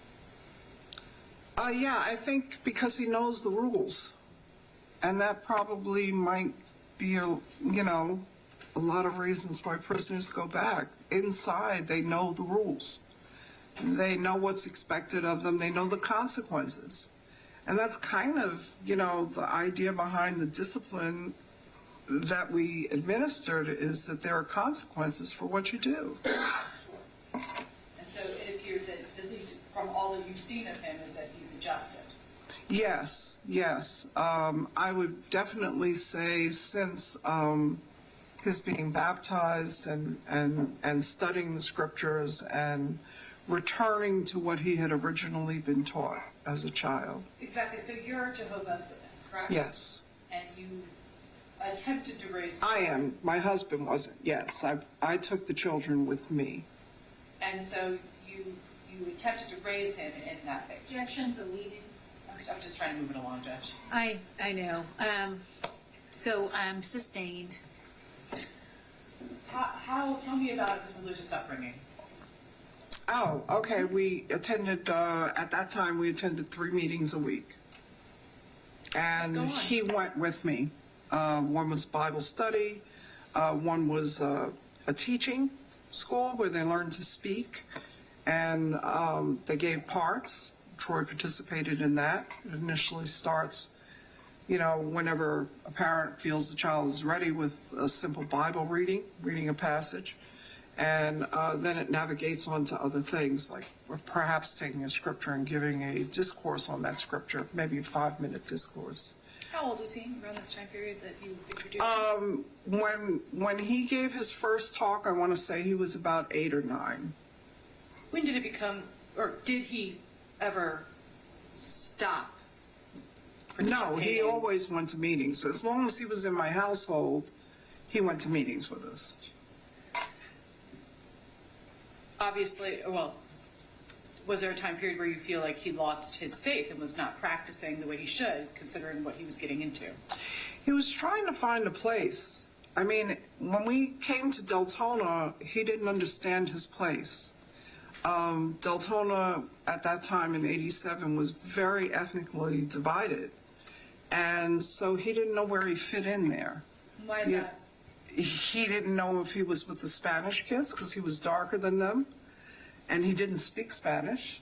He definitely didn't fit in with the Caucasian children, and he didn't fit in with the African American children. So he's trying to find, where he would fit in. And he wound up, having a lot of Spanish friends and trying to assimilate into that heritage. When he went to prison in 2006, and during that time period, have you kept in touch with your son? Yes. I've always been in touch with him. I mean, do you visit him physically? As much as I'm able. Now I've become disabled as far as my ability, so I have to wait for one of my other sons to be able to escort me. And now you have to know by like Wednesday to schedule it for Saturday or Sunday, and I never know when someone's going to be there. Is there is the cost of it also about? Yeah, you have to figure it's at least $150 at least, because it's $100 in gas both ways, and then you put something in for the commissary. Sure. But during this period of time, you wrote to your son and communicated with him? Absolutely. And the email system, when that was integrated, was definitely a big help. So you support him and continue to support him? Yes. And, when he goes through his emotional swings, then I try and be as scripturally upbuilding as I can. Because I don't have the knowledge, but for me, the Bible has the knowledge. Have you seen a change in him when he was 2006 to now? Have you seen a change? Absolutely. Absolutely. Can you describe what kind of change you've seen? I think for the most part, when we discuss things on the phone, because we have maybe 2 or 3 phone visits a week, and they're half an hour phone visits, and we discuss everything. We discuss everything that's going on. I would venture to say that I'm maybe closer to him, and he knows more about me than any of my other kids because of the conversations that we've had. So you rely on him for emotional support?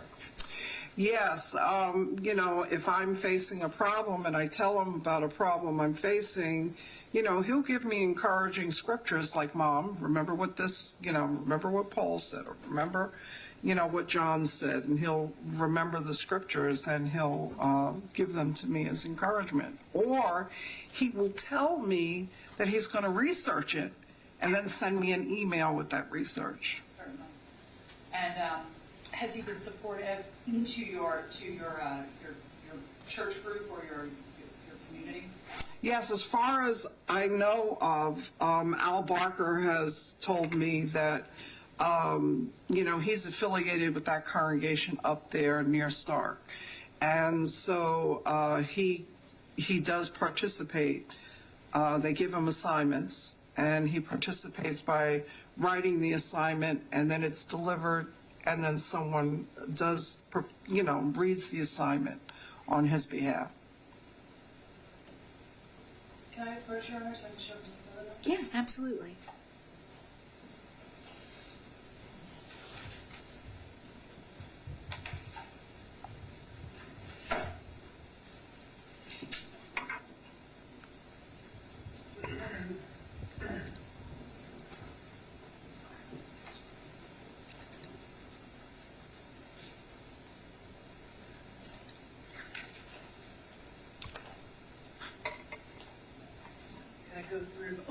as a witness, Your Honor? You may. I have no objection to the admission of them all. I understand you want to go through them and show the jury, but the state has no objection. Okay, thank you. So I'll just call them by their ID number. Sure. Just for now, and then they'll be admitted to whatever number they are. You had talked about some certificates of achievement that you had received. I want to kind of go over some of those with you, just so the jury has them.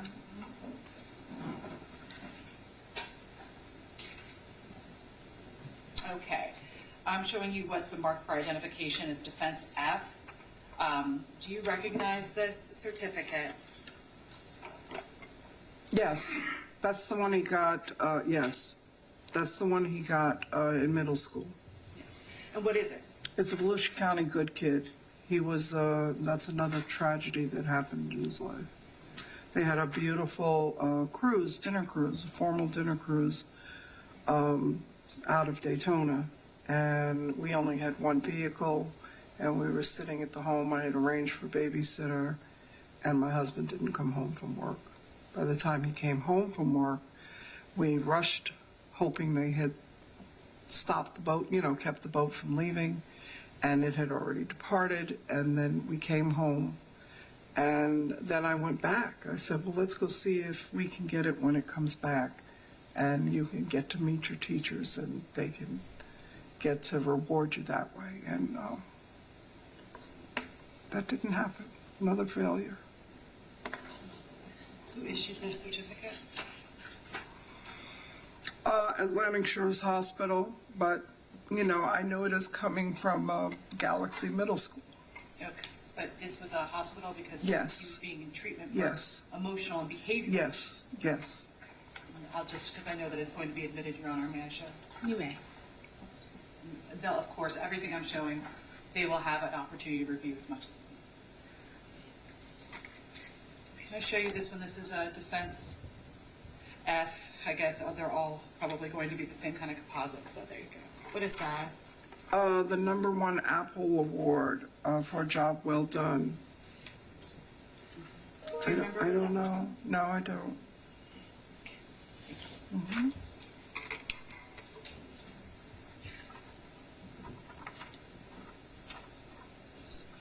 Defense G for identification. Do you remember? Hurricane Island Outward Bound, yes. I petitioned the court about that and researched that, and it's a place from out of Maine, and they take children on river excursions. They teach them how to read a map and how to read a water map.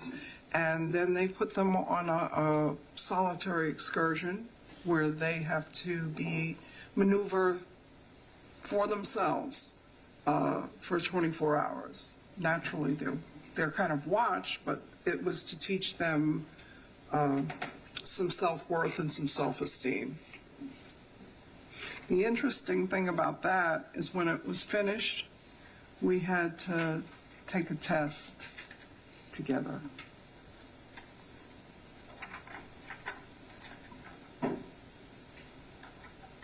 Now, when he was in the prison system, do you know if he completed any programs and educational programs? He sent me certificates, yes. He sent me certificates of different things that he had completed. And this is for identification, Defense C. Is that one of the certificates he sent State home? of Florida Department certifies certified occupational, yes. So what was the competencies. occupational training that he had? Automotive collision repair and refinishing. And also, he got a certificate from an online school. I paid for him to have online schooling for a paralegal. He's got paralegal certification. Sure. And that's something he received in prison? Yes. And I'm handing you 3, so I think that I just wanted you to look. This is J, H, and I. If you could just look at those, were these also all issued in the prison system, and what are they? This seems to be a certificate of achievement, sobriety while attending the AA fellowship, Alcoholics Anonymous. So I guess that's the 21-step program. I know he completed that. And a certificate of completion, Growth Orientation, Inc., was awarded to him for, I don't have my glasses on, successfully completed our Growth Orientation Inc. lab, a 3-week workshop. And the last one? And the last one is Life Skills Foundation Vital Issues Project, was that he had satisfactorily completed Vital Issues Project, Personal Development, and Life Management Cognitive Training. Thank you. Thank you. I'm going to show you a series of photographs. I just want you to kind of tell me what age he was at the time. I know the state has no objection. They're all L. They're composite L. This is L10 for identification. What am I looking at here? That was a baby shower. Troy was exactly 1 week old. Who's holding him? That's his father. This is L11. Can you point to who Troy is in this photo? That's Troy, and that's Jason, Antonio, Maritza, and Christopher. Now, how old is Troy in this photo? Approximately. I'm going to say he was approximately 9 or 10. Looks very large already. Yeah, I kind of grew him large. You grew him large. In fact, is he the tallest of your boys? No, Who's the tallest of your boys? Antonio, How tall is Antonio? 7 feet. 7 feet. Are your daughters tall too? No, No? she's not. No, she's the short one. But all the boys are pretty tall. Yeah, I say short, she's like 5'8". Where did they get that from? My grandmother was 6'3", and her brothers was 7 feet. Okay. So it's from your side. Yeah, a little bit. This is L1. I think that was just before he graduated 5th grade, so he would have been about 10.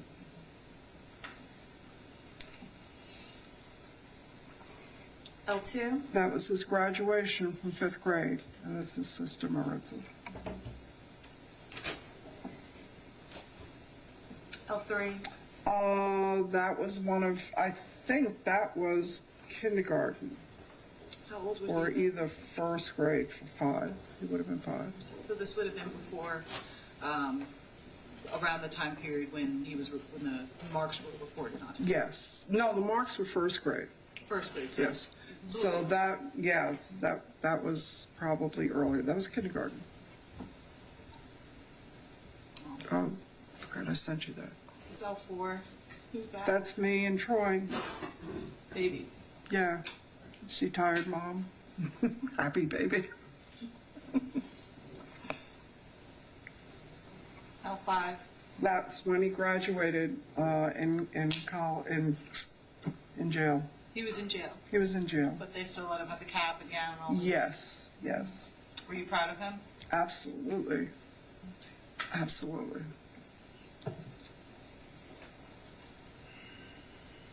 L7. That's Troy with his brother Jason. Troy's the bigger one, yeah? Yes, absolutely. How old was he about then? Jason, they're 15 months apart, and I would say Jason must have been maybe 6 weeks old there. 6 weeks. So, yeah, he would have been about, 16, 17 months. I don't know the math. I think this is another picture. Yeah, that's another L8. picture of the graduation at the prison, yes. L9. Yes, he was 17 there. 17. Yes, So finally fully grown. yes. And this is something L6. Can you describe what this is? It was, I don't know where he got the idea for the picture, but it's one of many pictures that he sent me home. He was, I don't think he was allowed paints. He told me they were like colored pencils. And he would burnish them with his nail so that they had a polished effect. So he created this. He created that.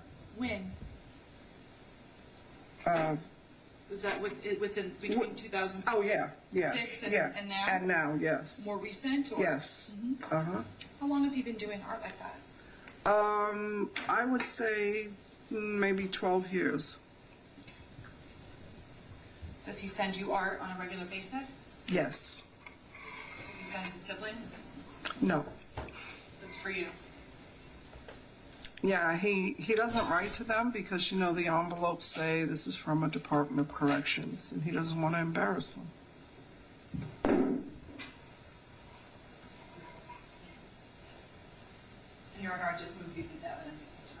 So admitted. She will come in as defense 4310. Yes. One last one, ma'am. Let's see.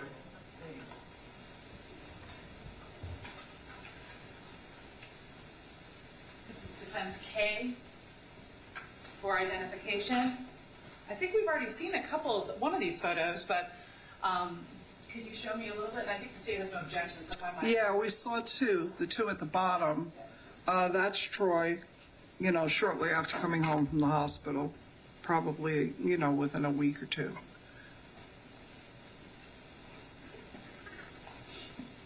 And since there's no objection from the state, so admitted. Thank you. She'll come in as defense 11.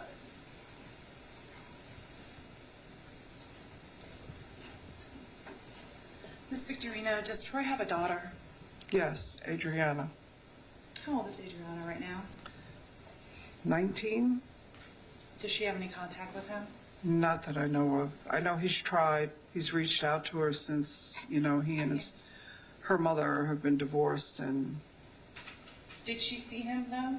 oh yeah, they used to go up every week. And this was between 2006 and now, Yes. but that stopped. It stopped when they got divorced, yeah. Has he expressed to you that he wants to have a relationship with her in the future? Yes, he said he's tried desperately, and the letters are returned or he gets no response Did you see how from he the interacted? last known address, I'm sorry. Did you see how he interacted with his daughter? Oh yeah, he was great with her. He was love great. her? Yes. Yes.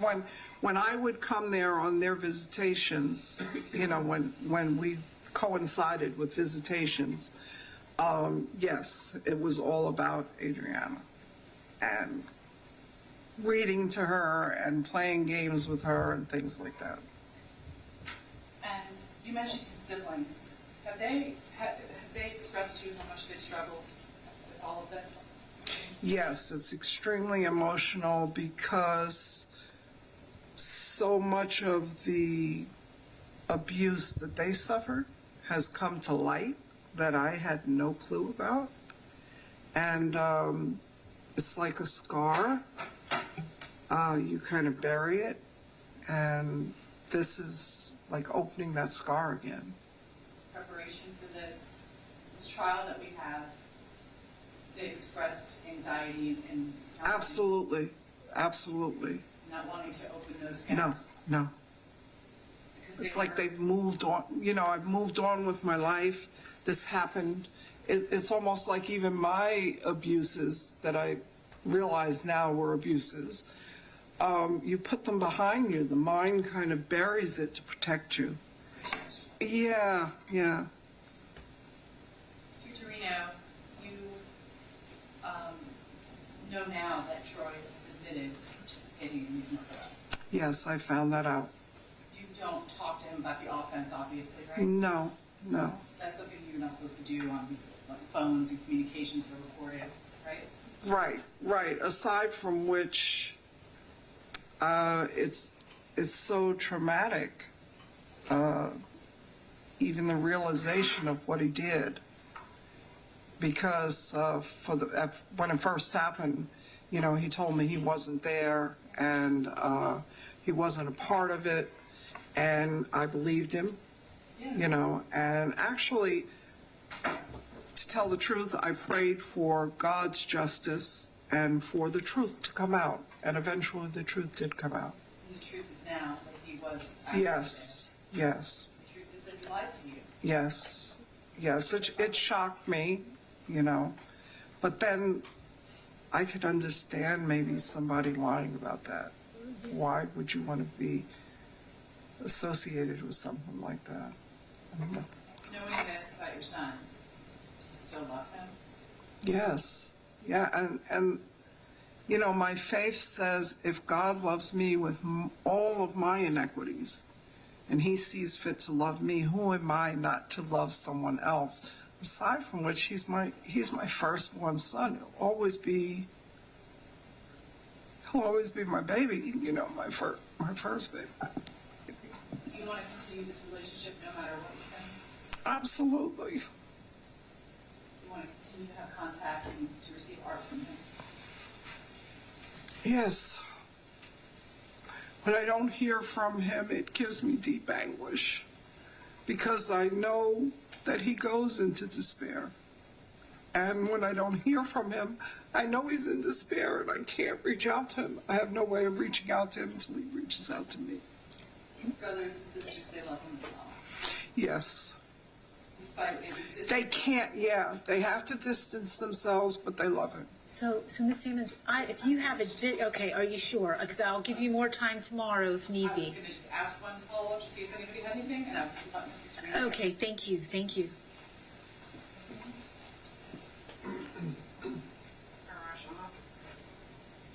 Oh, gosh, yes, I forgot. Yeah, I'm sorry, I do have one area, I think maybe for them.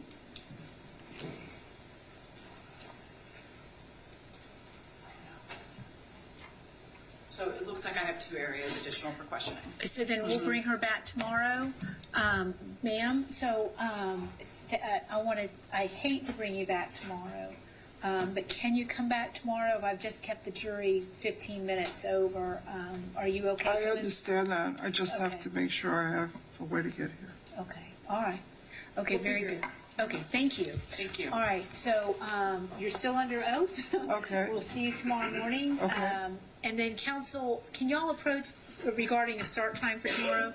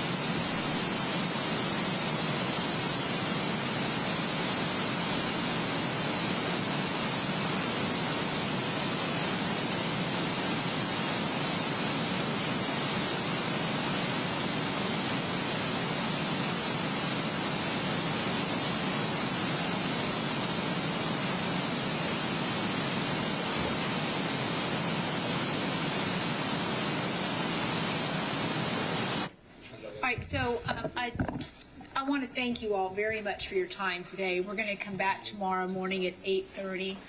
Please don't discuss the case with one another. Please don't do any independent research. We'll see you back here at 8:30 in the morning. Thank you.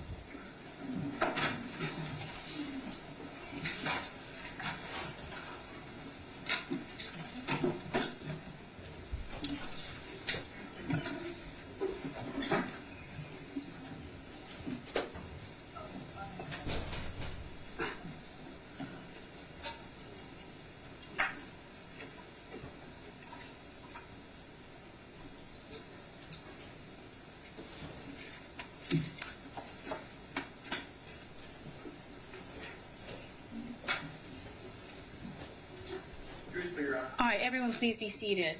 And so we are off. We're in recess right now, and. Just for tomorrow, the plan is we'll get started at 8:30. The current witness will be back on the witness stand and any cross, and then I think the state has 2 rebuttal witnesses. What are your thoughts with respect to jury instructions and finishing those up? I know Mr. Wood had some arguments he wanted to make on the record for jury instructions. Judge, actually, going over my notes, we covered it the other day. I did want to say for the record, though, I formally. Oh, this will go on the record of this. Okay. So. I went through some notes and the weekend helped in that regard. I did formally today list our mitigators and sent it in Word form to for the state and to Your Honor. Thank you. To hopefully incorporate in the final jury instructions. I'll e-file mine, they're ready. I completely forgot to send them to Mr. Gomez. I'll do that tonight. All right, well, that'll give Mr. Gonis the opportunity to update the final instructions, and then I don't think we will have a whole lot to go over on the final instructions. We can either stay here a little bit later this evening, or do you guys think that we'll be able to do it between, if we maybe bring your lunches in case we have to work on the instructions during lunch. I don't know when else we're going to have the time to do it. Is that because the intent will be right after lunch to go into closings? Yes. Yeah. No matter how long that might take, because I know that you wanted to. But I'm just saying that, like, that I'm happy to stay past 5 to finish. I don't know if we will need that much time, to be honest. I'm not going to speak for hours. That's, not always ideal to do to a jury at the end of the day. So. Well, if we get back here at 1 from lunch and go to 5, I think that should be. Don't you think that gives y'all enough time? Yeah, I think so. And I don't think it puts anybody under any constraints. I'm just going last. That's why I'm thinking. The last thing I'd ever want is to be told I have to finish in the morning. Right. No. So if we, I think if we get started with that understanding, Mr. Gonis, if we have 4 hours between the three of you, I mean, that gives you each an hour and 20 minutes.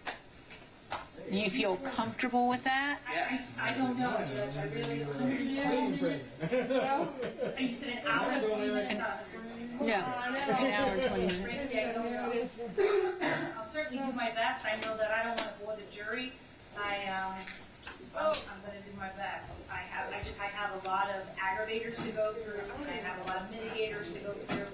I have to be careful to keep them separate. I can try to combine them when I can, but I have to be careful with that, especially with litigation. Separate, so it's Well, then should we stay now and finish up the jury instructions? I'm prepared to. I think maybe we need to. I just haven't set my delineations, but I mean, that's the only thing that hasn't been addressed. I think the only thing we really need to continue to discuss is the verdict form. I think, didn't we already cover pretty much all of the other? Oh, well, no, we were reviewing some of your proposals. So yes, I've reviewed all those. I'm ready. Where you are. Yeah, let's All right, let's do it then. Sorry.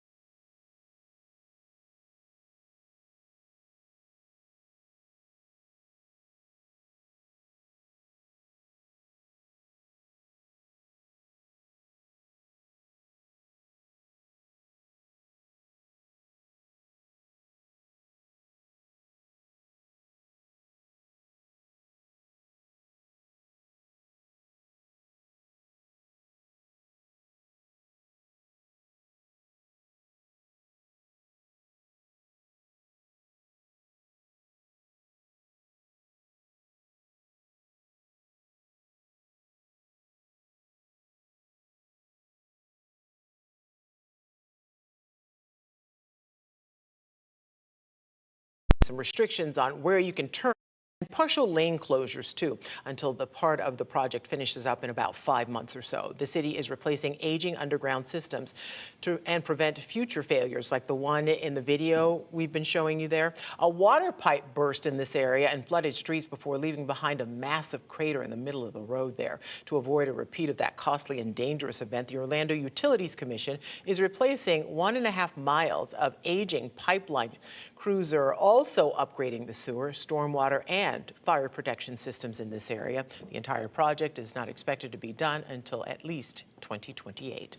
Well, built for the community, by the community, that's how Lake Cares, a local food pantry, was able to move into a brand new 22,000 square foot facility. We highlighted Lake Cares back in 2018 as a Getting Results Award winner. They've not only continued their good work, but expanded it. News 6's Emily McLeod got a look at the new building and tells us how they're hoping to get results for even more people in Lake County. I'm Kelsey Gonzalez, and I'm the executive director here at Lake Cares Food Pantry. You say Lake Cares Food Pantry.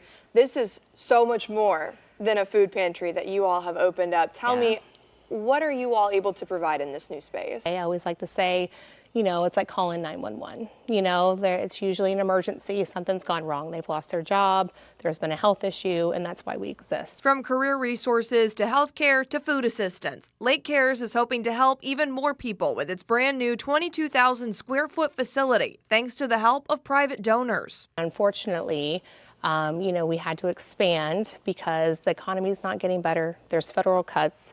Everyone's feeling it. And fortunately, we were able to have support from our community to make sure that we could be here to serve those in need. In the new space, Lake Cares will be able to hold up to 505 pallets of food compared to 60 pallets in its old space. We're not just growing, we're transforming, and it's going to be a lot of potential for us to be able to accept larger donations. Teresa Harper is with the Harper Family Charitable Foundation, one of the donors for this project. She says Lake Cares has a very special place in her heart. When you walked in here today, did you think that your donation was going to help to create all of this?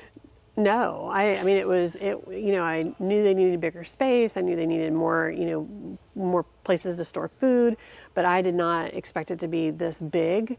And I am so very excited to see how far into Lake County we can reach, even further than what we've reached now. Mm-hmm. It's incredible to me that the need is so great, and there's not as many places to help. Lake Cares is expected to be open to the public the first week of June. In Lake County, Emily McLeod, Getting Results, News 6. We still have a lot more coming up for you on News 6 at 6. A 74-year-old widow had no idea she would be the victim of a money scheme after losing nearly $200,000 to thieves. She hopes her story can help prevent others from following suit. And that's 5 shutouts in a row for Orlando City Soccer. It takes a special goalkeeper to have one of the best defenses in Major League Soccer. You're watching News 6 at 6, covering Grant Valcaria, Bithlo, and all of Central Florida.